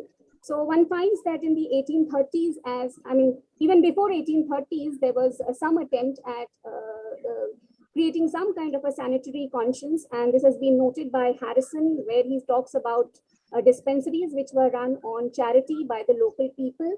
And maybe their staff gave set an example of how exactly people should keep their cities and how they should keep their villages. And there was also the sanitary primer that was written by J.M. Cunningham, who was director, King Institute at Guindy, Madras. And this was something that was distributed in the 1870s and 1880s. It was translated in a large number of local languages. And then in 1887, this primer was replaced by The Way to Health, which was created by a missionary organization, because the colonial government felt that the missionary organizations were better suited to deal with matters, with these matters of sanitation, since they were equipped to observe the native Indians. Sorry to interrupt, ma'am. Please be a bit louder. I told you I have a network issue. Okay, no issue. So am I completely inaudible?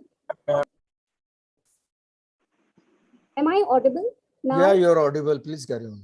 So, so one finds that there are these missionaries who were told to look into this area of sanitation. And then I come to the next part of my paper, which is on rural sanitation. So by mid-1880s, one finds that there is some progress in the urban areas, but matters were differently seen in the local area, in the rural areas, where we find that there were sanitary boards that were formed. And in Bombay Presidency, there was funds which were raised by village cesses for works of local public utility, which also included sanitary improvement. And but somehow these cesses were not used for the purpose of sanitation of the villages. And if we read the local board's report of 1890, it exemplifies the poor sanitary scenario of the villages, where the money was hardly spent on cleansing operations in spite of the village cess that was collected. And then in 1885, one also finds another attempt at sanitizing villages, which was conceived by Lord Reay and Lord Dufferin via the Village Sanitation Bill. However, this bill was a very lopsided kind of a bill, because it did not really make any move to cleanse the villages, and all powers were concentrated in the hands of the local board. And one of the strongest critics of this bill was Florence Nightingale, whose role in Indian sanitation is well known. And she was also able to elicit the support of the Pune Sarvajanik Sabha, which also emerged as a very trenchant critic of the village sanitation bill. Now, thanks to the work of Florence Nightingale, some Indians got an opportunity to articulate their opinion on the subject at the International Congress of Hygiene. So I've named this age. I mean, if you really look at it, it looks like the age of conferences. So towards the end of the 19th century and beginning of the first decade of the 20th century, one finds that a whole lot of congresses and conferences are held primarily on the area of sanitation. So it begins with 1891 with the International Congress of Hygiene and Demography, which was held in London, where a lot of Indians were able to quote their views. And then later on in 1896, after the plague of 1896, one finds that there was an increase in research on tropical diseases, and the need was also felt to diffuse this knowledge among people. So we find the Bombay Medical Congress of 1909, which mooted the idea of free primary education. Then there is a conference on moral, civic, and sanitary instruction held in 1910 at the behest of the Governor, Sir George Clark, who also talks about sanitary instruction. And then also one finds the All India Sanitary Conferences, which are held between 1911 and 1913 at Bombay, Madras, and Lucknow.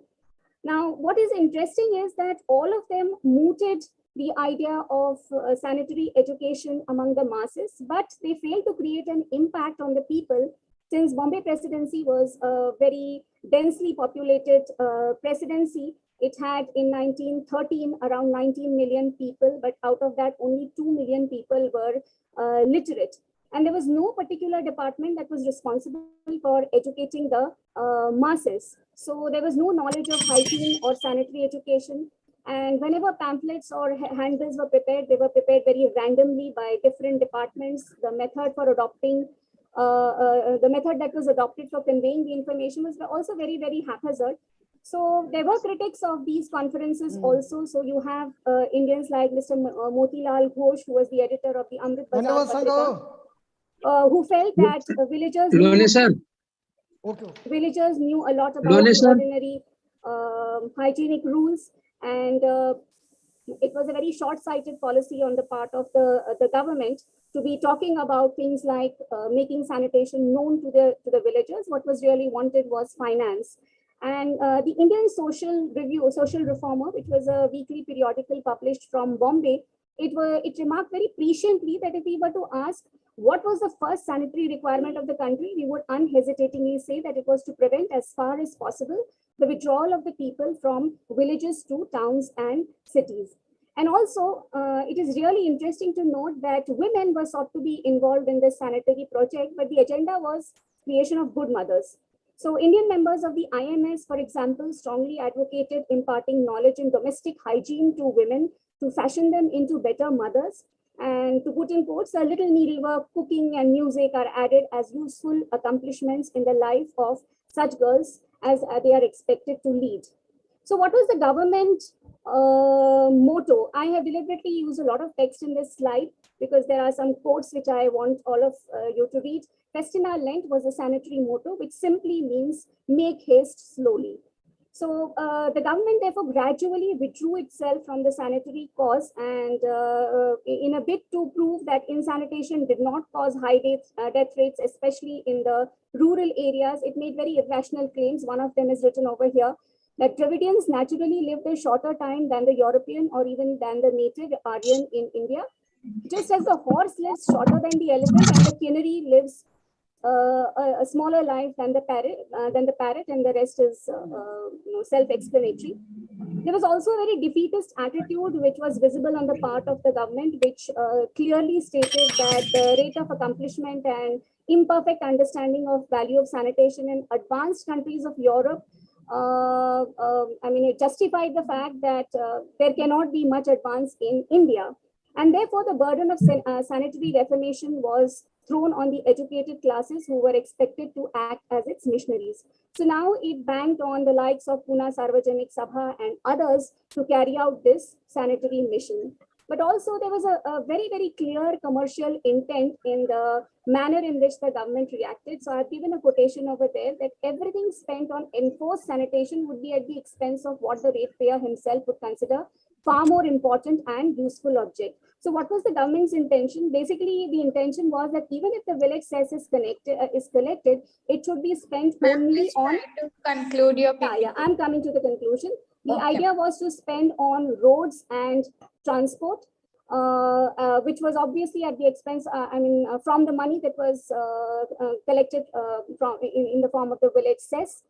And one does see, of course, a very small kind of a change happening primarily in the urban areas and also in the rural areas. So we find medical inspectors of schools, the education department taking over sanitary matters in 1911, and then the formation of these kind of associations, which I had mentioned in 1903, 1910. So my conclusion is simply that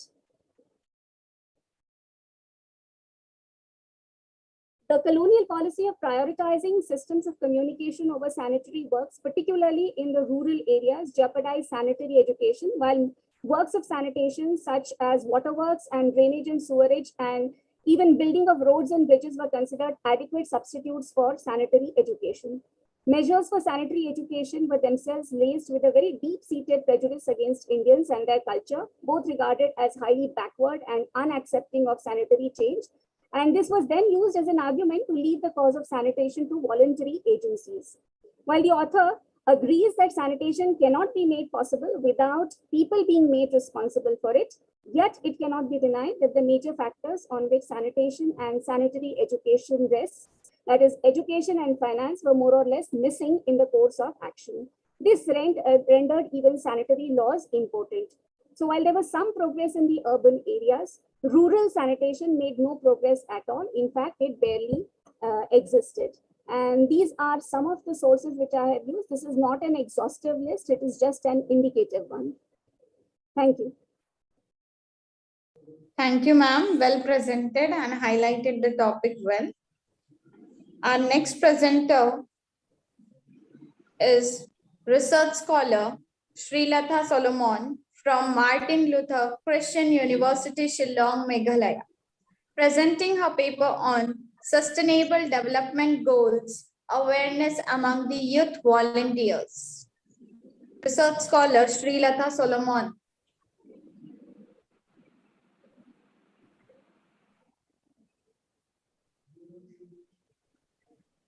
Ma'am, are you there? Yes. Can you please make me the co-host? Yeah. Chavan sir.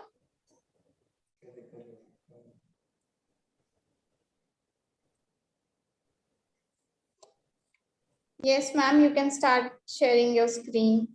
Yes.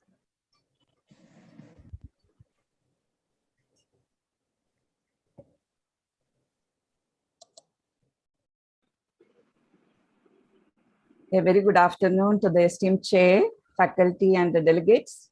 I'm Srilatha Solomon. I'm a research scholar from the Martin Luther Christian University. The topic for today's discussion is Sustainable Development Goals, Awareness Among the Youth Volunteers. The world is going through a time of immense challenges and opportunities. COVID-19 has disturbed the lives of humans everywhere and brought untold misery to people. Global crisis caused by the COVID can compromise the world's commitment to the 2030 Agenda for Sustainable Development. And the SDG has been regarded as guideposts for a challenging transition towards sustainable development. The SDGs replaced Millennium Development Goals, which started as a global effort in 2000 to tackle the indignity of poverty. We are aware that the Millennium Development Goals made significant progress in achieving the developmental targets around the world. SDGs adopted by the United Nations provides a shared blueprint for peace and prosperity for people and the planet now and into the future. Building or the heart of the 2030 Agenda is a set of 17 Sustainable Development Goals, and it has 169 associated targets.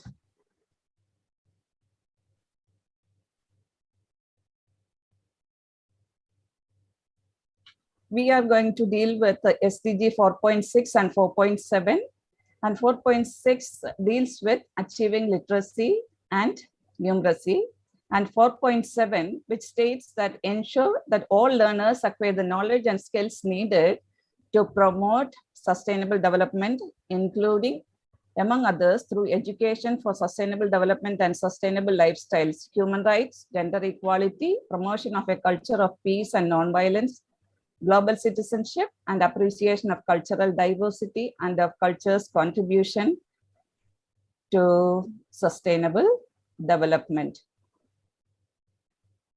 The government of India has consistently advocated volunteering among youth, and this can be seen in developing a generation of young people who are prepared to make a commitment to developing their communities and themselves.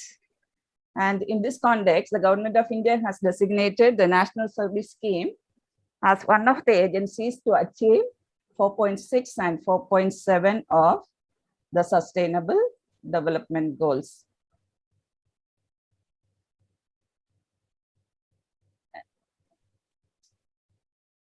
So in this context, with this study of Sustainable Development Goals and volunteering among the youth is taken up. The research question for the study is, what is the current level of awareness of the SDGs among the NSS volunteers? And the objective is to quantify the level of awareness of the SDGs among the NSS volunteers in Arts, Science and Commerce colleges in Navi Mumbai. Research methodology, for the study, survey method was used, and questionnaire was given in both English and Marathi. Sampling was a purposive sampling, as we needed to take the NSS volunteers who are undergoing the undergraduate studies in Arts, Science and Commerce colleges in Navi Mumbai. And online and offline data was collected. The sample, as I said, it covered the NSS volunteers who are undergoing the undergraduate studies in Arts, Science and Commerce colleges in Navi Mumbai. And for this study, we have covered 10 colleges, Arts, Science and Commerce colleges. The results of the study, here the total participants were 183. Out of that, 35% were male and 65 were females. At the stream-wise, when we look into the data, we see that arts and science accounted for 28% each, and commerce was 44% of the total sample. When we asked them about their awareness of the Sustainable Development Goals, and the participants reported, only 30% of the participants reported that they were aware of the SDGs. Regarding their awareness and regarding their knowledge, we asked them the question, and then only 20% of the sample said that they were knowledgeable about the Sustainable Development Goals.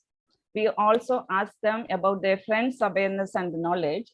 When it came to the friends' awareness, 23% reported that their friends were aware of the Sustainable Development Goals. Whereas, again, when we asked about the knowledge, the percentage has come down to 18%. We have also asked them a question whether the SDGs were adopted in 2015, and 26% of the sample strongly agreed that the SDGs were adopted in 2015. And for the question that the SDGs set objectives for 2030, 31% of the participants agreed that it was set for 2030. We also looked into the source of knowledge, and it was very clear that the schools and colleges are doing a good work, whereas where this 42% of the sample said that they were given the knowledge and the awareness of the SDGs from their schools and colleges. Web sources like websites and the social networks accounted for 32%, whereas television and the newspapers accounted for 24% each. The analysis of the data show that the need for increased effort to bring awareness among the NSS volunteers if we want the NSS to play an active role in achieving the Sustainable Development Goals. The conclusion, the government of India consistently promoted the concept of volunteering. Literature review clearly proves that the twin objective of connecting students to community and developing personality of students was achieved by the NSS in the last 50 years. By making NSS the agency for achieving 4.6 and 4.7 of the Sustainable Development Goals, the Government of India has placed a great responsibility on NSS. And the study shows the need for more effort to increase the awareness and knowledge about the Sustainable Development Goals. And sorry.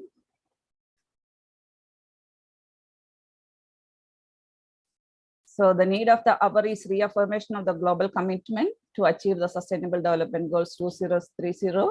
And this needs an increased awareness of SDGs among the NSS volunteers. This will help in contributing and achieving SDGs as per the plan of the Government of India, and also help in their personality development. And these are the references which are used for the study. Thank you. Thank you, ma'am. Very well presented. So this was our last presentation for technical session 2. I request our chairperson, Dr. Kishore Gaikwad sir, to address the paper presenters and all the participants. Sir, please. Yes, sure, madam. Actually, can we make once announcement about Mr. Himanshu Mandal? Sir, Himanshu Mandal is not presenting. Okay, okay, then we'll wind up with the whole thing. Yes. Okay. Thank you, thank you. Thank you, sir. First of all, I must place my sincere thanks to the principal, Dr. Baliram Gaikwad, my very dear friend, and this Uran College of Commerce and Arts. Actually, in the capacity of the chairperson of this current session, since my expertise in the history and ethnographical study, there are diverse issues and areas which are covered by the research scholars, my colleagues who made a presentation over here. Actually, the Nalini Wagmare, Dr. Nalini Wagmare from Tilak Maharashtra Vidyapit, she spoke about the Tilak as a journalist.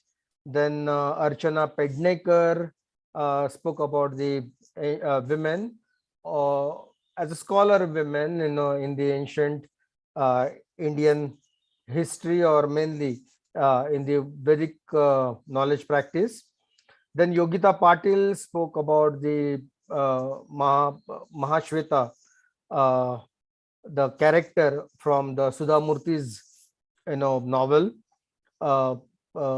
Anupama as such. Then Dr. Madhu Kelkar spoke about the sanitary salvation and sanitary reform, and it was juxtaposed to the morality and the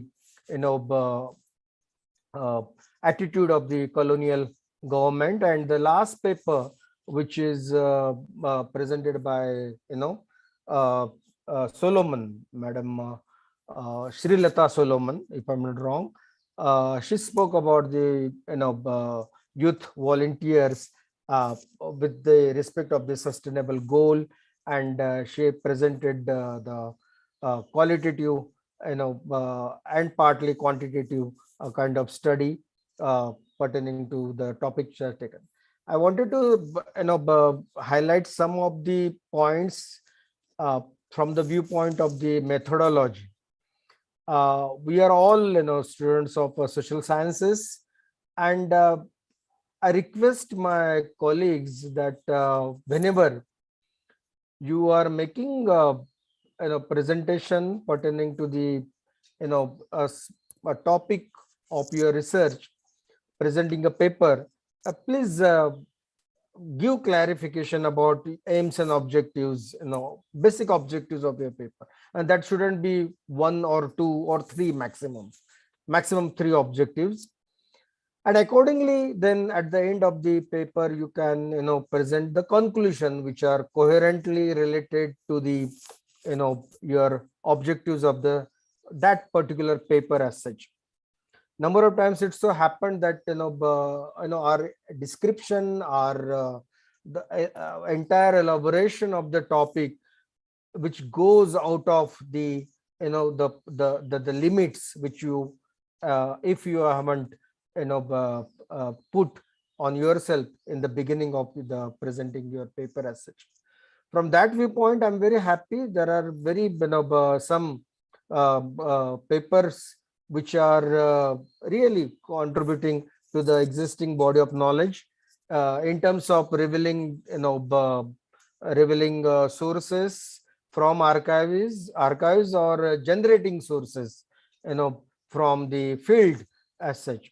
So I would like to concentrate on the lastly I would like to speak on the special lecturate, the special session which was handled by my friend Dr. Prakash Masram. He did speak about the tribal women, and he tried to situate the situation, the condition of the tribal women in the journey of the global towards the global Indian situation as such. Friends, there are number of issues which were highlighted by Professor Prakash pertaining to the health, then education, and even the power relations in the tribal society. So we can put number of criteria if you want to situate the question, the issues pertaining to tribal women. As far as the health and sanitation and personal hygiene, at the same time their education and such things are concerned, definitely tribal women are required a special assistance, special kind of attention from the government and from the policymakers to improve the basic improvement in their life, day-to-day life as such. And that's how we are going to achieve our the very title of this seminar is the India as a global power. So as a being the coming at the power of the global power, we'll have to look into such areas also. But I must highlight one thing as far as the basic what you can say Indian feminism is concerned, the respect of women in the power relations in the society is concerned. Number of tribal practices are going to be a kind of ideals for the rest of the society. We normally our developmental plan is always urban centric, and we haven't seen tribal society as an alternative form of social formation, and that's why our developmental plan is always urban centric and kind of industry centric as such.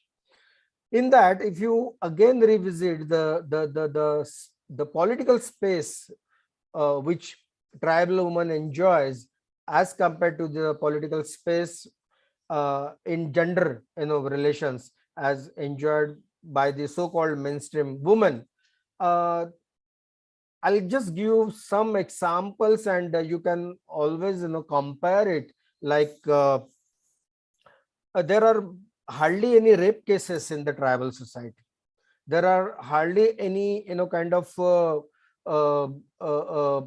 forceful kind of marriages in the tribal society as such, as compared to the our so-called civilized mainstream society. So from that viewpoint, you'll have to revisit the thoughts of the who is really getting civilized or got civilized as such. Okay, there are a number of things which we can draw parallels with the women from number of imagery of women which is present in the entire Indian society, across the class, caste, and rural, urban, and tribal, so on and so forth. So from that viewpoint, if you situate again women's space in the journey of the achieving the level of or the status of the global power of India, I think there is much more to be done in this area as such. Friends, there are diverse papers, so that I don't want to make comment on each and every paper as such. I've it is we are gone 20 minutes beyond our scheduled time, and that's why I'm just controlling myself. Lastly, I again thank the organizers, especially the principal, Dr. Baliram Gaikwad sir, by inviting me over here and making a part of this international conference as such. Thanks a lot.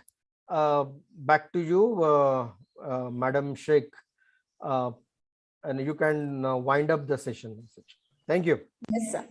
Thank you, sir. Thank you for your valuable expertise. Your inputs will definitely be useful to improvise our research studies. I express my sincere gratitude for your valuable guidance. Now I request Dr. D.P. Hingmire sir, Assistant Professor, History Department, to propose vote of thanks. Hingmire sir. Thank you, madam. Good afternoon to all. I deem it great honor and privilege to propose the vote of thanks on the memorable occasion. Let me first of all start by giving glory to the Almighty God for making today's conference a resounding success. First and foremost, I thank special guest Mr. Dr. Prakash Mesram sir, Head of the Department, University of Mumbai.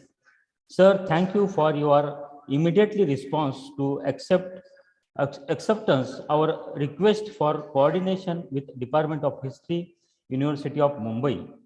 Despite his busy schedule, has found time to grace our conference. We thank you, sir, for your encouragement and valuable guidance. Sir, your address will be very beneficial for us in understanding the status of tribal women in Vidarbha. I also express my heartfelt thanks Dr. Kishore Gaikwad sir for his valuable contribution. Sir, we are very grateful towards your kind support by chairing the technical session. I thank our principal for his unstinted support for this conference. My heartfelt thanks to all participants for accepting our invitation and contributing toward the success of conference. Last but not least, I thank my department and college staff for your cooperation in success. Once again, I thank you all for your attention. Thank you so much. Thank you, sir. Once again, a very good afternoon to one and all. We'll be moving towards technical session 3. For the technical session 3, we have two eminent personalities with us who will be highlighting the geographical areas of India. Dr. U.N. Gade sir and Dr. R.A. Patil sir. Dr. U.N. Gade sir will be the resource person highlighting the title Environmental Issues, and the chairman for this session will be Dr. R.A. Patil sir. It's my delightful joy to welcome you both. I request our Honorable Professor A.K. Gaikwad sir to welcome the resource person, Dr. U.N. Gade sir. Sir, please.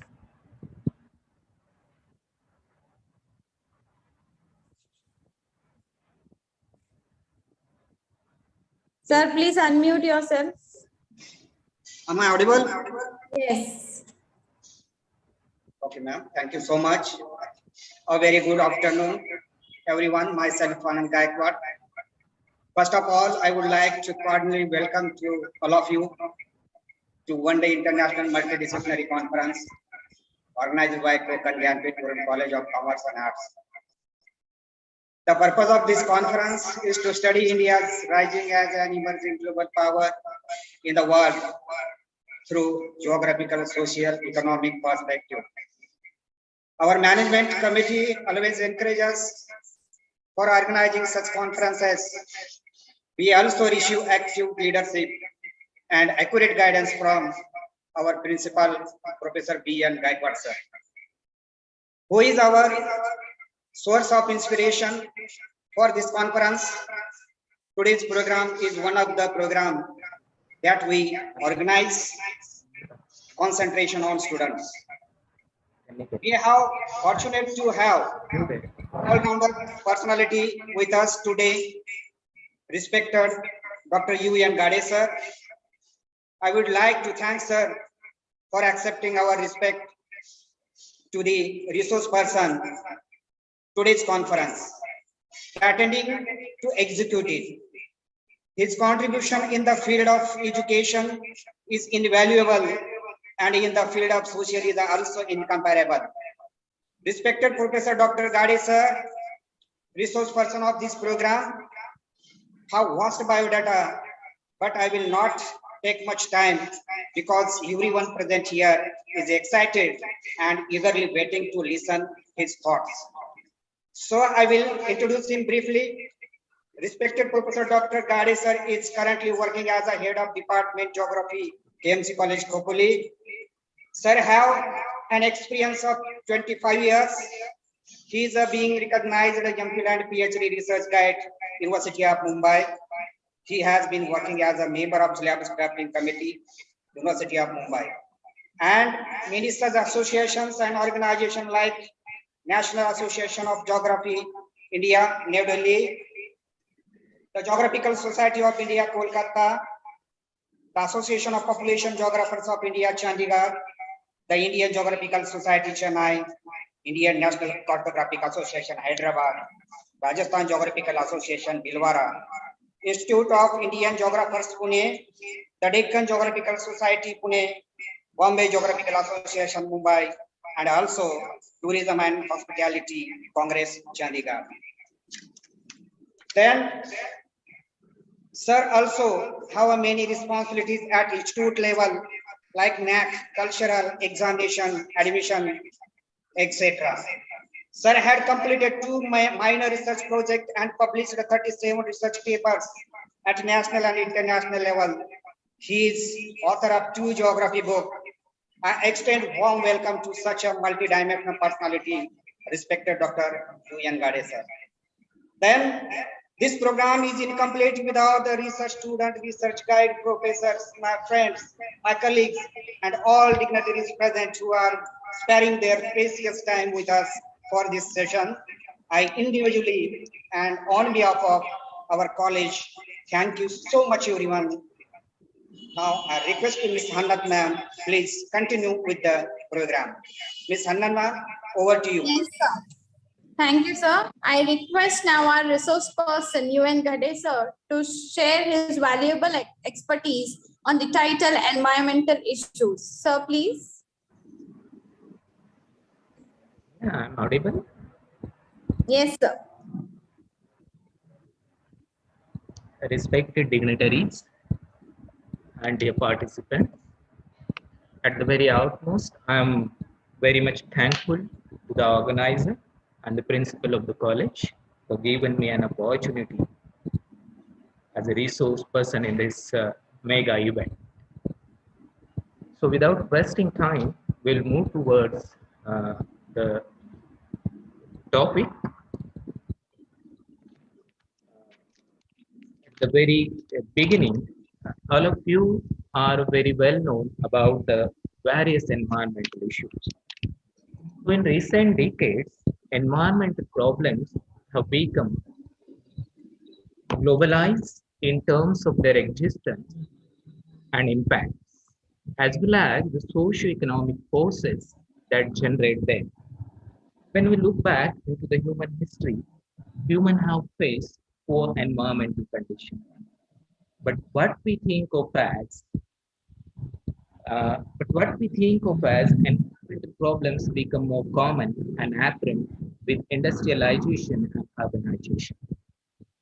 In United States, air and mud pollution from the factories and the dense urban living conditions attracted growing attention throughout the last century. And by the 60s, become recognized as a significant problem. And the concern over air and water pollution rapidly spread to other range of environmental aspects.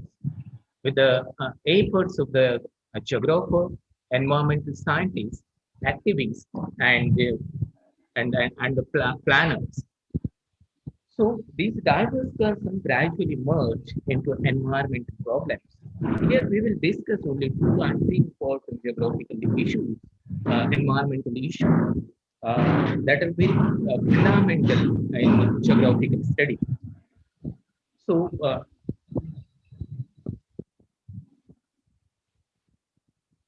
yes, like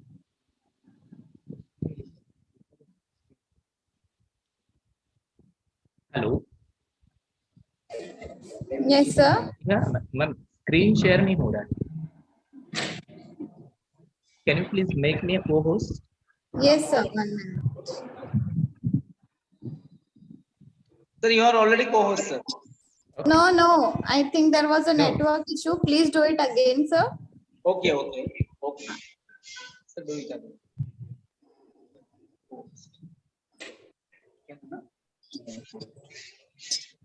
Madam, yes, he is there host as a host. Yeah, disable दिखा रहे हैं sir. No, sir. No. Please do it again, Parag, sir. Yes.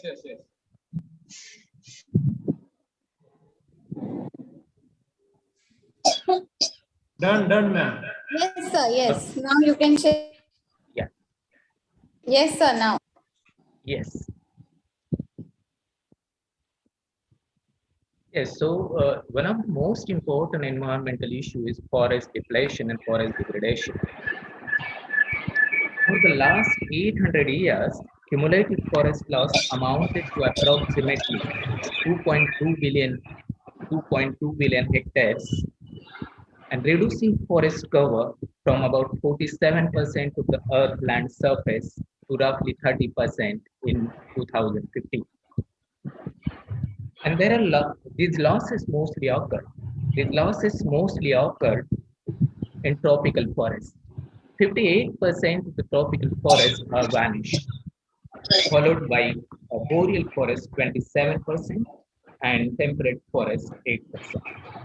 So forests are very invaluable environmental resources that provide food and fodder to the living beings and play a very vital role in maintaining the environmental balance. Next.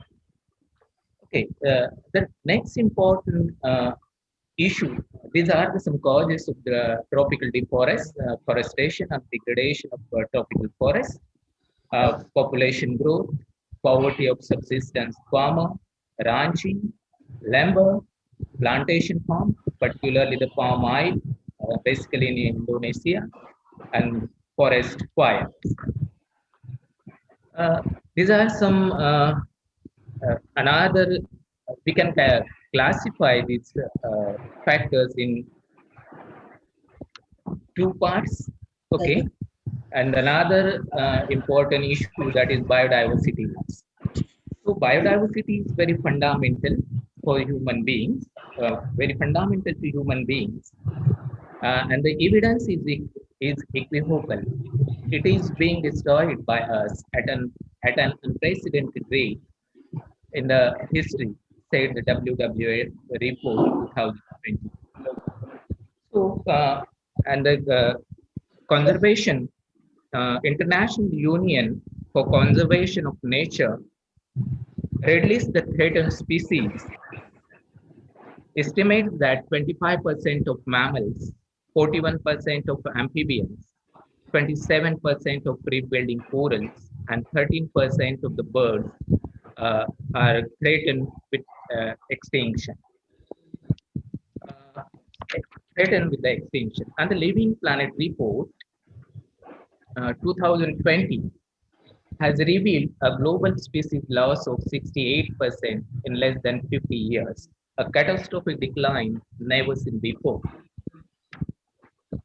Converting land, yeah, uh, converting land for agriculture has caused 70% of the global biodiversity loss and half of loss in tree cover.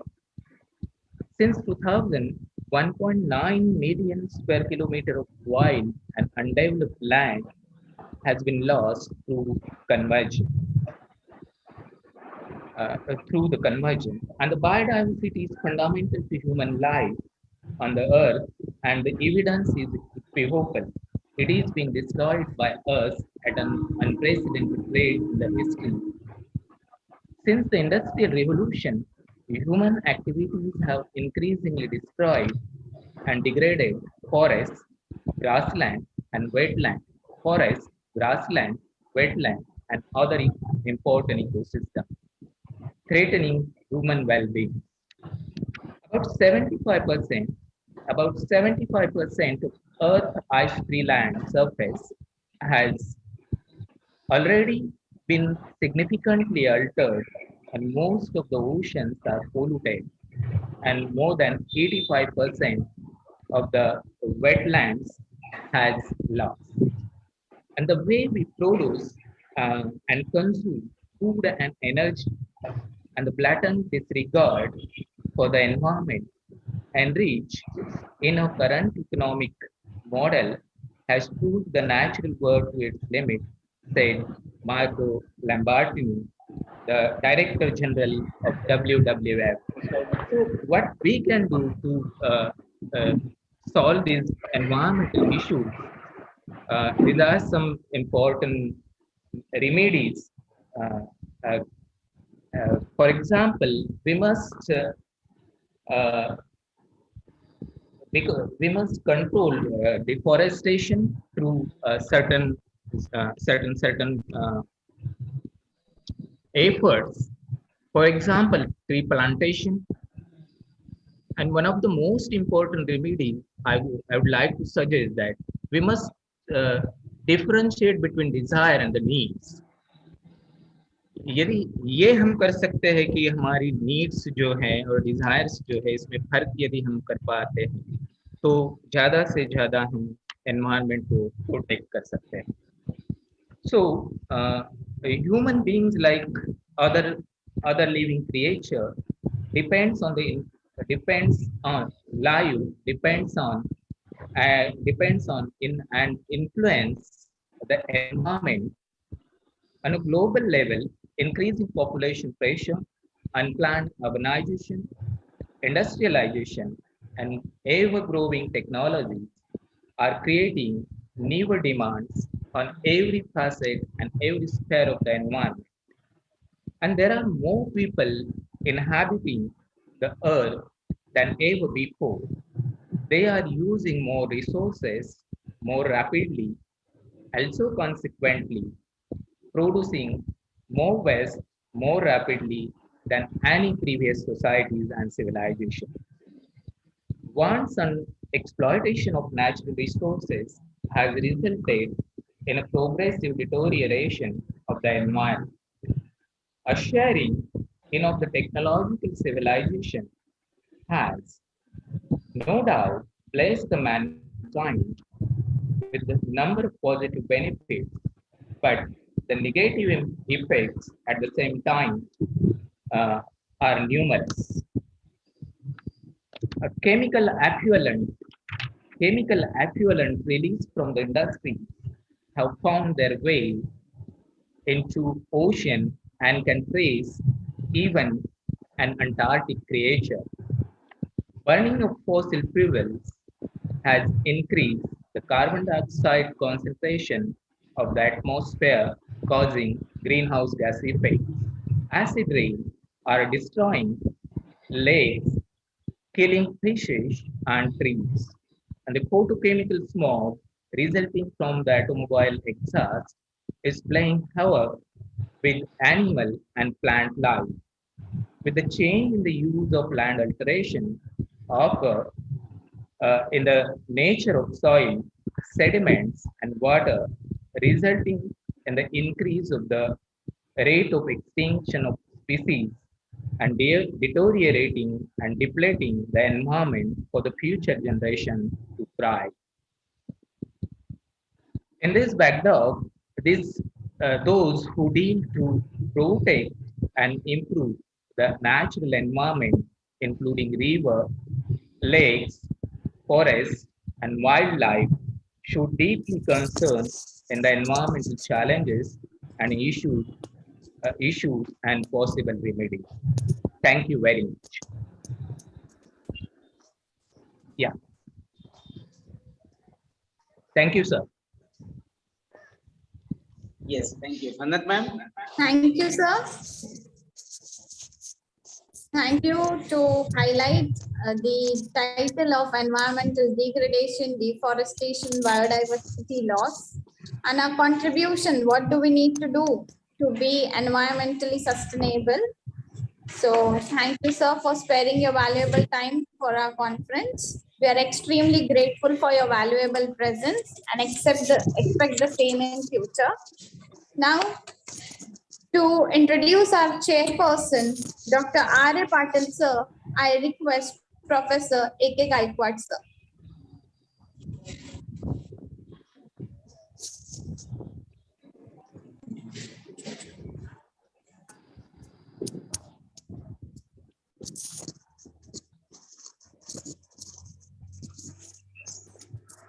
Thank you so much, ma'am.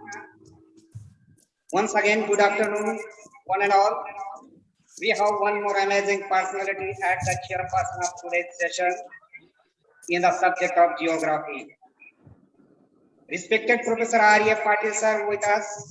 Sir's biodata is massive, but considering the time limit, I will introduce him briefly. Dr. R.A. Patil, sir, is from North College, Panvel. I will introduce him because Dr. R.A. Patil, sir, currently working as a head of Department of Geography and also Vice Principal of Mahatma Phule ASC College, Panvel. He has teaching experience of 30 years. Sir had been working as a PhD guide. Sir has worked on various authorities, bodies of the university, such as member of BOS, University of Mumbai, subject expert on Screening Evolution Committee CAS, also a member of University Tournament Selection Committee and member of Syllabus Framing Committee. Sir had receiving Best Performer Award Mahatma Phule ASC College, Panvel. Sir had published 27 research papers in national and international journal and presented 21 research papers in national and international seminars. Sir had worked 9 times as a resource person. I personally and on behalf of our college warmly welcome such a versatile personality, Dr. R.A. Patil, sir. Thank you so much, sir. Thank you so much, everyone. Now I request to Ms. Anat ma'am, please carry on the next. Anat ma'am, over to you. Please. Welcome, R.A. Patil, sir. Sir, any guidelines for the participants from your side? You start the presentations. Okay, sir. So participants, be ready with your PPT. We are starting with the presentation of the technical session 3. Our first presenter, Ms. Nancy Davis, Assistant Professor, St. Xavier College, Vecom, Kerala. She is presenting her paper on India's maritime security policy and overview. Ms. Nancy Davis, ma'am. Participants, once again, I repeat, minimum 3 minutes, maximum 7 minutes. You need to share PPT from your side.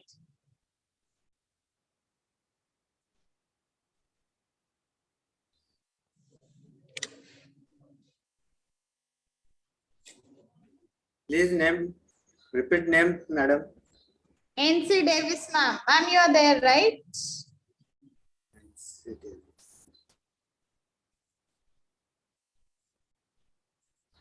She is there, sir. She has unmuted also. Yes, Nancy ma'am is there. She has unmuted also. Nancy ma'am,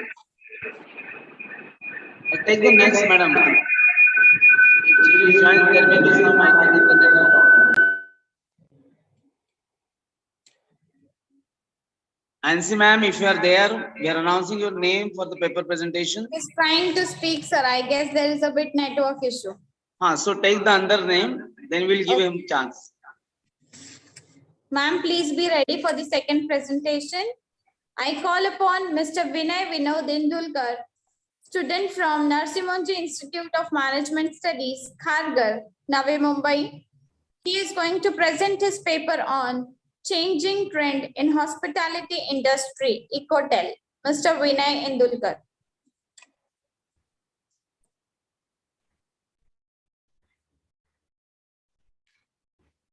Hello. Yes, Vinay. Is my screen visible? Yeah.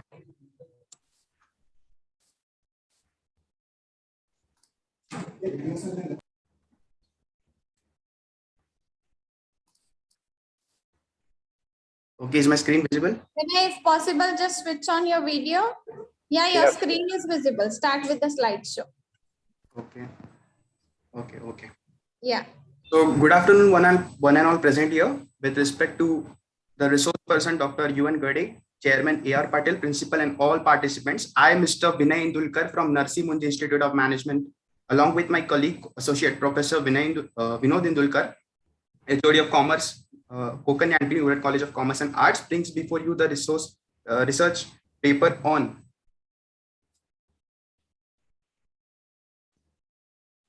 Changing Training Hospitality Industry, Ecotel. So my research methodology is completely based on secondary data. So the study is achieved by preferring various books, journals, research papers, news articles, and different websites. Objective of the study: to study the concept of ecology with various inbound and outbound examples, to study the benefits of Ecotel for travelers, to study the standard required for Ecotel, which will benefit various stakeholders, to study the certifications required for Ecotel. So as we all know, tourism is one of the biggest and quickest developing industry. Just to mention some numbers, global travelers appearances have grown 6.6% over the past years. In the year 2000, 675 million people traveled, and in 2010, 940 million, a huge growth. Hotel industry are continuously applying various changes to sustain in the market. Ecology is one of it. Please switch your slides.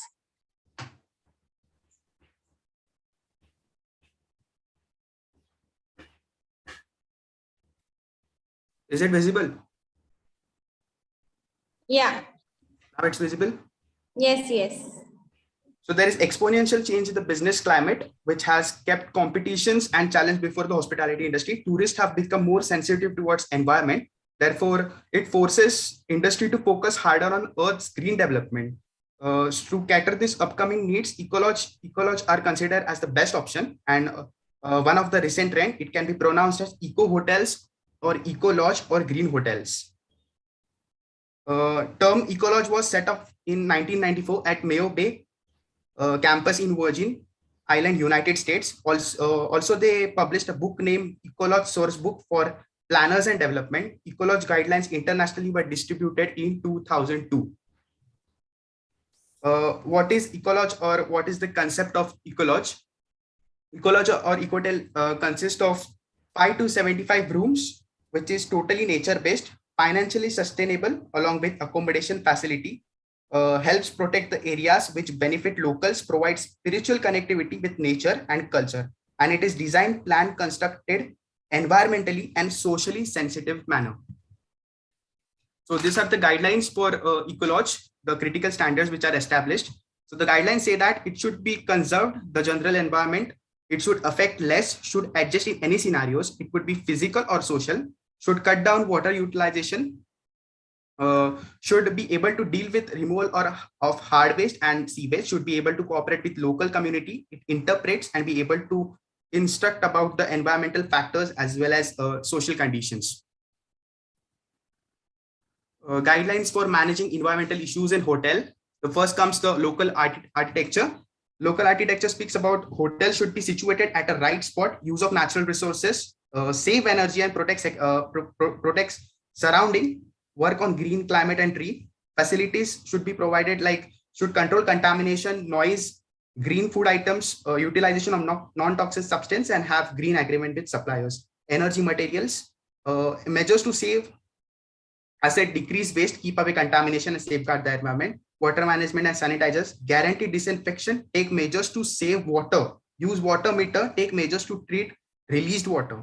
Waste management and sanitization speaks about motivation staff to characterize waste using recyclables, manage wet waste by using it as fertilizers. Exhaust management speaks about characterize the source, examine the effect, apply measures to control it, and noise management speaks about apply measures to decrease it.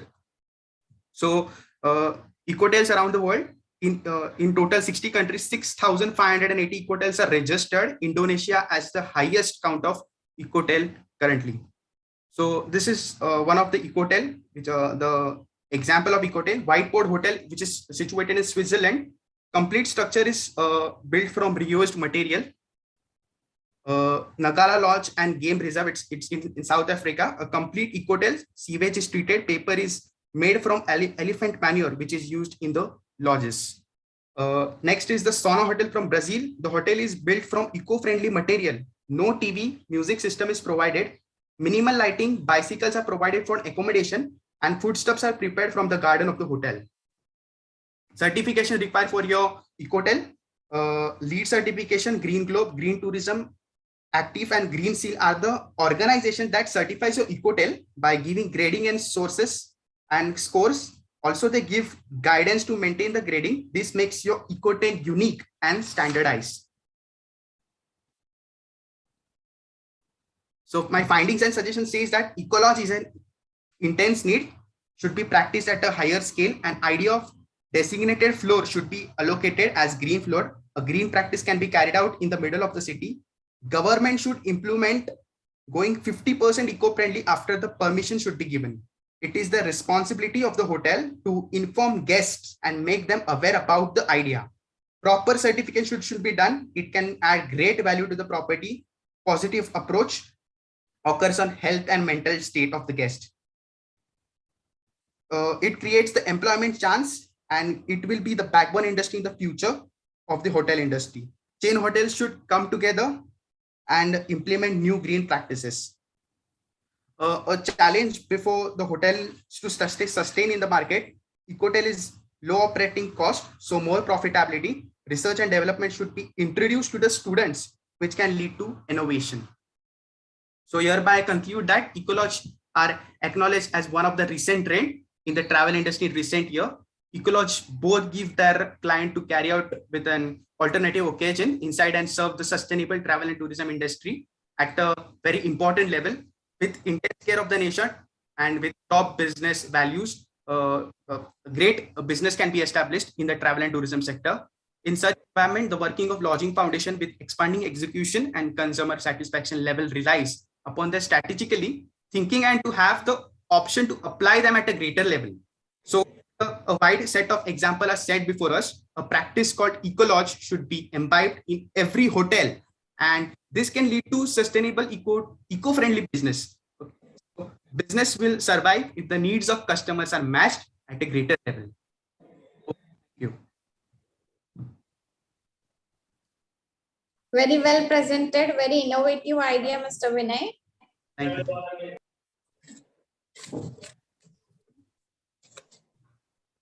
Next, our next participant is Miss Ansi Davis, Assistant Professor, St. Xavier's College, Beckham, Kerala, presenting her paper on India's maritime security policy and overview. Am I audible?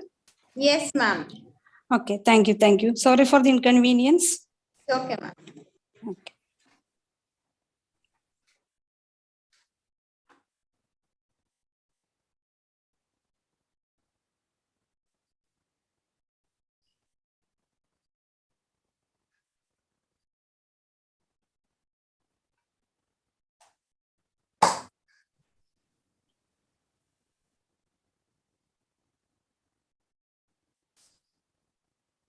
Okay, good afternoon.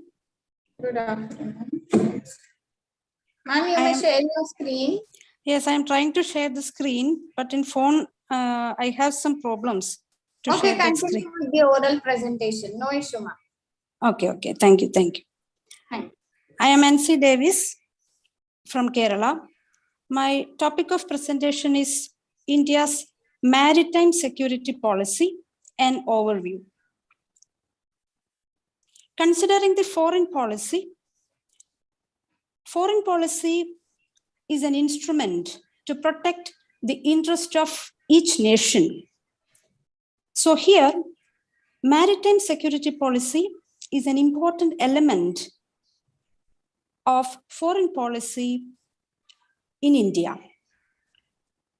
Analyzing the past, India's engagement in the sea that is recorded in the historical texts and also some archaeological evidences shows India's engagement in the maritime domain, especially in the trade activities.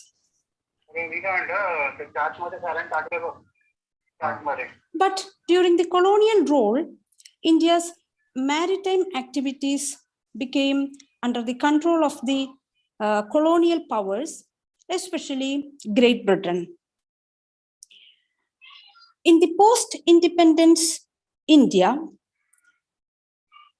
in the earlier years, India focused on land border areas in the security policy. But later, the administrators or the decision makers understood the relevance of maritime security policy and started the process by strengthening the naval power, the Navy, and also the Indian Coast Guard. As part of this, Indian Navy published two relevant documents, that is Indian Maritime Doctrine, Freedom to Use the Seas, India's Maritime Military Strategy. Another one is Ensuring Secure Seas, Indian Maritime Security Strategy. Apart from this, Indian Navy conducted multilateral exercises and bilateral exercises that is generally known as naval exercises. Recent development in the maritime security policy, that is the Government of India appointed the National Maritime Security Coordinator. And this decision reflects the increasing role of Indian Navy in the overall security and defense sector.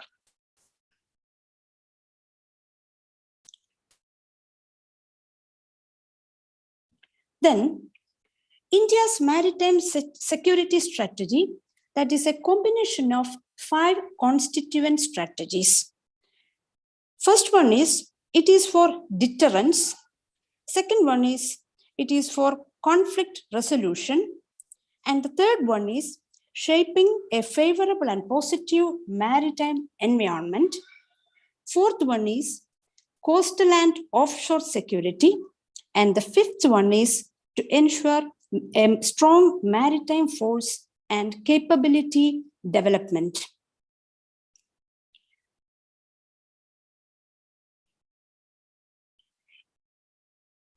India's policy towards Indian Ocean region and Indo-Pacific. Indian Ocean region and the construct of Indo-Pacific, India's expansion of foreign relations through multilateral and bilateral forums that is focused on 2 regions in the oceans. One is Indian Ocean region, that is shortly known as IOR, and the another one is recent developed term, that is Indo-Pacific. India's engagement in Indian Ocean region, that is mainly in the field of or in the participation of Indian Ocean Rim Association. And the priority areas of Indian Ocean Rim Association The first comes the maritime safety and security. Second one is trade. Third one is fisheries management. And the fourth one is disaster risk management. Then cooperation in the field of academic, science and technology, development of tourism and cultural exchanges, and the strengthening of blue economy. And India's policy or India's vision towards the Indian Ocean region that is known as SAGAR, security and growth for all in the region.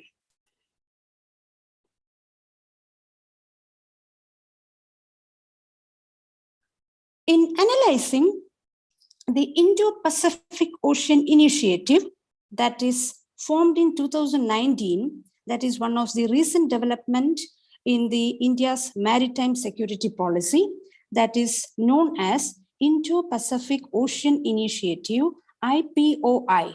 That is again focused on 7 pillars: maritime ecology, maritime security, marine resource capacity building, resource sharing. Another focus area that is disaster risk reduction in the Indo-Pacific region, science, technology and academic cooperation, trade development, and also connectivity and maritime support. So through these activities in the Indo-Pacific and Indian Ocean region, India is trying to strengthen our maritime security policy. But there are some challenges in achieving a strong security policy, that is traditional and non-traditional threats. The conflicts among nations, then the economic and political instability in the countries of this Indian Ocean region and Indo-Pacific region are considered as the traditional threats, including natural disasters. But there are some non-traditional threats, that is terrorism, that means the activities of non-state actors in the sea, and piracy, human and, okay, I will conclude, human and arms trafficking, etc. Apart from this, the major concern for India towards a strong security policy is the growing Chinese economic and military expansion in the Indian Ocean region. Then, what is the significance of a strong maritime security policy? It is to balance power relations in the world, to counter the rise of China, to ensure the security of the nation, to counter the non-state actors in the sea, to combat piracy, human and weapon trafficking, to protect the marine ecosystem, to counter the threat of climate change. So I conclude here. So as a result of these initiatives in strengthening the maritime security policy, India is trying to change India's status in the international level from the middle power status to a global power status. Thank you. Thank you, ma'am. Very well presented. The next presenter for the technical session 3, Mr. Syed Moin Usman, research scholar from School of Management Science, Swami Ramanand Tirth, Marathwada University, Nanded. He is going to present his paper on an analysis of agricultural warehousing and food security in India. Mr. Syed Moin Usman.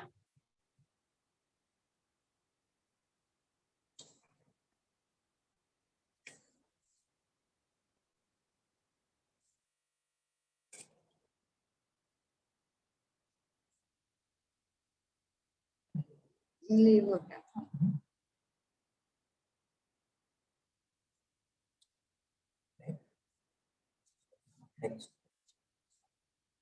I think there is a technical problem. Let's move towards the next. Ms. Charmaine D'Souza, Associate Professor, Rosary College, Goa, presenting her topic on online teaching challenges during COVID-19 and exploratory factor analysis. Ms. Shaman D'Souza. Good afternoon, one and all. Good afternoon. My screen is not yet shared. Yeah. Ma'am, you may switch on your video also if possible. It's on. Okay. Chavan sir. Yeah, ma'am, you can share. Madam, done. Yes. Is it clear now? The screen, I'm trying to share the. Please share it once again. Can you just come share the screen, please?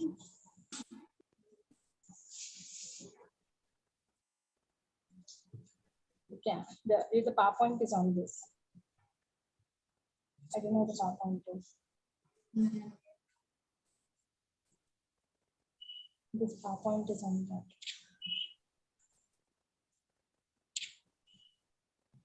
Yeah, that. Yes, thank you so much. My photograph, is it? Yes, ma'am, your screen is visible.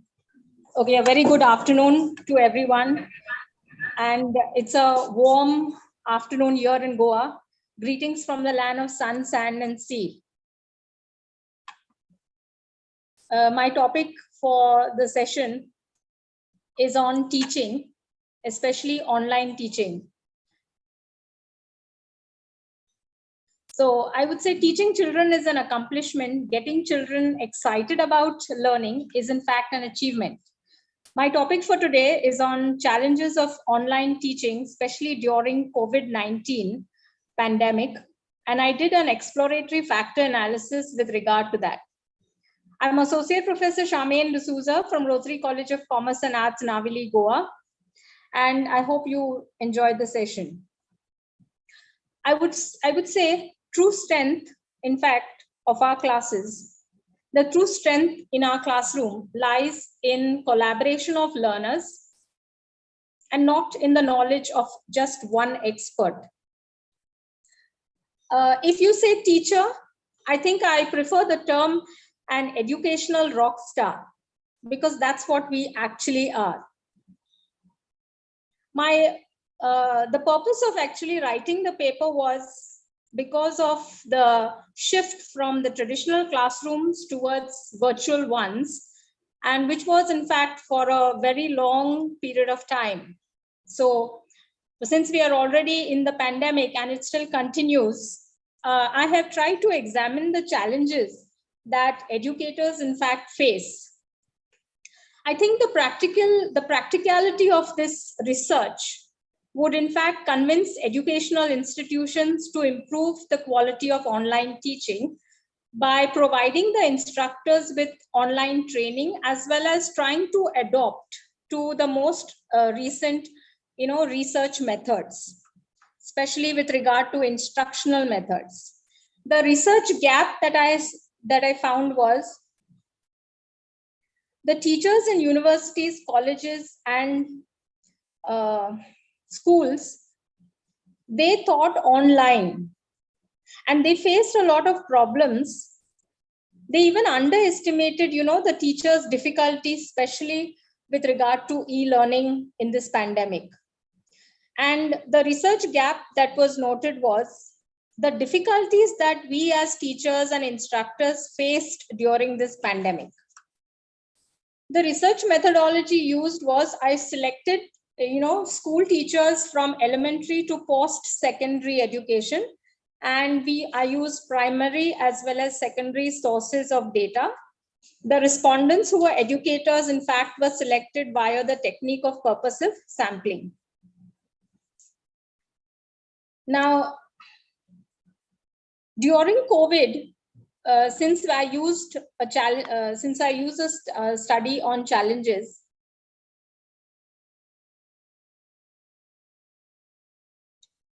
I used a Likert scale questionnaire with an SPSS 20 version just to study the challenges, which were as follows. giving teachers, giving instructions as well as attending to queries of students, the challenge of using of smartphones as well as laptops for teaching online, challenges of meeting deadlines which are set by all the colleges, institutes, schools, university, then managing stress which was arising out of online teaching, challenges on using emails and other platforms for material sharing, challenge on time management, especially in conducting classes online, where I also included challenge on checking as well as evaluating the students' performance, the challenge on establishing communication with the students, the shift from face-to-face to online classes, then establishing communication with regard to parent support, also with regard to the lack of stable internet facilities. Now, these challenges regarding the skills required delivering online classes. So these challenges which I have here, which would encourage participation also from students. And the last set of just 2 challenges which went into a factor analysis was the challenge on building a very positive environment through online classes and keeping them motivated, especially for teachers' motivation during this era of pandemic. My principal component analysis and reliability analysis, especially of the challenges which teachers faced with a KMO Bartlett test score of 0.89 was very good to check the sample adequacy. And the chi-square value was like 2147.06 and the p-value was highly significant. So I would say that the factors which I used was applied to challenges that teachers face. In fact, there were a total of 15 statements, and the first factor, that was technical obstacles, explained 32.75% of the variance. The second factor, namely communication and networking challenge, explained, which had 6 variables. It delineated at 20.465% of the variance. And the third factor had just 2 variables. And this was basic lack of infrastructure. I would say the findings, we can't ignore the benefits of challenges of online, in fact, learning, but we can address them head on and come up with answers. So I would say technology cannot totally replace face-to-face training, but online teaching, in fact, poses a whole lot of difficulties for educators, including how to e-learn. To conclude, I would say that teachers in virtual classrooms face a lot of challenges, including assessment, which is done online. And also this production of digital material for students, the lack of technological abilities, especially when it came to conveying, knowledge and molding the student's character, which was just not possible with an online mode of training. In fact, teachers agreed that online instruction does not really provide higher level of education value. So I would conclude that the teachers could benefit from this research and they would in fact really learn. So I would say what a teacher writes on the blackboard of life can never be erased. Only the brave teach. The teacher's task is to initiate the learning process and then get out of the way. And teaching in fact is a walk in the park, if that park is Jurassic Park. Good teachers know that sometimes you have to stop and just be silly for a few minutes. Everyone who remembers his own education remembers teachers, not methods, not techniques. So I would say the teacher is the heart of the education system. And I would say, no, I am not a superhero. I'm something even more powerful. I'm a teacher. I don't need a cape because I'm lifted up by the amazing and inspiring kids I teach. So the capacity to learn is a gift. The ability to learn is a skill. And the willingness to learn is a choice. Breathe, smile, and relax. All you teachers out there, you are doing the best you can. Teachers, are expected to reach such unattainable goals with inadequate tools, the miracle is that at times they accomplish this impossible task. Well done, teachers out there, because it's a real important work, because we have seen our colleagues and pre-service teachers and teachers. Thank you so much for your patient listening, and it was lovely having this session. Thank you, ma'am. Wonderful presentation. Next, I call upon our next presenter, Mr. Syed Moin Usman, research scholar from School of Management Sciences, presenting his paper on an analysis of agricultural warehousing and food security.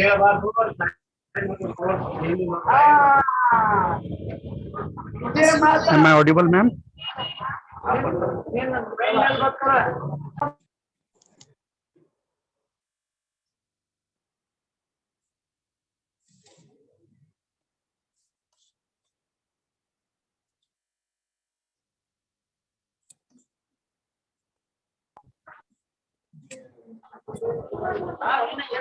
Can I share the screen?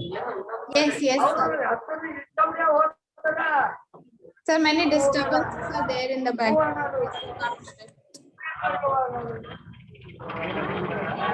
Yes, ma'am. How much papers? Two left, sir. Two left. Yeah. Okay. Yeah. Good afternoon, everybody. I am Syed Moin, research scholar, Swami Ramanand Tirth Marathwada University, Sub-Campus Latur. My paper title is An Analysis of Agriculture, Warehousing and Food Security in India. Introduction. Agriculture sectors play a very important role in Indian economy. Agriculture warehousing accounts for 15% of India's warehousing market, and it's worth rupees 8,500 crore. Nearly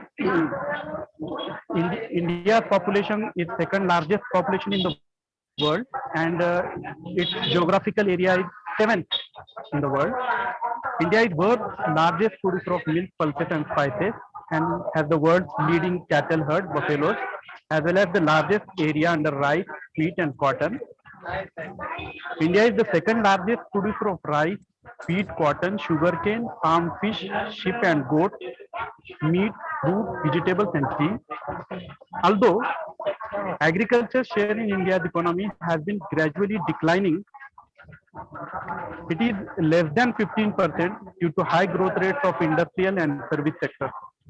The objectives of the study are to overview the agriculture food production in India, to analyze the food security position of India, to know the effect of agriculture production and storage on food security and malnutrition. The methodology adopted for the study is Sir, you are not clearly audible because of the background noises. Do you have your PPT? Yeah. Please share PPT it, is sir, there. and look after the noise. I already shared. It's not. The PPT is not visible? No. Just a minute.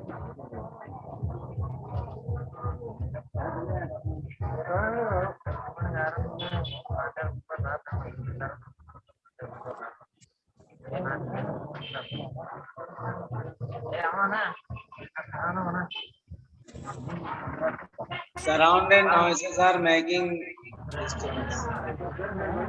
They are creating disturbance. Yeah. Now it is visible, ma'am?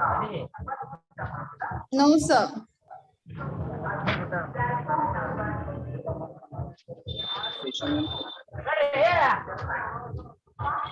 Okay, you can continue with your oral presentation, sir.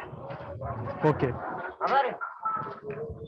Okay, so this study is mainly based on secondary data. The required data have been collected from various economical reports, surveys, and agriculture census reports, journals, articles, and books.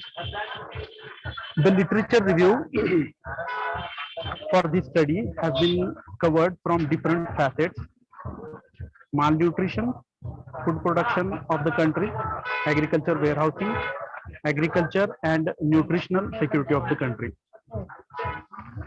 The findings of the study are: production of agriculture commodities in India.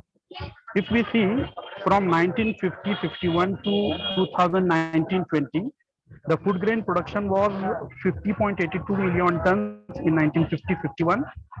It grown up to 82.02 million tons in 1960-61. In 1980-81, it was 129.59 tons due to the efforts of Green Revolution.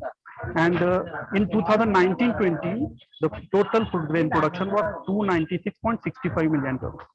If we see the production of pulses in the country, it was 8.41 million tons in 1950-51, 10.63 million tons in 1980-81, and 23.50 million tons in 2019-20. The production of oilseeds in the country was 5.16 million tons in 1950-51. It was 9.37 million tons in 1980-81 and 33.42 million tons in 2019-20. If we see the production of food grains, it was increased fivefold in the last 50 years since from the independence, but the production of oilseeds and pulses increase in the production of oilseeds and pulses was not as parallel with the food grains production. This is due to the main emphasis of Green Revolution on food grains, that is major food grains, wheat, rice, jawar, etc. The warehousing storage capacity of India. There are different warehousing agencies, that is public sector warehouses, cooperative warehouses, and private warehouses. The main public sector warehouses are Food Corporation of India, Central Warehousing Corporation, State Warehousing Corporation, other state civil supplies, cooperative sector warehouses, and private sector warehouses. In 2011, the Food Corporation of India had 32.05 million tons of storage capacity, which is now in 2021, it is 12.7 million tons. This is due to the reduction in cap storage, that is cover and film storage. The capacity with Central Warehousing Corporation was 10.07 million tons in 2011. Now it is in 2021, it is 14.5 million tons.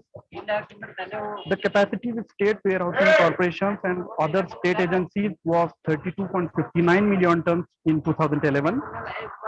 In 2021, it was 43.91 million tons. The storage capacity with cooperative sector was 15.07 million tons in 2011. In 2021, it was 16.55 million tons. The storage capacity with private sector was 18.97 million tons in 2011, and now the capacity with private sector, storage capacity with private sector was 78.56 million tons in 2020-21.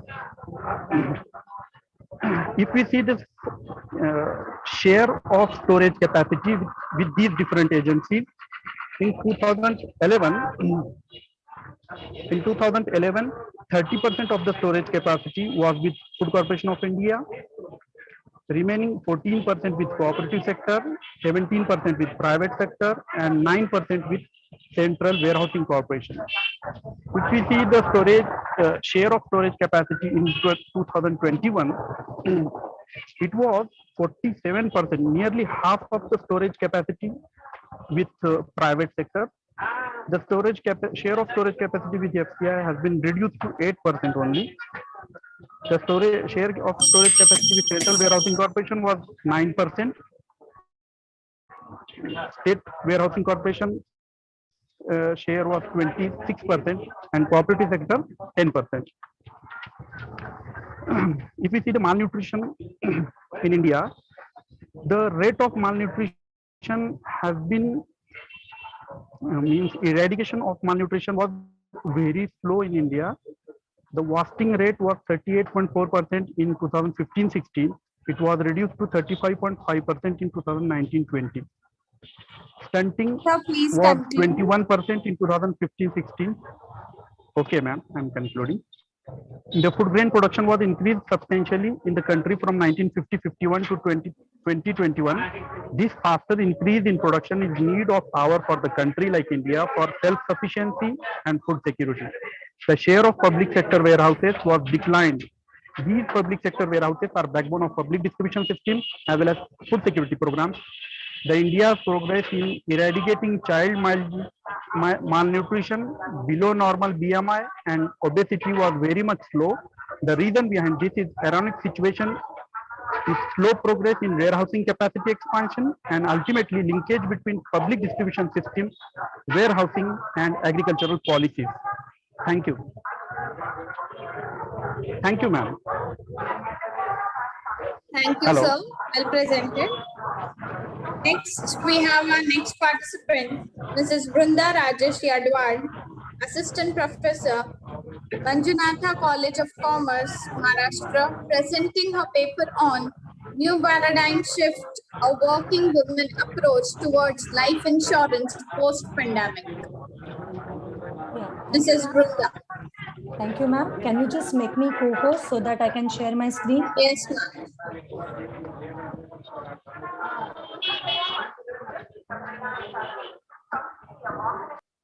Chavan, sir.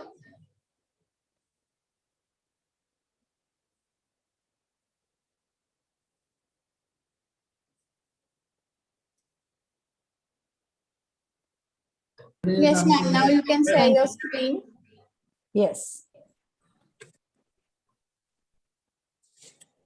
Okay, good afternoon, everyone. My name is Vrinda Yadwad. I am Assistant Professor in Manjunatha College of Commerce, as well as I am PhD Research Scholar in GN Khalsa College, Matunga. And my paper title today is New Paradigm Shift, a Working Woman Approach Toward Life Insurance Post-Pandemic. If the pandemic of COVID-19 has indicated a paradigm shift on how the people view important things in life, especially about health and wealth.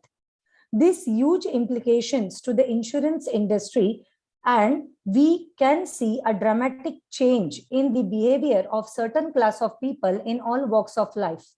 This paper focuses on how COVID-19 has affected women as related with their approach towards investment and saving in life insurance policies.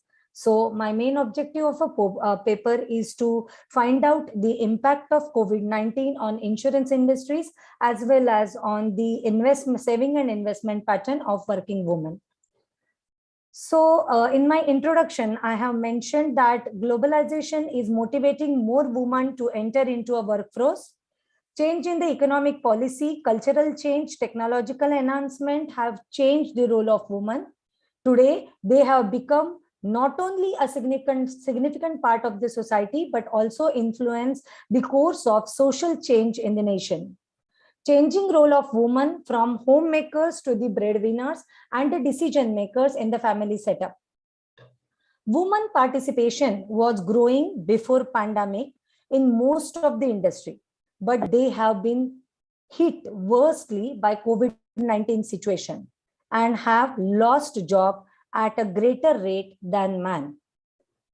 According to the International Labor Organization Index shows that 44.2% of women employment was eliminated as a result of pandemic from 19 to 22 as compared to 3% of men. A paradigm shift can be seen in the economy with the post-pandemic COVID-19 way the industry embarrassed the new normal situation. We have to, here I am just putting some of the impact on women's portfolio, COVID-19 impact. The sector that have been most affected is travel, food and service industry. And they have predominantly female workforce. And this means that more women than a man are losing their livelihood. That means job. As primary caregivers for children and aging parents, women play a very important role in ensuring their family health and well-being. As women tend to do 3 times more unpaid work than men, when women work from home, household responsibilities are likely to conflict with their work, as we have seen this practical in this COVID pandemic. In many countries, women do not have the same inherent rights as a man. So the death of their husband or a death of the karta of the family can lose their asset and may push them into a poverty or loss of financial security. When emergence cost arises, women tend to rely on their savings or borrowing from families or friends. Therefore, the crisis like COVID-19 exhausted all women's savings and forced him to a debt. Pre-COVID-19 pandemic was indicated that women-owned small-scale business units face 1.5 trillion financial gap, which is 1/3 of the total micro and small-scale industrial financial gap. The recent pandemic situation has emphasizes the need for investment in women in life insurance product to protect their health and wealth of the whole family and to secure their future. It needs a paradigm shift in financial allocation to mitigate this kind of risk.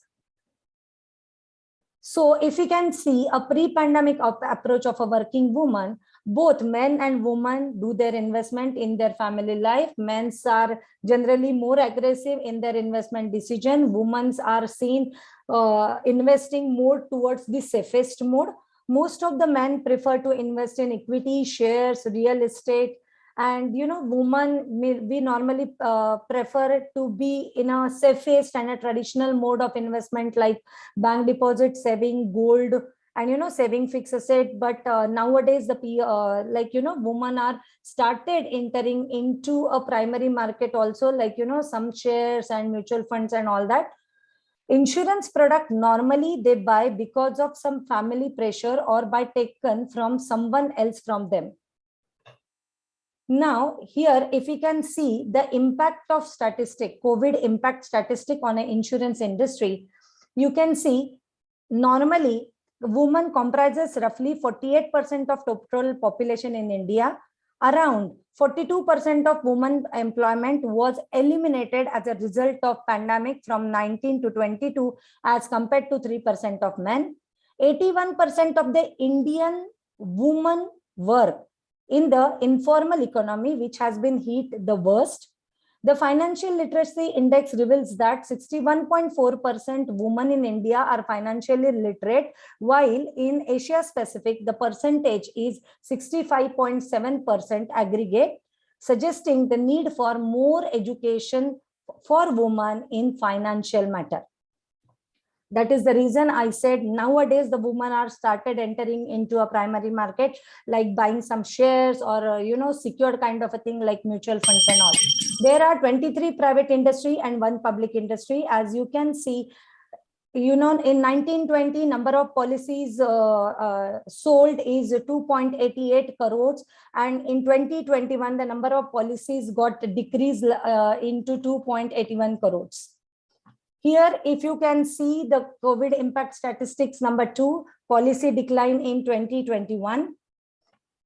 Next, new business premium growth has also declined in 2021 as compared to 1920. If we see the 1920 data, it reflects 1819.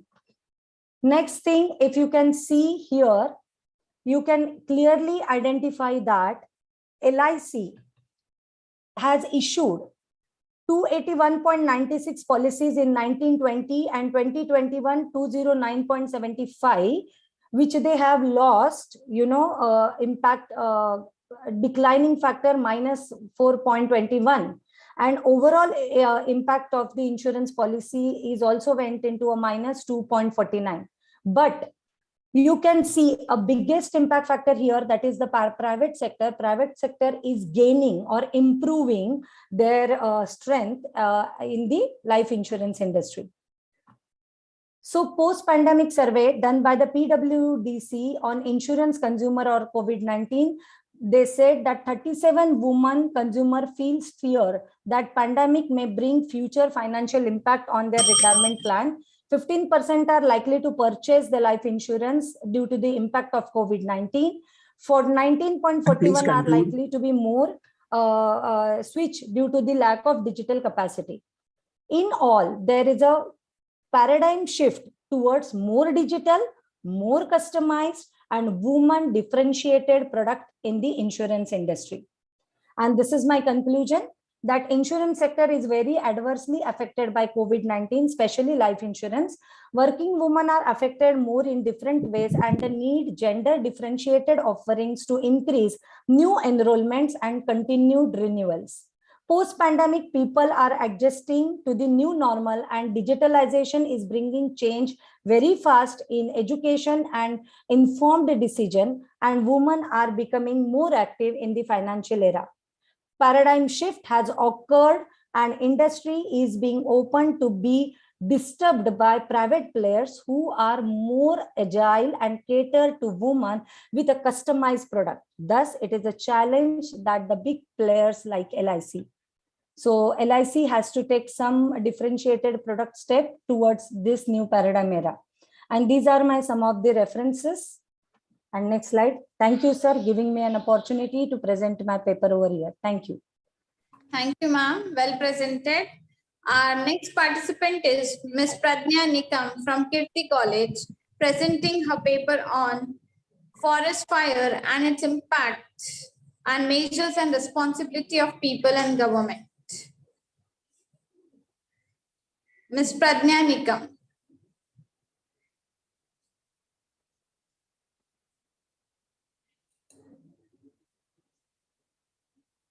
Ma'am, are you there?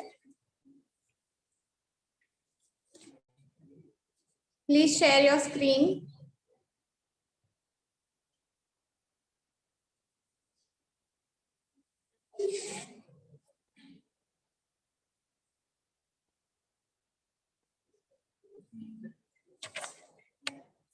Madam, you are not audible. Your voice is not hearing properly. I think switch off sound is switch off.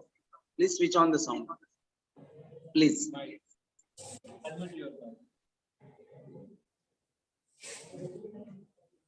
Pradnya ma'am, please unmute yourself.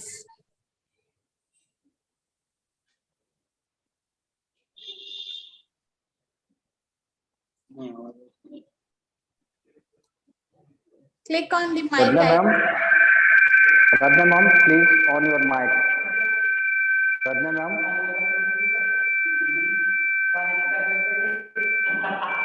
Pradnya ma'am, please on your mic.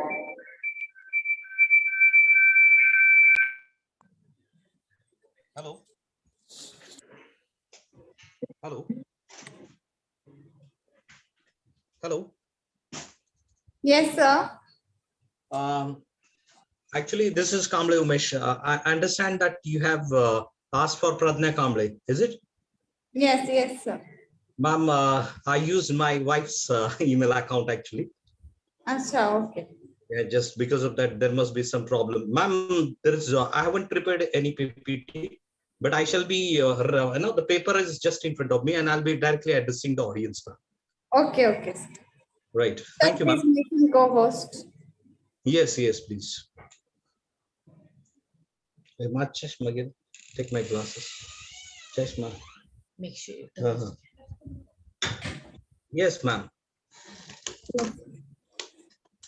Yes, sir, you shall start.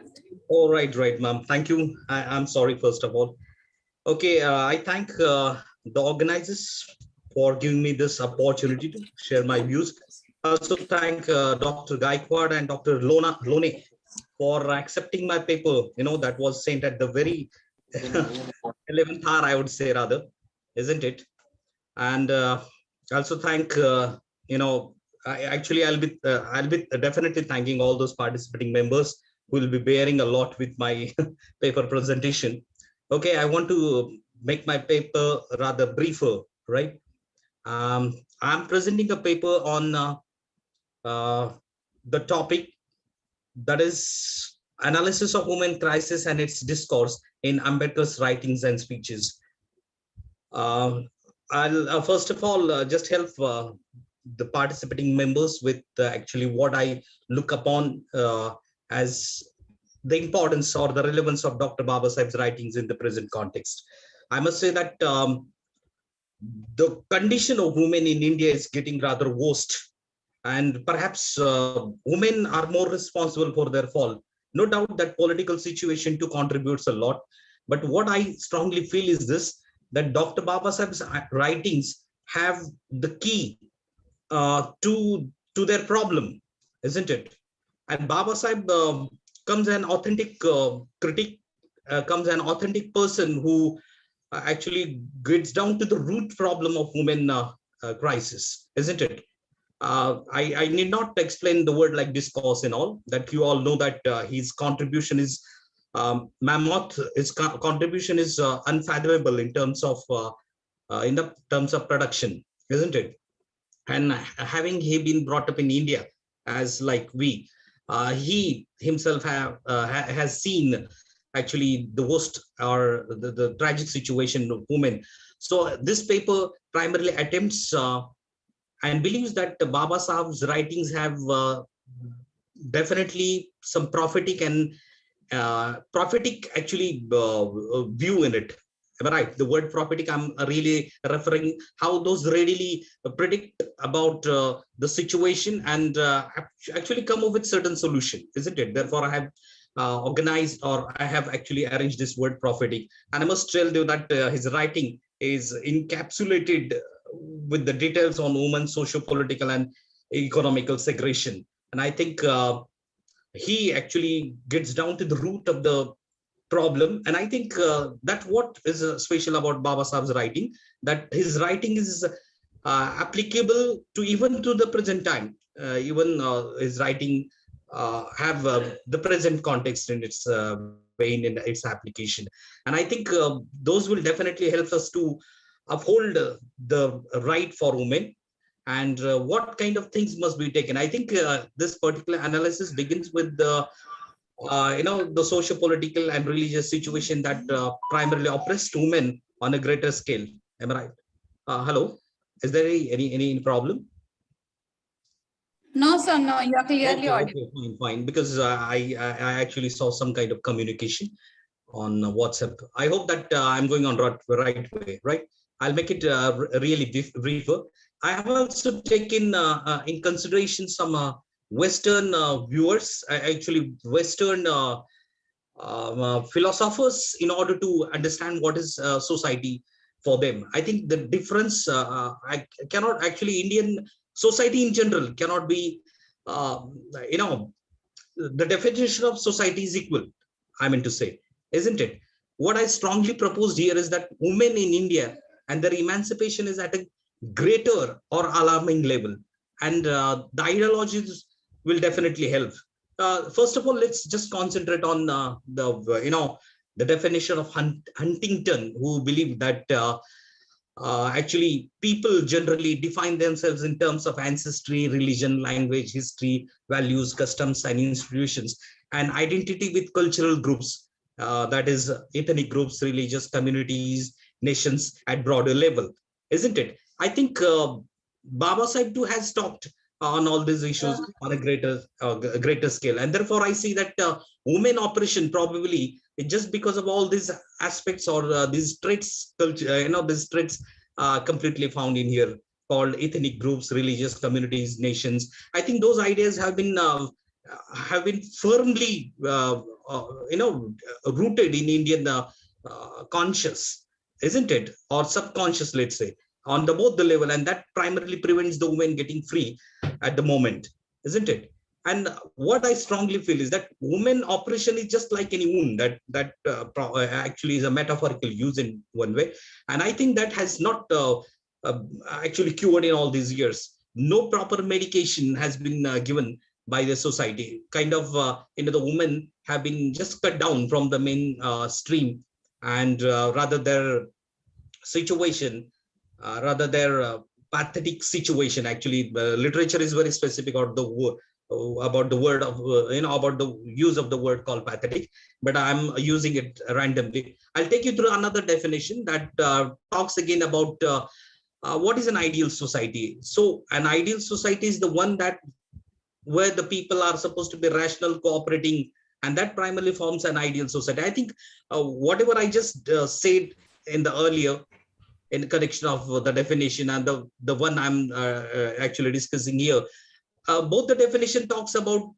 kind of kind of rapport, kind of relation that must be enjoyed in the society by the people in that particular society or that civilization, isn't it?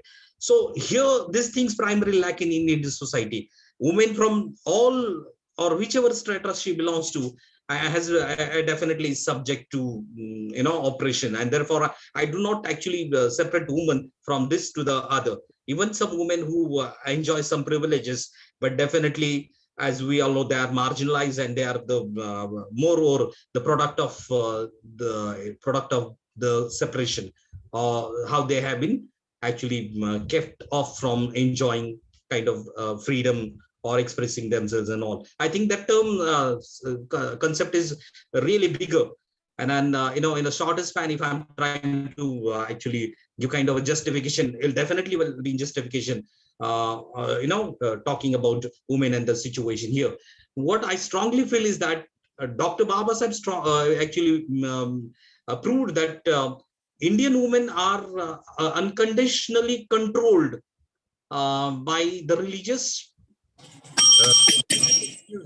ideas. Excuse me. Is there any problem?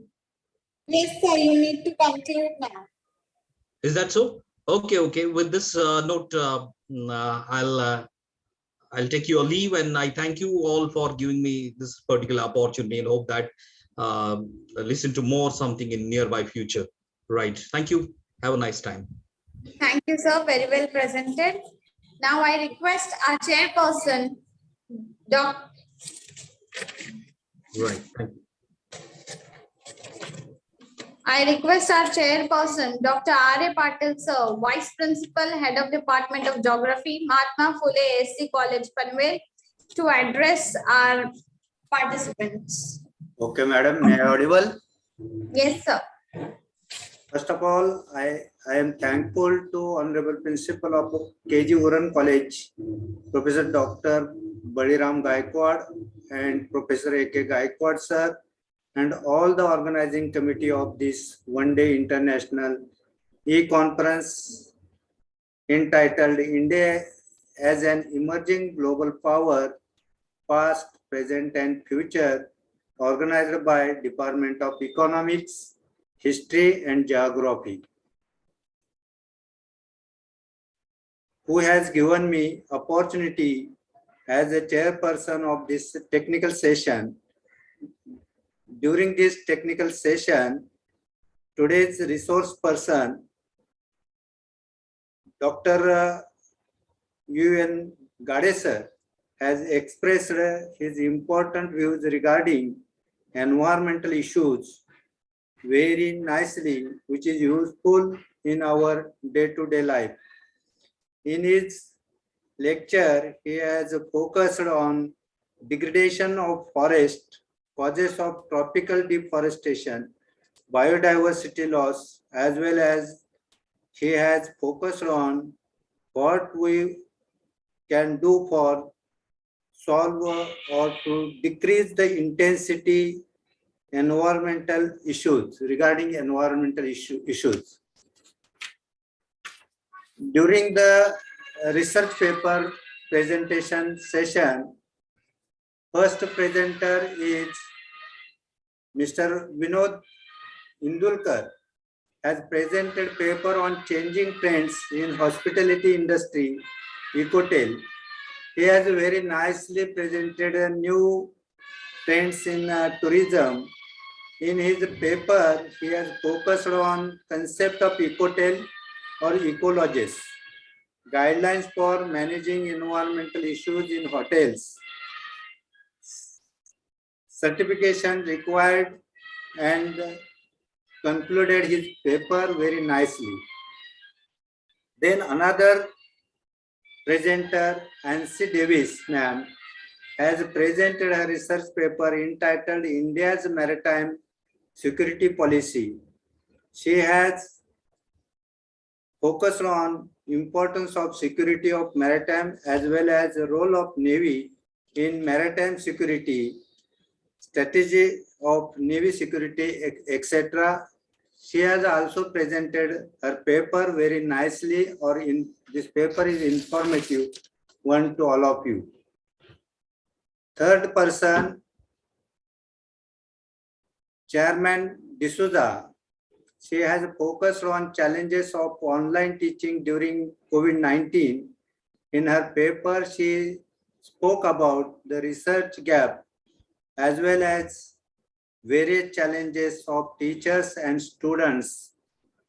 Then Syed Mohin, in his research paper, focused on food production in India, growth of food production, storage system and capacity in India. He has also focused on malnutrition in India. Mrs. Vrunda Yadwad, sir. Yadwad ma'am has focused on COVID-19's impact on women's risk profile, COVID impact statistics, new policies growth rate declining, etc.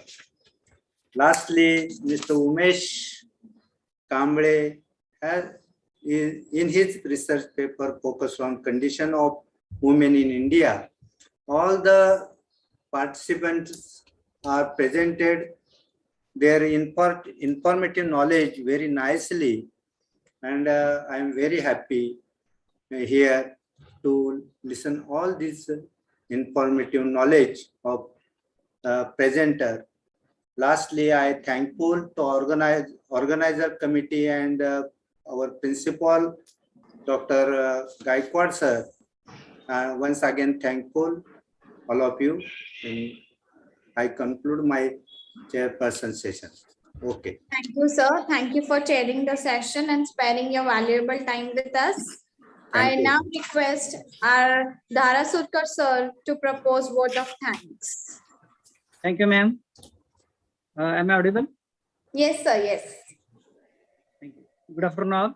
It's my now pleasure to express gratitude towards all the delegates for this technical session.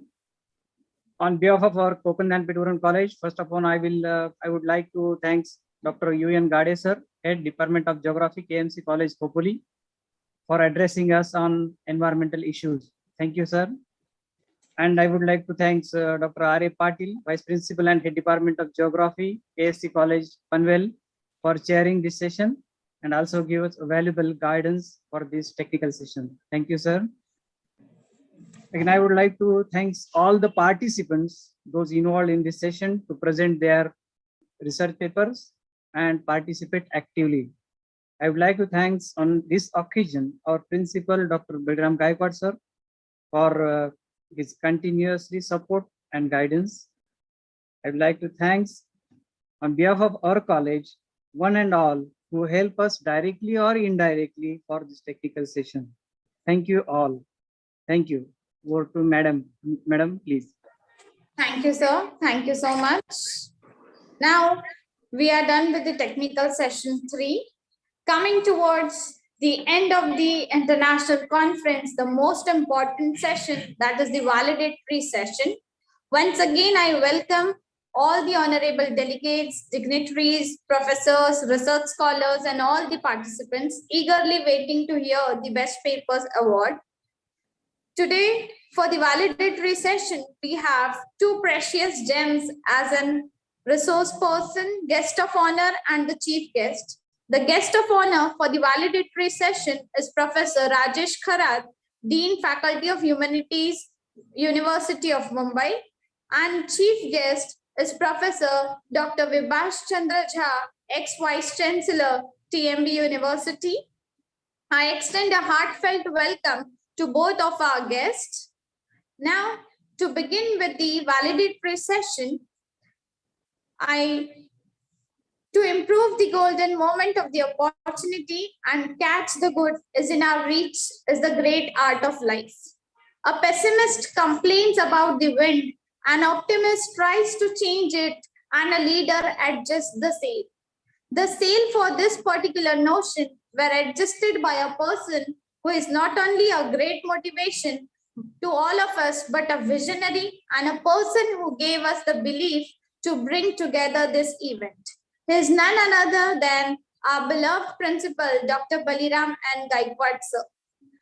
I request Principal Sir to welcome the gathering.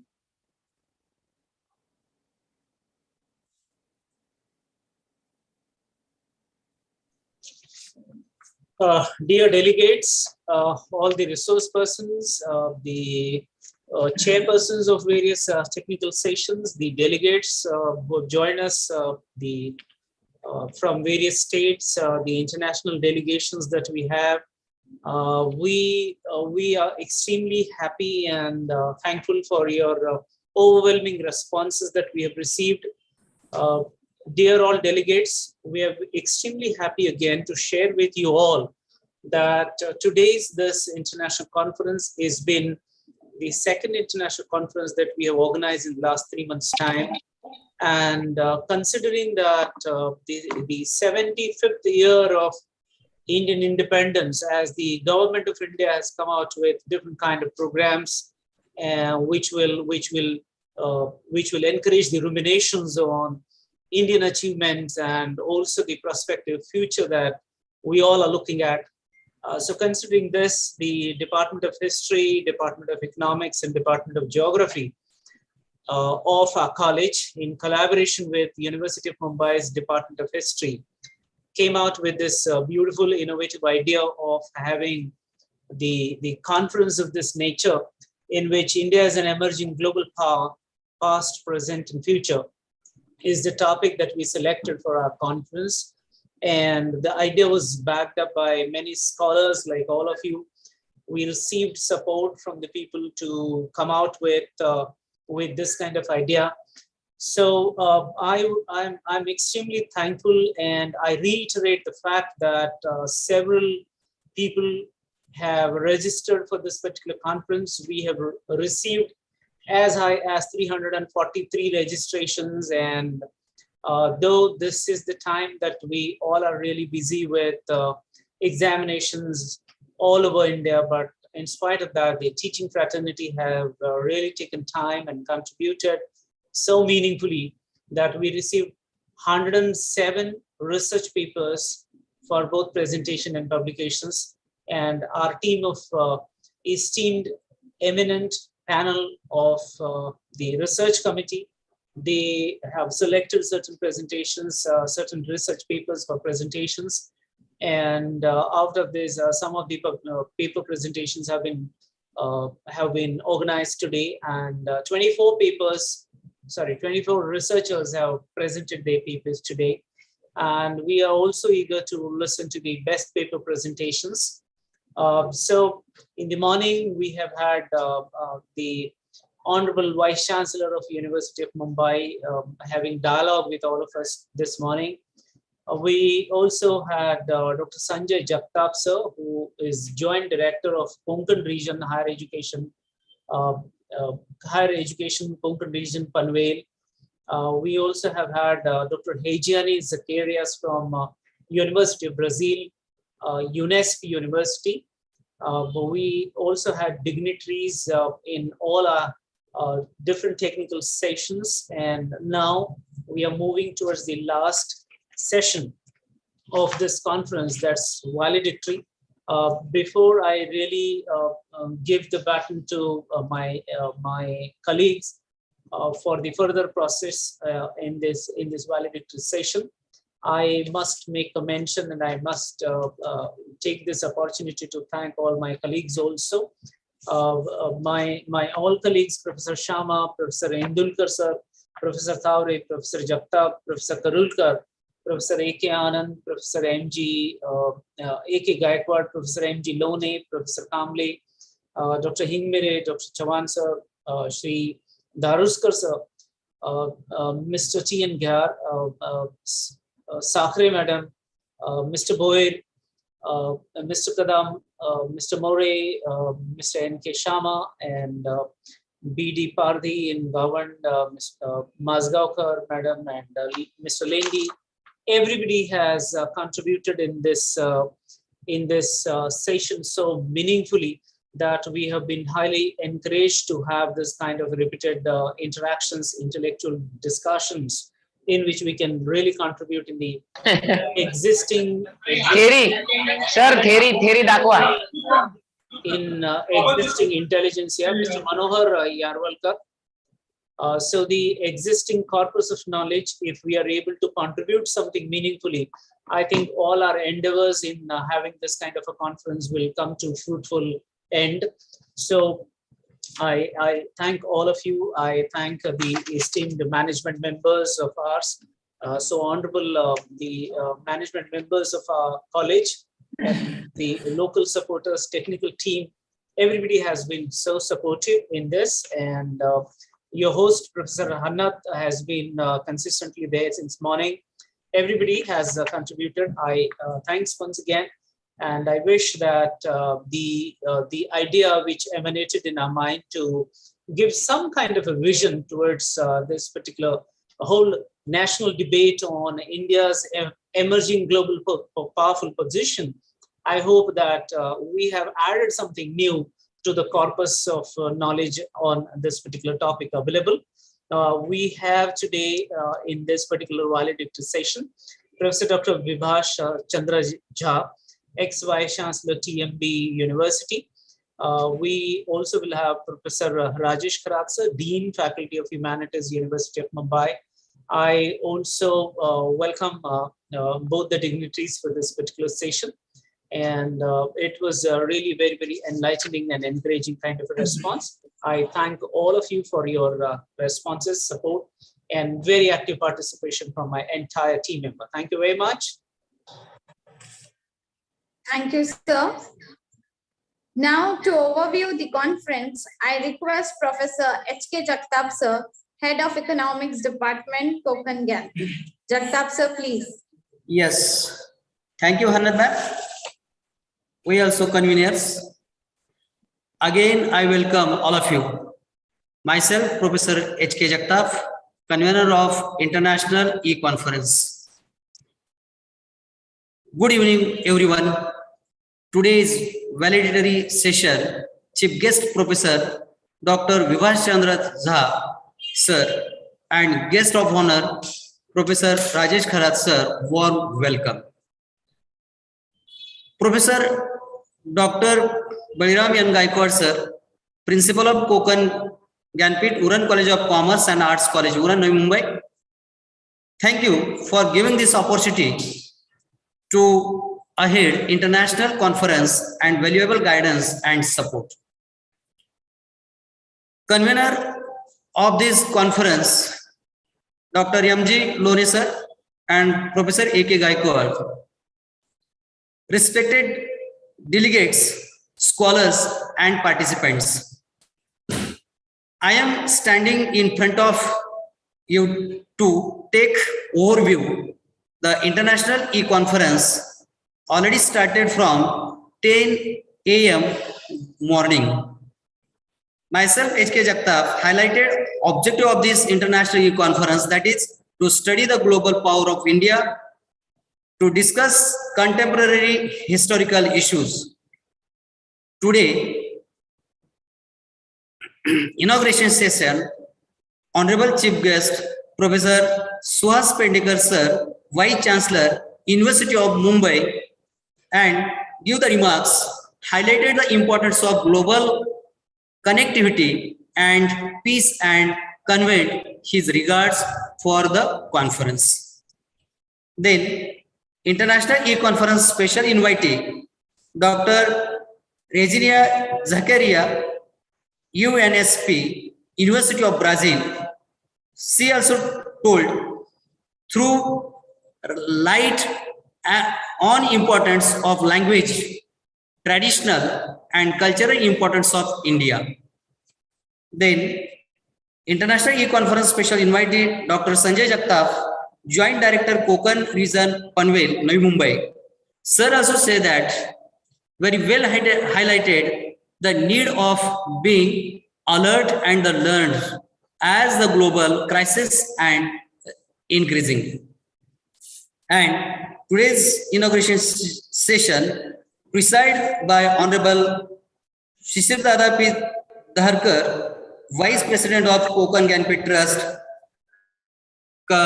could not attend the session but conveyed best wishes for our conference. In this conference, welcome address given by the Professor Dr. Baliram Gaikwad sir, who is the principal on the occasion of inauguration session, spoke the objectives behind the International E-Conference. Inauguration, introductory session, welcome and introduction of distinguished guest by Professor K. Sharma sir. At the end of the inauguration session, out of thanks by Professor V.S. Indrukar sir. In short, the sessions was very fruitful, gained knowledge regarding India as emerging global power, past, present, and the future. This e-conference first technical session started from 11 a.m. First session addressed by resource person Professor Dr. P.S. Kamble sir. And P.S. Kamble sir, there is a remarks, there is a sustainable development is very important. There is a discussion in this session. And this session is chairperson by Professor Sunil Naravade sir. There are 5 research papers presented in this session. That is, there is a Professor Mohini Dev. The subject is terms of trade in balance of payment. Professor Vikas Wagmare and Sachin Jende sir, exploring challenges. Saqib Hakim. Then there is a Shashira Setti, Bhosle Didi, and Professor there is a Sail Joshi are the different paper presenters. Research papers is excellent. There is a present here. In this session, concluding remarks by there is a chairman, Dr. Sunil Naravade sir, and Sunil Naravade sir also. There is an important of sustainable development remarks, low productivity agriculture, how to there is an increase of productivity, cultivation, and poverty line control. Then first technical session, resource person and the chairperson introduced by the H.K. Jagtap and vote of thanks, Dr. E.R. Chavan sir. Then 1:30 p.m. second session there is a start. The session addressed by Dr. Prakash Mashram.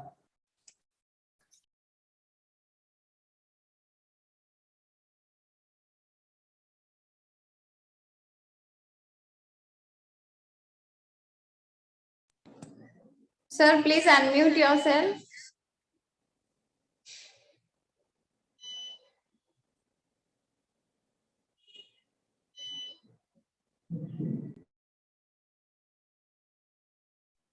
Jagtap sir, please unmute yourself.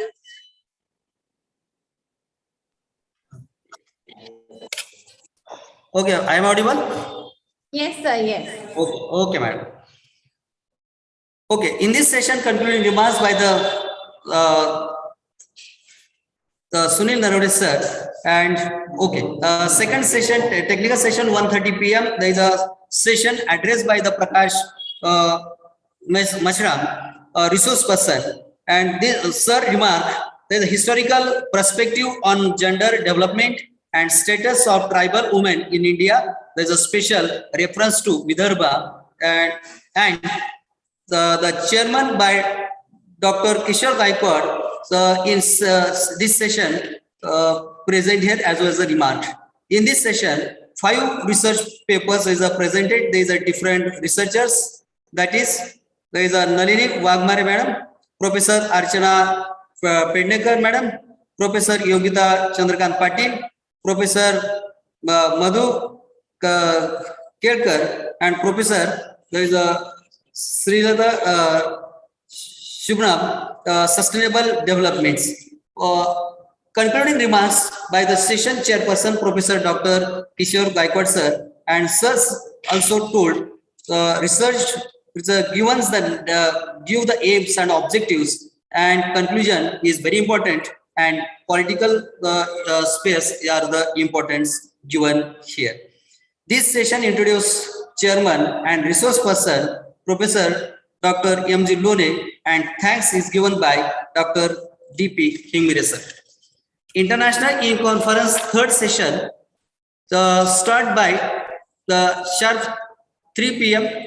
this technical session addressed by the resource person, Dr. Uran Gadi sir, the Geography Department, KMC College, Khopoli.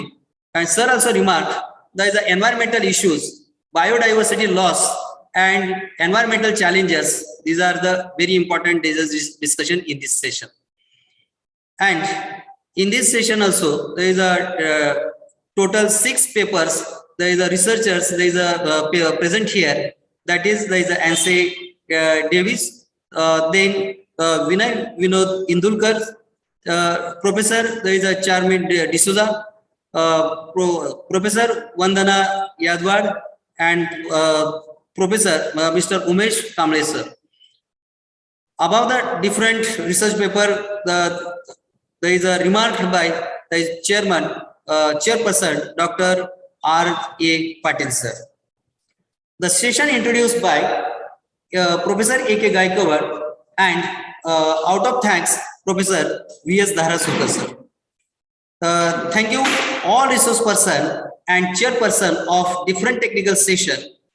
Participations of the paper presenter from the Maharashtra, Rajasthan, Bihar, Goa, Himachal Pradesh, West Bengal, Kerala, and Delhi. Interdisciplinary international e-conference anchoring and technical session handling by Professor Hannat Sheikh and Dr. A.R. Chauhan sir. All teaching and administrative staff help and support this conference. Now we are gathered here for validity session. Thank you so much and hand over to Hannat ma'am. Thank you, sir. So now, to hear the feedback of our conference from our dear participants, I invite Ms. Ansi Davis ma'am from St. Xavier College, Kerala. Ma'am, please. Yes, good evening, ma'am. Am I audible? Yes, ma'am. Okay, thank you. Respected Chief Guest, Professor Dr. Vibhash Chandra Jha, respected Guest of Honor, Professor Rajesh Karat, respected Principal, Dr. Baliram Gaikwad, respected Professor H.K. Jagdep, convener of this conference, and other conveners, Professor Riaz Pathan and Professor M.G. Lone. Due to time constraints, I will summarize my feedback. First of all, I appreciate the organizing team for selecting this topic, India as an emerging global power, the past, present, and future for this interdisciplinary e-conference. Apart from this, I appreciate the organizers for selecting the topics for keynote addresses which focus on sustainable development goals, gender roles, specifically about tribal women, environmental issues, and this platform helped us to hear the words of eminent personalities who are expertise on these above said topics. Another positive aspect of this conference is that various papers presented here on the topics relate with economics, history, commerce, disaster management, literature, then women's issues, education, food security, and ecotel, then the COVID pandemic problems or the impact of COVID pandemic on education, specifically on online education. So I congratulate these organizers for selecting these topics as an interdisciplinary conference. And another aspect I have seen in this paper presentation that this platform clubbed the administrative sector and the academic sector in the paper presented relate to disaster management. So I congratulate the organizers for selecting that paper for presentation. Apart from this, this platform helped us to understand the past, especially the local history. There are many papers presented in the area history, especially the public health management system in the Bombay Presidency in the 19th and early 20th century. So this platform helped us to understand the local history and the present problems faced in the economic sector, agricultural sector, and in the environment sector. And also, there are many suggestions made by the research scholars for our development. So in nutshell, this platform is resource rich and it's a fruitful session. And apart from this, I specify my sincere gratitude to Professor N.G. Lone, sir. Thank you. Thank you, ma'am. Thank you for your appreciative feedback. The second, we would like to hear Dr. Rajesh Vishnu Yevle, sir, HOD English, Sikati College, Panvel.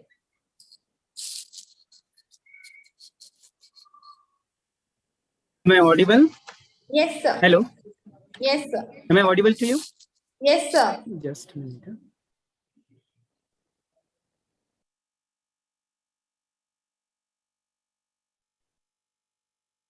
Good evening, everyone.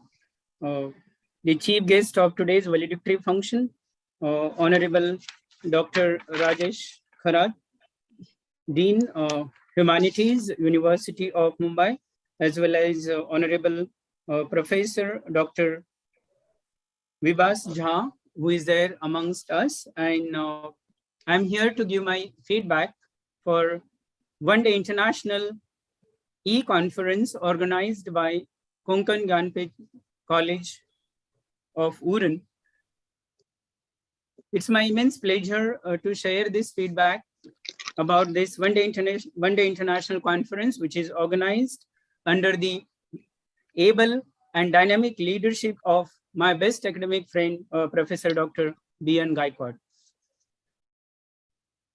At the outset, as we know that this One Day International Conference has been inaugurated by Honorable Professor Dr. Suhas Pednekar, Vice Chancellor of University of Mumbai, and he has also delivered an inspiring address to all the delegates who have joined virtually for this international conference.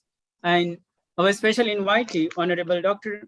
Sanjay Jagtap, Joint Director, Higher Education, Konkan Region, has also emphasized on the role of India in order to achieve the dream of becoming a global power in days to come. Then our distinguished international guest for the morning session, Honorable Dr. Jacaria from University of Brazil, also highlighted on the key role played by language during the pandemic.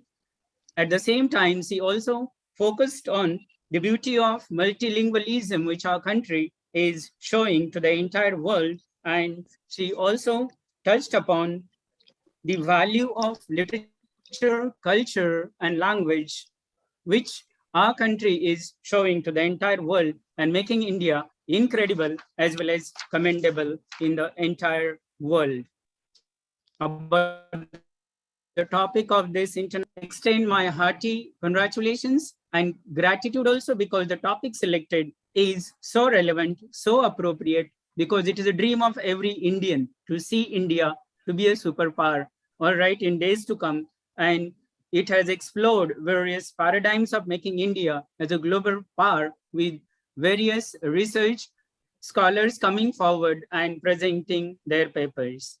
At the same time, the success of any academic endeavor entirely depends upon the captain of the ship. And I'm so happy that the boat, the ship, is being very systematically, very meticulously guided and supported with the strong and visionary leadership of my best friend, Professor Dr. B.N. Gaikwad, and under his motivation, with his vision, with his support, this one-day international conference has been organized very effectively, successfully, which could be cherished by all the participants, all the delegates who have joined to this particular event.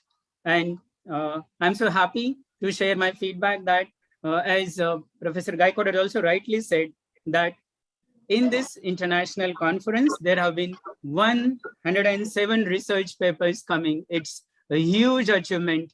Biggest credit, heartiest congratulations goes to the entire team of Konkan Gyanpeeth College, including the principal, as well as Parag sir and many others who have contributed day and night in the process of successful organization of this one-day international e-conference with an interdisciplinary approach. So it's a big achievement. 107 public research papers have been received, overwhelming response of more than 300 registration, and 24 research scholars have presented their papers, which I have also listened. So all the resource persons have been invited with specific vision who can touch upon various paradigms and aspects of making India as an emerging global power.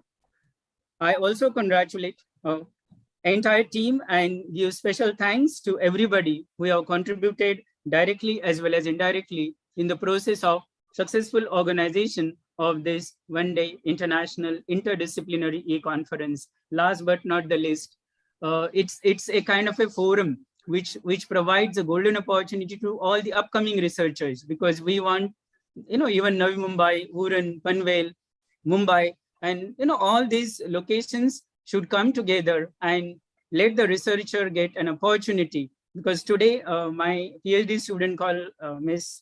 Yogita Patil presented a paper today. These young researchers should get an opportunity. And I'm so thankful and so happy to share that today, Professor V.N. Gaikwad has made this occasion a golden occasion, a historical event, by providing an unique opportunity to all the researchers across India. We just now we have listened one feedback from Kerala.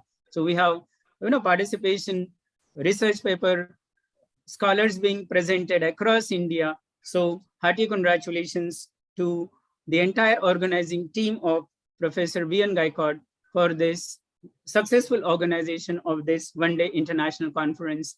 Thank you all for giving me the opportunity to share my views. Thank you. Thank you, sir. Your words are very valuable to us. Now, coming towards the guest of honors and the chief guests. Nothing great will be achieved without great men, and men are only great if they are determined to do so. Ladies and gentlemen, we are happy to have with us Professor Rajesh Kharat sir as the guest of honor. May I kindly request Mrs. Shweta Gupta ma'am to share a few words of introduction about our guest of honor. Ma'am, please. Thank you, ma'am. A very good evening to one and all. I am Shweta Gupta. I am profoundly delighted to take this opportunity to introduce our guest of honor for today's International E-Conference, Professor Dr. Rajesh Kharat sir. Sir is Dean, Faculty of Humanities and In-Charge Director, School of International Relations and Strategic Studies, University of Mumbai. Sir is Professor and former Chairperson of Center for South Asian Studies, School of International Studies, JNU, and former Chief Advisor to EOO, JNU. Sir is graduated from University of Pune and completed his MPhil and PhD from Center for South Asian Studies, JNU.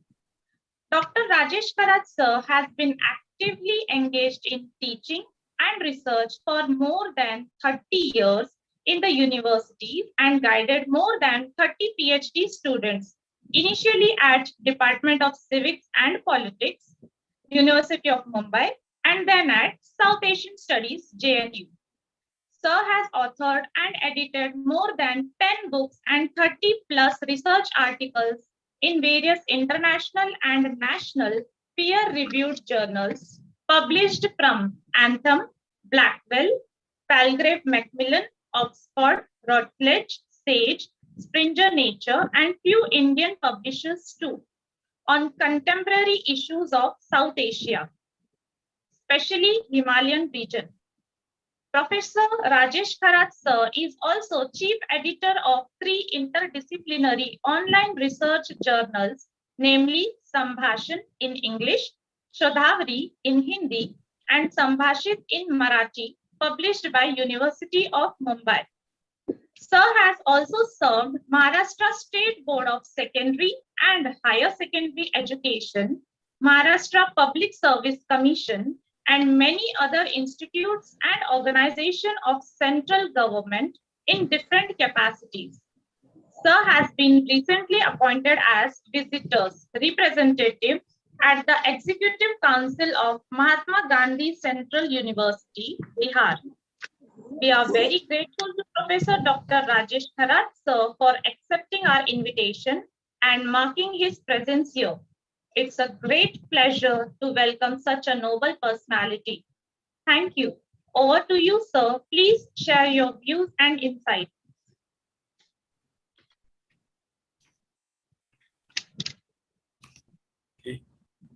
Anat ma'am.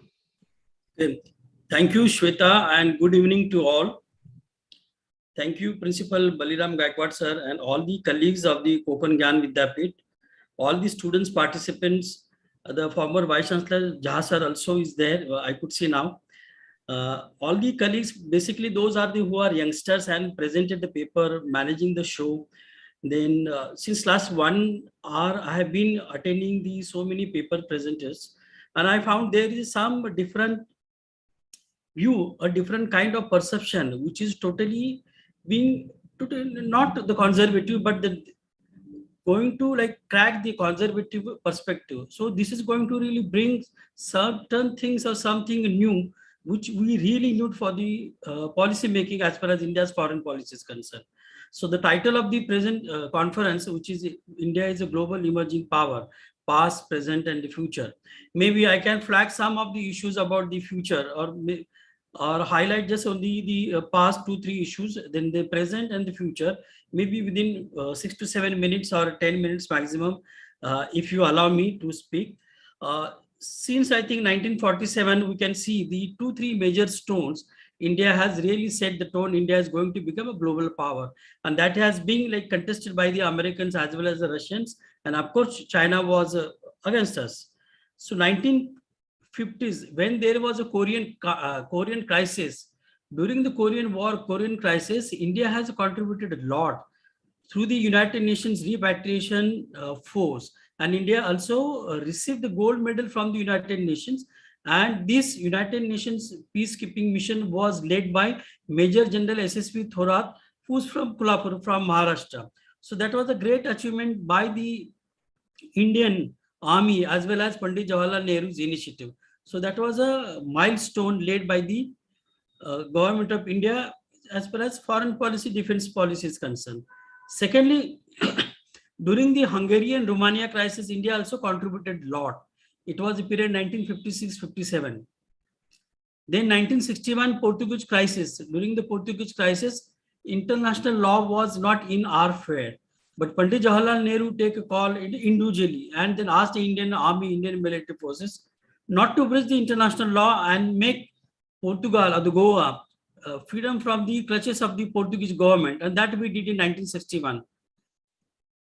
Unfortunately, we have lost the war in 1962 because of a number of reasons. I don't want to go beyond that, but if you get a time, you can read the book by Brigadier Dalvi, who was Peter Dalvi, who was from Pune, who has written a book on Himalayan blunder. That book was banned during the Congress government recently, 2014-15.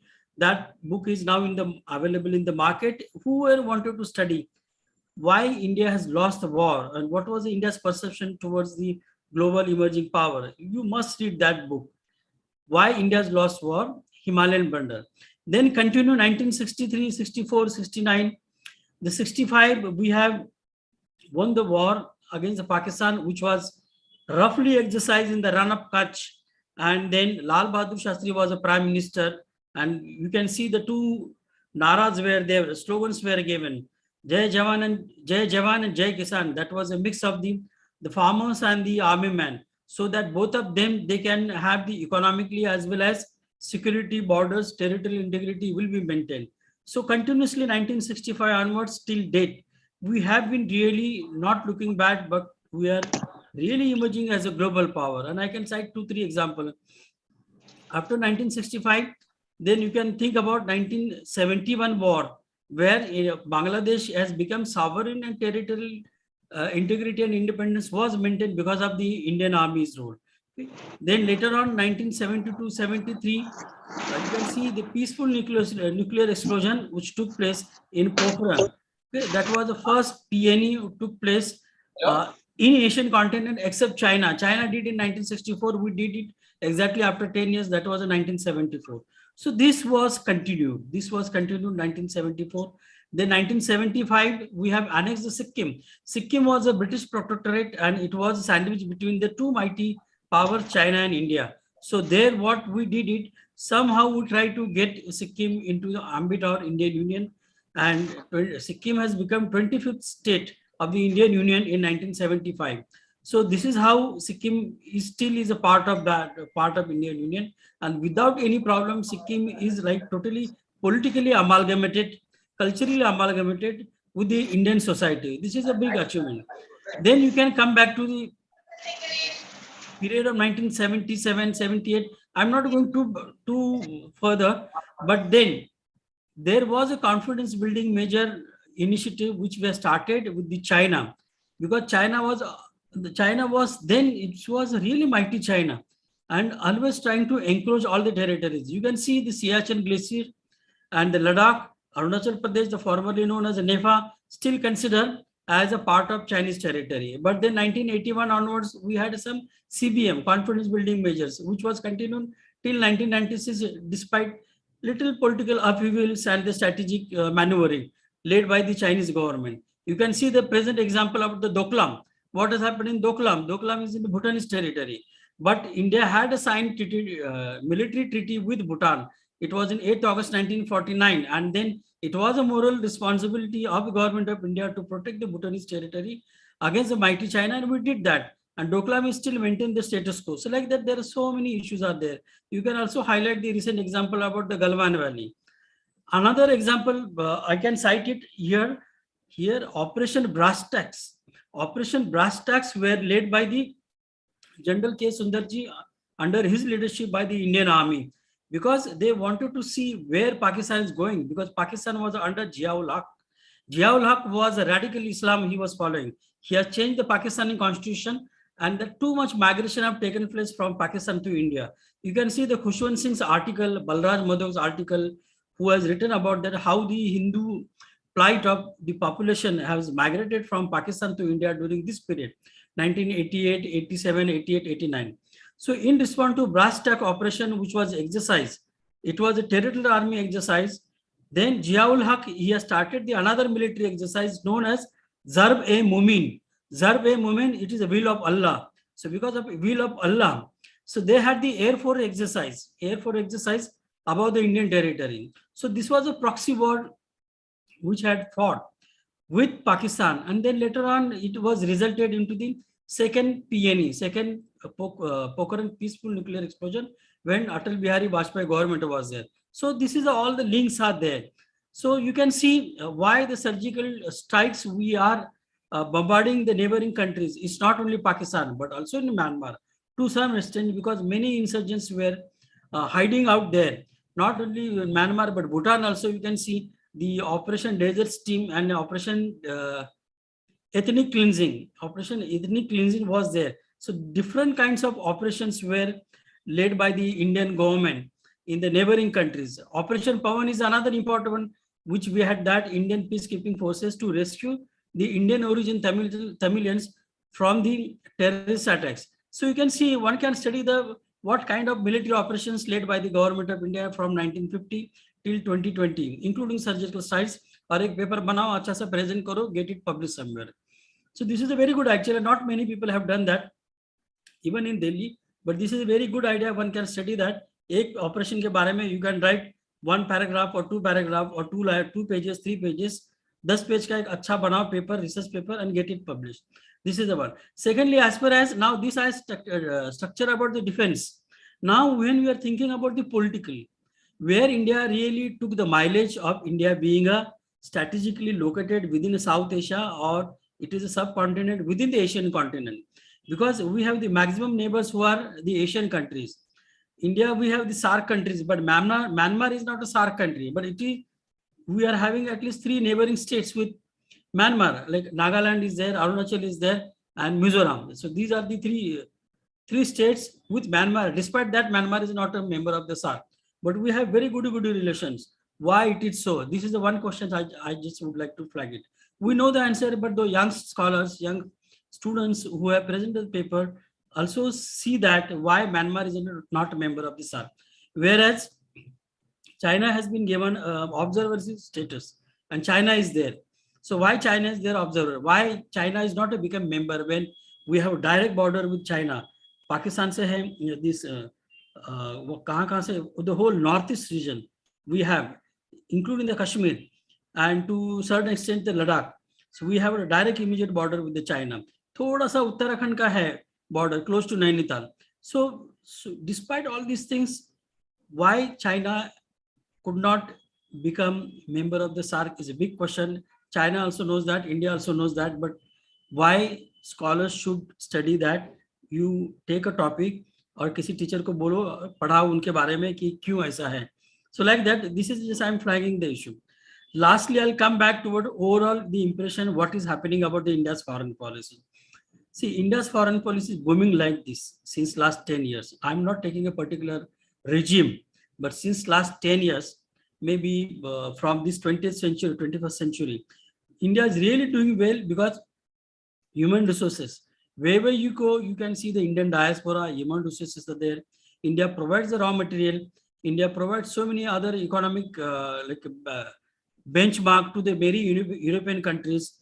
If you go to the Southern American countries, you can see maximum Indians are there. They are working in the different areas as a brain. So they can't do, the world cannot do away with Indian brain or Indian diaspora. That is why you can see many countries are dependent upon India, and everywhere they want Indian people. This is the one. Role of India in the United Nations is marvelous. Most of the diplomats, they are very well trained and they vouch for the Indian nationalism. Kuch bhi hoga, but their first priority is to India. And you can see that was reflected in the 2 days back when the former Prime Minister of Pakistan, Imran Khan, has appreciated India's foreign policies without any disturbances, without any destruction. Nobody could dare to interfere in the Indian foreign policy matter.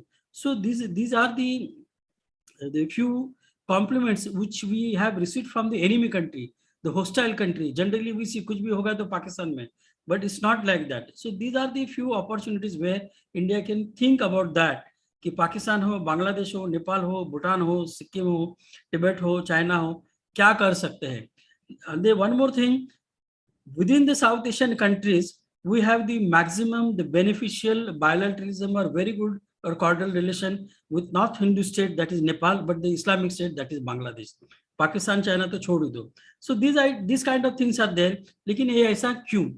That I'll leave it to you and I'll stop here. Thank you once again for sharing some thoughts with you. Thank you once again. Thank you. Thank you, sir. Thank you very much, sir. Very well. Hannat, madam, just a minute. Yes. Thank you very much, sir. I personally take this opportunity to thank you. I have been very, very fortunate to have closely associated with Professor Rajesh Kharat, sir, in the capacity as the officials of University of Mumbai. We have worked together. And it's my really privilege to invite sir and say thank you also today on behalf of KONKAN GYANPEETH URAN College as well as our management and entire my professors team as well as Principal Dr. Sudhakar Lahupachang sir is also here with us. So sir, thank you very much. I would like to say, sir, I would like to say something little extra for all the professors and teaching fraternity here. Dear friends, in the capacity or as being the teacher fraternity, all of us are engaged in this academic activities, and we time and again we express our fraternity towards education field, and we are doing our best. But I would like to taking a little extra time, though this is the last session of the conference, because we all should learn wherever we interact and get an opportunity to learn from the people. So Dr. Rajesh Kharath has been such kind of one personality, because I personally felt, I being the English literature learner, student of English literature, and largely being the part of English department fraternity and humanities, I certainly felt time and again that Dr. Rajesh Kharath has been really such kind of contribution in the University of Mumbai, because in any academic setting, the kind of expectations from teaching fraternities or in academia, what kind of academic positive inputs that continuously we should give. Dr. Rajesh Kharath has set an example. I have seen he has been working on Sambhashan, Shodavari, continuously academic inputs he's been giving. Usually we see those people who are busy with academic administration. Their academic inputs are less and administrative or more. But he's been one such kind of personality who has balanced, rather given more academic inputs, though he's been in academic administration. And sir, really, I personally have learned a lot, and I owe you a lot in that particular point. And today also, you have certainly given us a dimension of how India's territory and our relations with international, the international communities that we have, and also given a kind of a different dimensions with the Indian international position. You have rightly referred to some of the recent trends, what is happening, particularly with reference to the Pakistani ex-Prime Minister, how he has quoted, all today's newspapers have covered that how much appreciation he has towards India. So you have also worked in different capacities, particularly with international relations. Your session today has really enlightened all of us. Thank you very much, sir. Thank you so much. Thank you, sir. Thank you, Professor Rajesh Kharath, sir, and Principal Baliram Gaikwad, sir. A quote that perfectly suits our chief guest: "The fragrance of flowers spread only in the direction of the wind, but the goodness of a person spreads in all directions."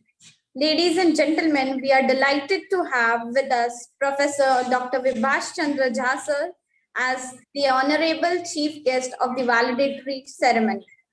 I like to call upon Mrs. Shweta Gupta ma'am to introduce our honorable chief guest, Professor Dr. Vibhash Chandra Jha, sir. So we are very happy to see you. Once again, a very good morning, good evening to one and all. It gives me an honor to introduce a renowned and highly dignified personality, that's Honorable Professor Dr. Vibhash Chandra Jha, sir. Sir is Professor of Geography and has studied BSc in Geography, MSc in Geography, PhD in Geography from BHU Varanasi. Professor Jha is a renowned geographer and his area of specialization is geomorphology, cultural geography, geography of Buddhism, geoinformatics, and geospatial technology. Professor Jha has been Dean Principal Vidya Bhavana, Shanti Niketan, West Bengal. Sir is member of the Executive Council of Visva-Bharati University.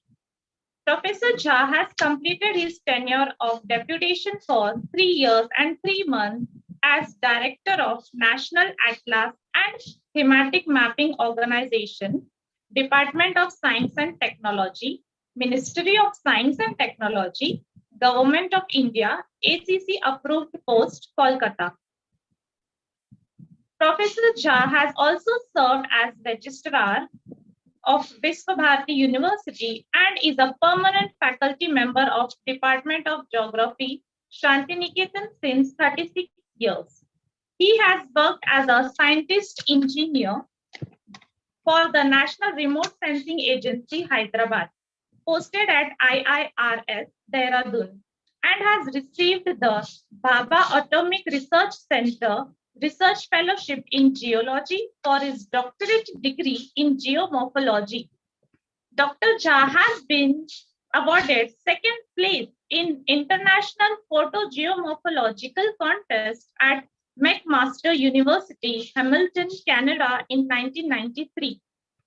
Professor Jha has enormous experience in institution building and has served in various positions like coordinator for the project team from India side on India-Asian Archaeological Atlas from satellite date, connectivity of regional culture, a joint venture between India and Thailand aiming at strengthening bilateral relations between Asian nations in the field of science and technology. Professor Jha is Chairman 11 Plan Task Force, Professor in Charge Planning and Development Board, Visva-Bharati University, Shanti Niketan. Currently, he is researching in cultural geography, geography of Buddhism, and tropical geomorphology from the land degradation and desertification point of view. Professor Jha has been president of Indian National Cartographic Association 2016 and vice president of INCA. And he was also member of executive body of National Spatial Data Infrastructure, BIS, and National Disaster Management Authority, Government of India. Dr. Jha visited the International Center for Theoretical Physics, Trieste, Italy, as a special participant at the workshop. Dr. Jha has participated in 4th and 5th International Conference on Geomorphology at Bologna, Italy, and Tokyo, Japan, as national delegate. 18 research scholars have been awarded their PhD degree under his supervision.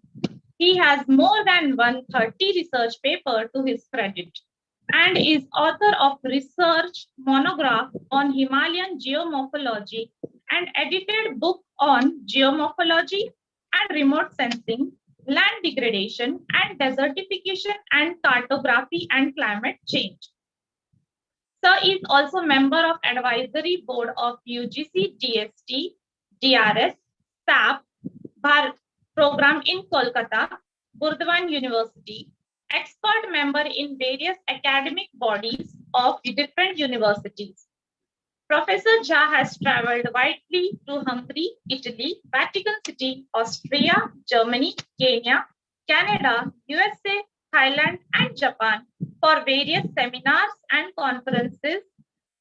His research interests are spatiotemporal analysis and assessment of geomorphological hazards using RS and GIS application of RS and GIS in terrain evaluation, morphometric analysis of drainage basins in relation to erosion survey, environmental impact assessment, land degradation and desertification in tropical lands, engineering, geomorphology, and landscape ecology. Words are insufficient to describe his educational journey. Sir is also a man of great values. We thank you, sir, for accepting our request and sparing your precious time for our institution. Thank you. Please, sir, share your valuable words of wisdom. Over to you, sir.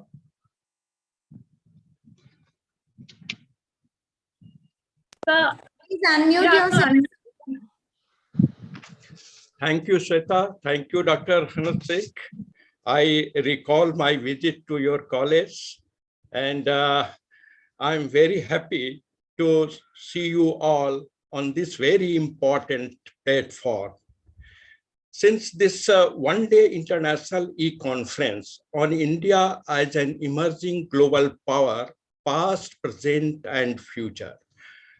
Dear friends, members of the organizing committee, particularly Professor Dr. Baliram Gaikwad, Principal, KG Uran College of Commerce and Arts, Professor Suhas Pednekar ji, Vice Chancellor, University of Mumbai, who was chief guest in your inaugural session today, Professor A.K. Sharma, Professor A.K. Gaikwad ji, Professor Rajesh Kharat ji, Professor Jagtap ji, and Professor Parag Karlukar ji. My dear friends, young academics, research fellows, and dear students and participants. It is a great honor for me today to address you all at such an august gathering of Konkan Gyanpeeth Uran College of Commerce and Arts. It's an international occasion, and you had the speakers from various countries, including the Brazil, and particularly to deal with the global power, how India is having its place at the global level. In fact, if we see the historical aspects of India, the conflict aspects of India, and conflict between the human activities and environmental constants, then we find that the world is finite. It will have to provide food and energy to meet the needs of a doubled world population, sometimes in 21st century. Dear friends, actually, if we see human activities and environmental constraints are very important here at this particular stage. Food and energy to world population in 21st century is also a very important matter. And particularly when we see India, the India's diversity, the India's vastness, the India richness permeate through its culture, economy, territorial limits, as Professor Rajesh Kharat ji was also explaining, the geography of India, the history, and so on.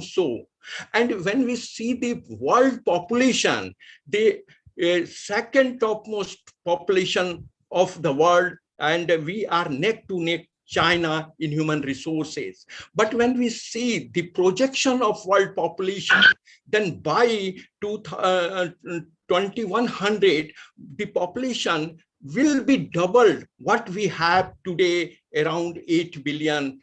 But there is a trend of population that needs a complete power system.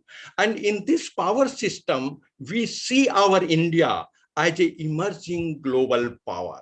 In fact, it has grown because of a strong foundation of our spiritual development, which fuels the intellect and moral sense of richness. And it is the spirit that increases all who pass out, and they develop the resources to meet the world demand. Recently, we had the COVID-19, dear friends, and this e-conference, which you are organizing in a very successful mode. And really, this is also the experience of the COVID-19. COVID-19 was far different from our usual routine. I must congratulate all members of the organizing team for such excellent and well-coordinated events, virtually, be it academic or cultural. All have worked hard and under very difficult conditions this past academic year for this international e-conference. Really, I congratulate all the organizing committee members for organizing such a interesting and very significant and appropriate e-conference.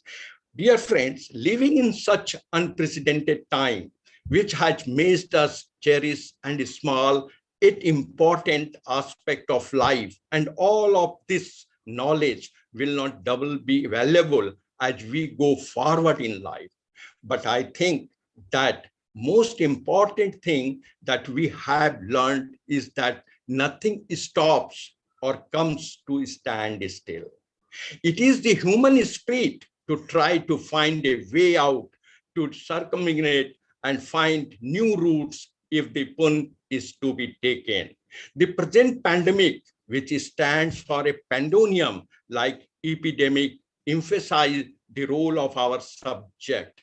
So thus, this way, it is the credit which goes to digitalization, the geospatial technology which has made, and a slogan which we are giving, local to global, that really here signifies. As the theme of the conference, India as an emerging global power, past, present, and future, was always very important for any country, but for India, it's very special. Dear friends, actually, if we see, it is the soft power for India. The India's strength is the soft power, which makes India so powerful and so important globally. India has a long history of culture, dialogue with many regions of the world, especially with Asia, where its cultural influence have spread through the philosophy of religions, Jainism, Hinduism, Buddhism, Sikhism, particularly in East and Southeast Asia. The Indian culture has spread to foreign lands through wandering traders, philosophers, migration, and not through the quest. So here, the past, when we discuss about the power, India had a very powerful status during the past. The origin of the numbering system, the concept of zero, logic geometry, basic algebra, calculus, probability, astronomy, etc., lies in ancient India, which were later introduced in the West by Arabic and mathematicians. So in the recent times, the development of India is mainly based on its technological development, and through technologically development, we are moving through globalization. So the India is really rising, the soft power and the world's largest democracy.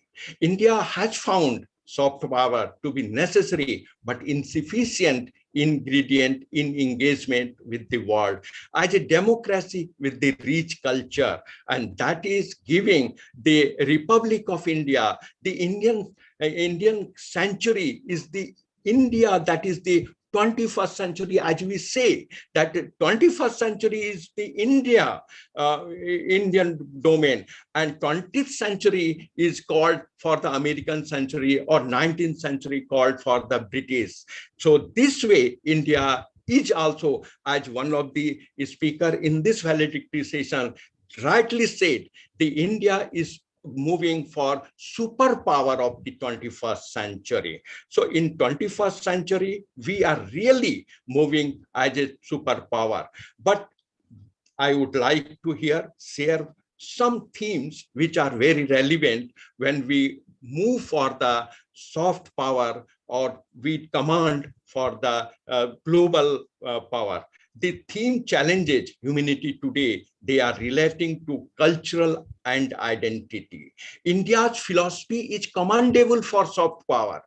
It is because of the larger democracy on globe, rich tradition of democracy. Spiritual democracy is over the bedrock of soft power. And one very important point is that unity in diversity, not unity in diversity. Otherwise, if you see also diversity in unity, how diversification we are having from geography to history to culture to different, but that we are also having the unity, and that has given a message to the global level that how India is rising, how India is emerging as global power in the present time and in future also. So the diverse manifestations of India, the global sustainability of India, the United Nations sustainable goals, 17 goals which were laid down, and how we are addressing all the goals. It is a part of our ethos. We want to follow our earth, varieties of dimension of India, dimension of super soft power, the knowledge dimension of soft power. So all these are very important aspects which are mainly moving India to emerging as a global power. This is also one very important, that a person's approach to international relations, typically involving the use of economic and cultural influences, individual aspiration, collectivism, individualism, and management science. Nowadays, as you are doing every day, you are going through the yoga. India has set a yoga day in the world, and entire world is following the yoga, and we are the people of India, we are the citizenry of India, we have this credit. The Ayurveda, the naturopathy, the modern medicine, arts, traditions, music, crafts, dances, all these are here, which are very important segments, components for the emerging India global power. Not only this, from the education point of view, you see, then the Gurukuls, our Gurukul system, the Nalanda Vishwavidyalaya, and the Lord Buddha, the message. What was the message of Lord Buddha? The peace and self-reliance. The peace and self-reliance. Nowadays, we talk about that, the interdisciplinary approach. But in fact, dear friends, we are moving to transdisciplinary approach, because we have to have a world global power, a peace and self-reliant world. We talk about the Atmanirbhar Bharat. Atmanirbhar Bharat means the peace and the self-reliance. In this context, I would like to just share that when I was in NATMO as the government of India, one of the government of leading organization of India, and we had an international project on India-ASEAN archaeological atlas preparation from geospatial technology, in which the main focus was connectivity of regional culture. Connectivity of regional culture, the finite roots and infinite values. How the entire world can be brought into one segment, and we can have a peace and self-reliance. So such type of task, such type of attempts is already being done in the past and present. And this will set a new dimension in the field of the global power to the India. So all these aspects are here very important, dear friends. And since morning, you are having the technical sessions, starting from the inaugural sessions. I am very happy to know that in one-day seminar, you had 107 papers, and really it's a great, although I know very well, it is very difficult to organize under this such circumstances, the international seminar, but in such a smooth, successfully you have organized and you have come to the valedictory part, and really this will help all the academicians, all the planners, all the policy makers, and for that purpose, once again, I congratulate the organizers. You had 3 technical sessions: the sustainable development of India, challenges and policy ahead. You had tribal geography, you have the environmental issues. So all these aspects are only possible when you are having such a very important and relevant theme to study. So here in this context, I would like to just share one quote given by Gurudev Rabindranath Tagore. Everything comes to us that belongs to us, if we create the capacity to receive it. Let us please to be more resourceful to society, for God has bestowed us with all resources that we can put to work. When you leave, since morning you are attending the technical sessions, when you leave here today, Remember all the gems of knowledge that you have gathered today. Be proud, celebrate what you have accomplished, and look forward, encouraged in spirit with a conscience towards how you too can be of service to society and inspiration for the others. India was a global power in the past.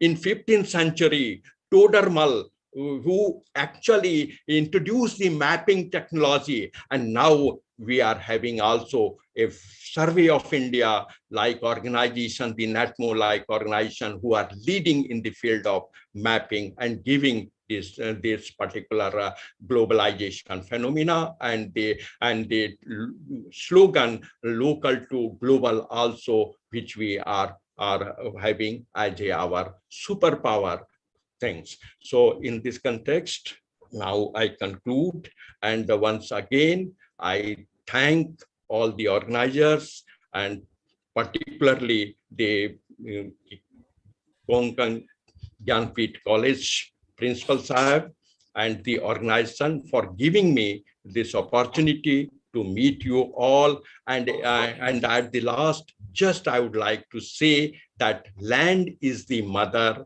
the progeny of the earth, as I am. In Arthved में कहा गया है माता भूमि पुत्रो अहम पृथ्व्या, अर्थात भूमि मेरी माता है और मैं उसका पुत्र हूं, अर्थात माता पृथ्वी, मातृभूमि को नमस्कार, मातृभूमि को नमस्कार। धन्यवाद। जय Hind. Thank you, sir. Thank you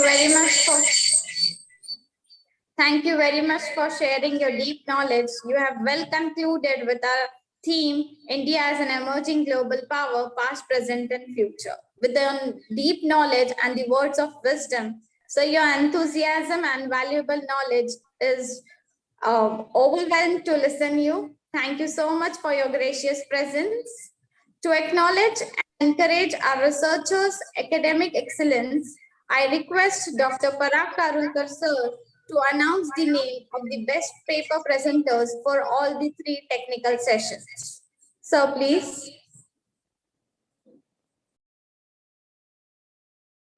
Without taking much time, I know you are eagerly waiting for declaring the names of best paper presenters.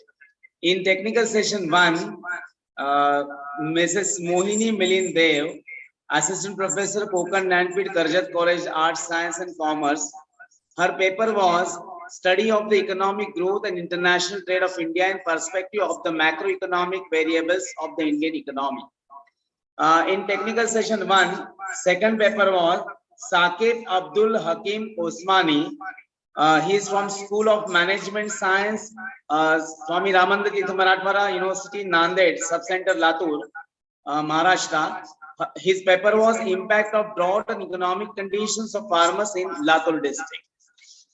In technical session 2, best paper was Dr. Madhu Kelkar, Associate Professor from HR College of Commerce and Economics, Churchgate, Mumbai. Her paper was Sanitum Omnias Sanitas, Sanitary Education and the Development of Public Health Conscience in Bombay Presidency, 1857 to 1947.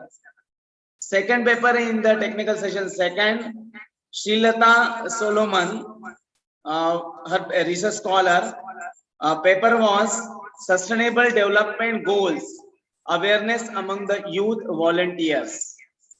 She is from Shillong, I think.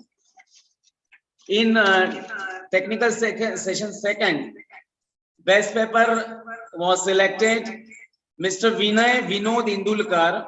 The paper was jointly with Professor V.S. Indulkar and Vinay Indulkar from Narsi Monji Institute of Management Studies, Kharghar, Navi Mumbai. His paper was Changing Trend in Hospitality Industry, Eco-Tel. And one other paper was selected in technical session 2, Third, Charmani D'Souza, Miss Charmani D'Souza, Associate Professor from Rosny College, Goa. Her paper was Online Teaching Challenges During COVID-19 and Exploratory Factor Analysis. So congratulations to all paper presenter, those who have shown the keen interest to submit the paper and also presenting the paper for the conference, and also the best paper presenter. Congratulations to one and all. Thank you to chairperson of all the sessions that they have given their valuable time and selected best paper presentation. Over to you, Hannat ma'am. Thank you very much. Thank you, sir. Congratulations to all the wonderful presenters. 1 minute, madam. All the paper presenter, best paper presenter will get the certificate, okay, with including the best paper presentation. Okay, thank you very much. Over to you. Thank you, sir. Gratitude is the fairest blossom which springs from the soul. We are reminded that events like this are milestones on the journey of life and reminders of the God's fidelity all through. As we come to the close of our valedictory ceremony, I invite Professor Riaz Pathan sir to propose vote of thanks. Sir, please.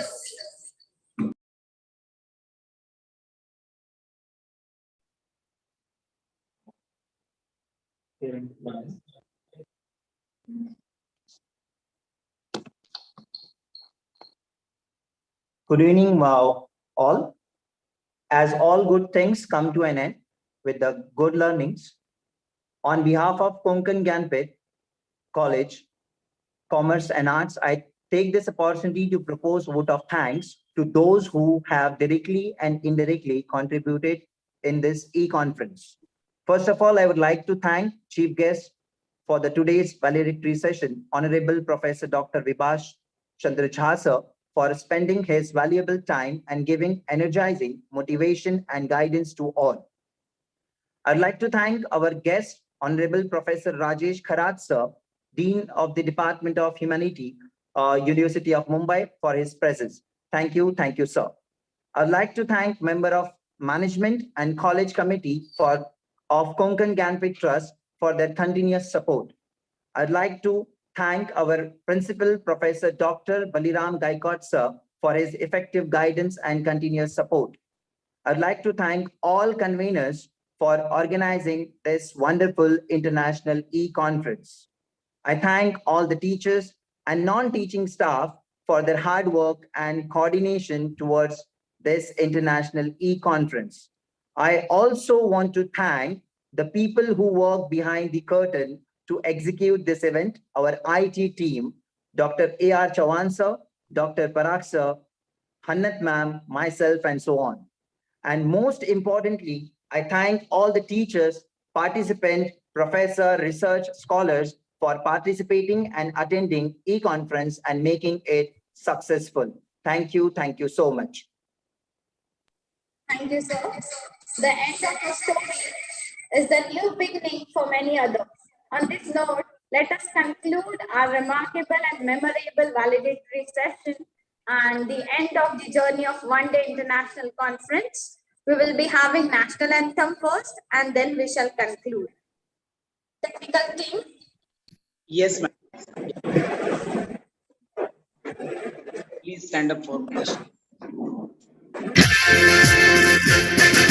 Jana Gana मन अधिनायक जय हे भारत भाग्य विधाता पंजाब सिंध गुजरात मराठा द्राविड़ उत्कल बंगा विंध्य हिमाचल यमुना गंगा उच्छल जलधि तरंगा तव शुभ नामे जागे तव शुभ आशीष मांगे गाहे तव जय गाथा जन गण मंगल दायक जय हे भारत भाग्य विधाता जय हे जय हे जय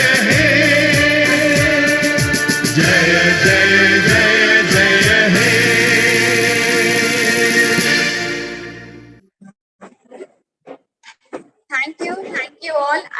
convey my heartfelt gratitude to all the professors, participants, delegates for sharing their valuable support for this conference. I thank you all on behalf of Konkan Gyanpeeth Uran College family for your wholehearted support rendered in success of this conference. Thank you very much. Thank you very much. Thank you to each and Thank you, everybody. Jaz, sir. Thank you, sir. Thank you so much. Thank you, sir. Thank you जी so कैसे much, sir. हैं? Sir ji बहुत How are अच्छा हूँ, बहुत अच्छा लगा sir आपको सुन के. Thank you so much. Thank you very much for giving me Good, thank you, opportunity. sir. Thank you very much. Okay. Thank you all of you. Thank you, sir. Thank you. Thank you. Thank you. Thank you. धन्यवाद.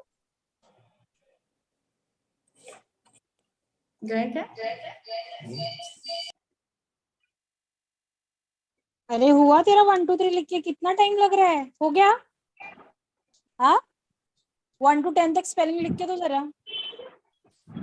Dr. Chavan, sir, please close the link. Yeah, all staff members, we'll meet for 5 minutes in office.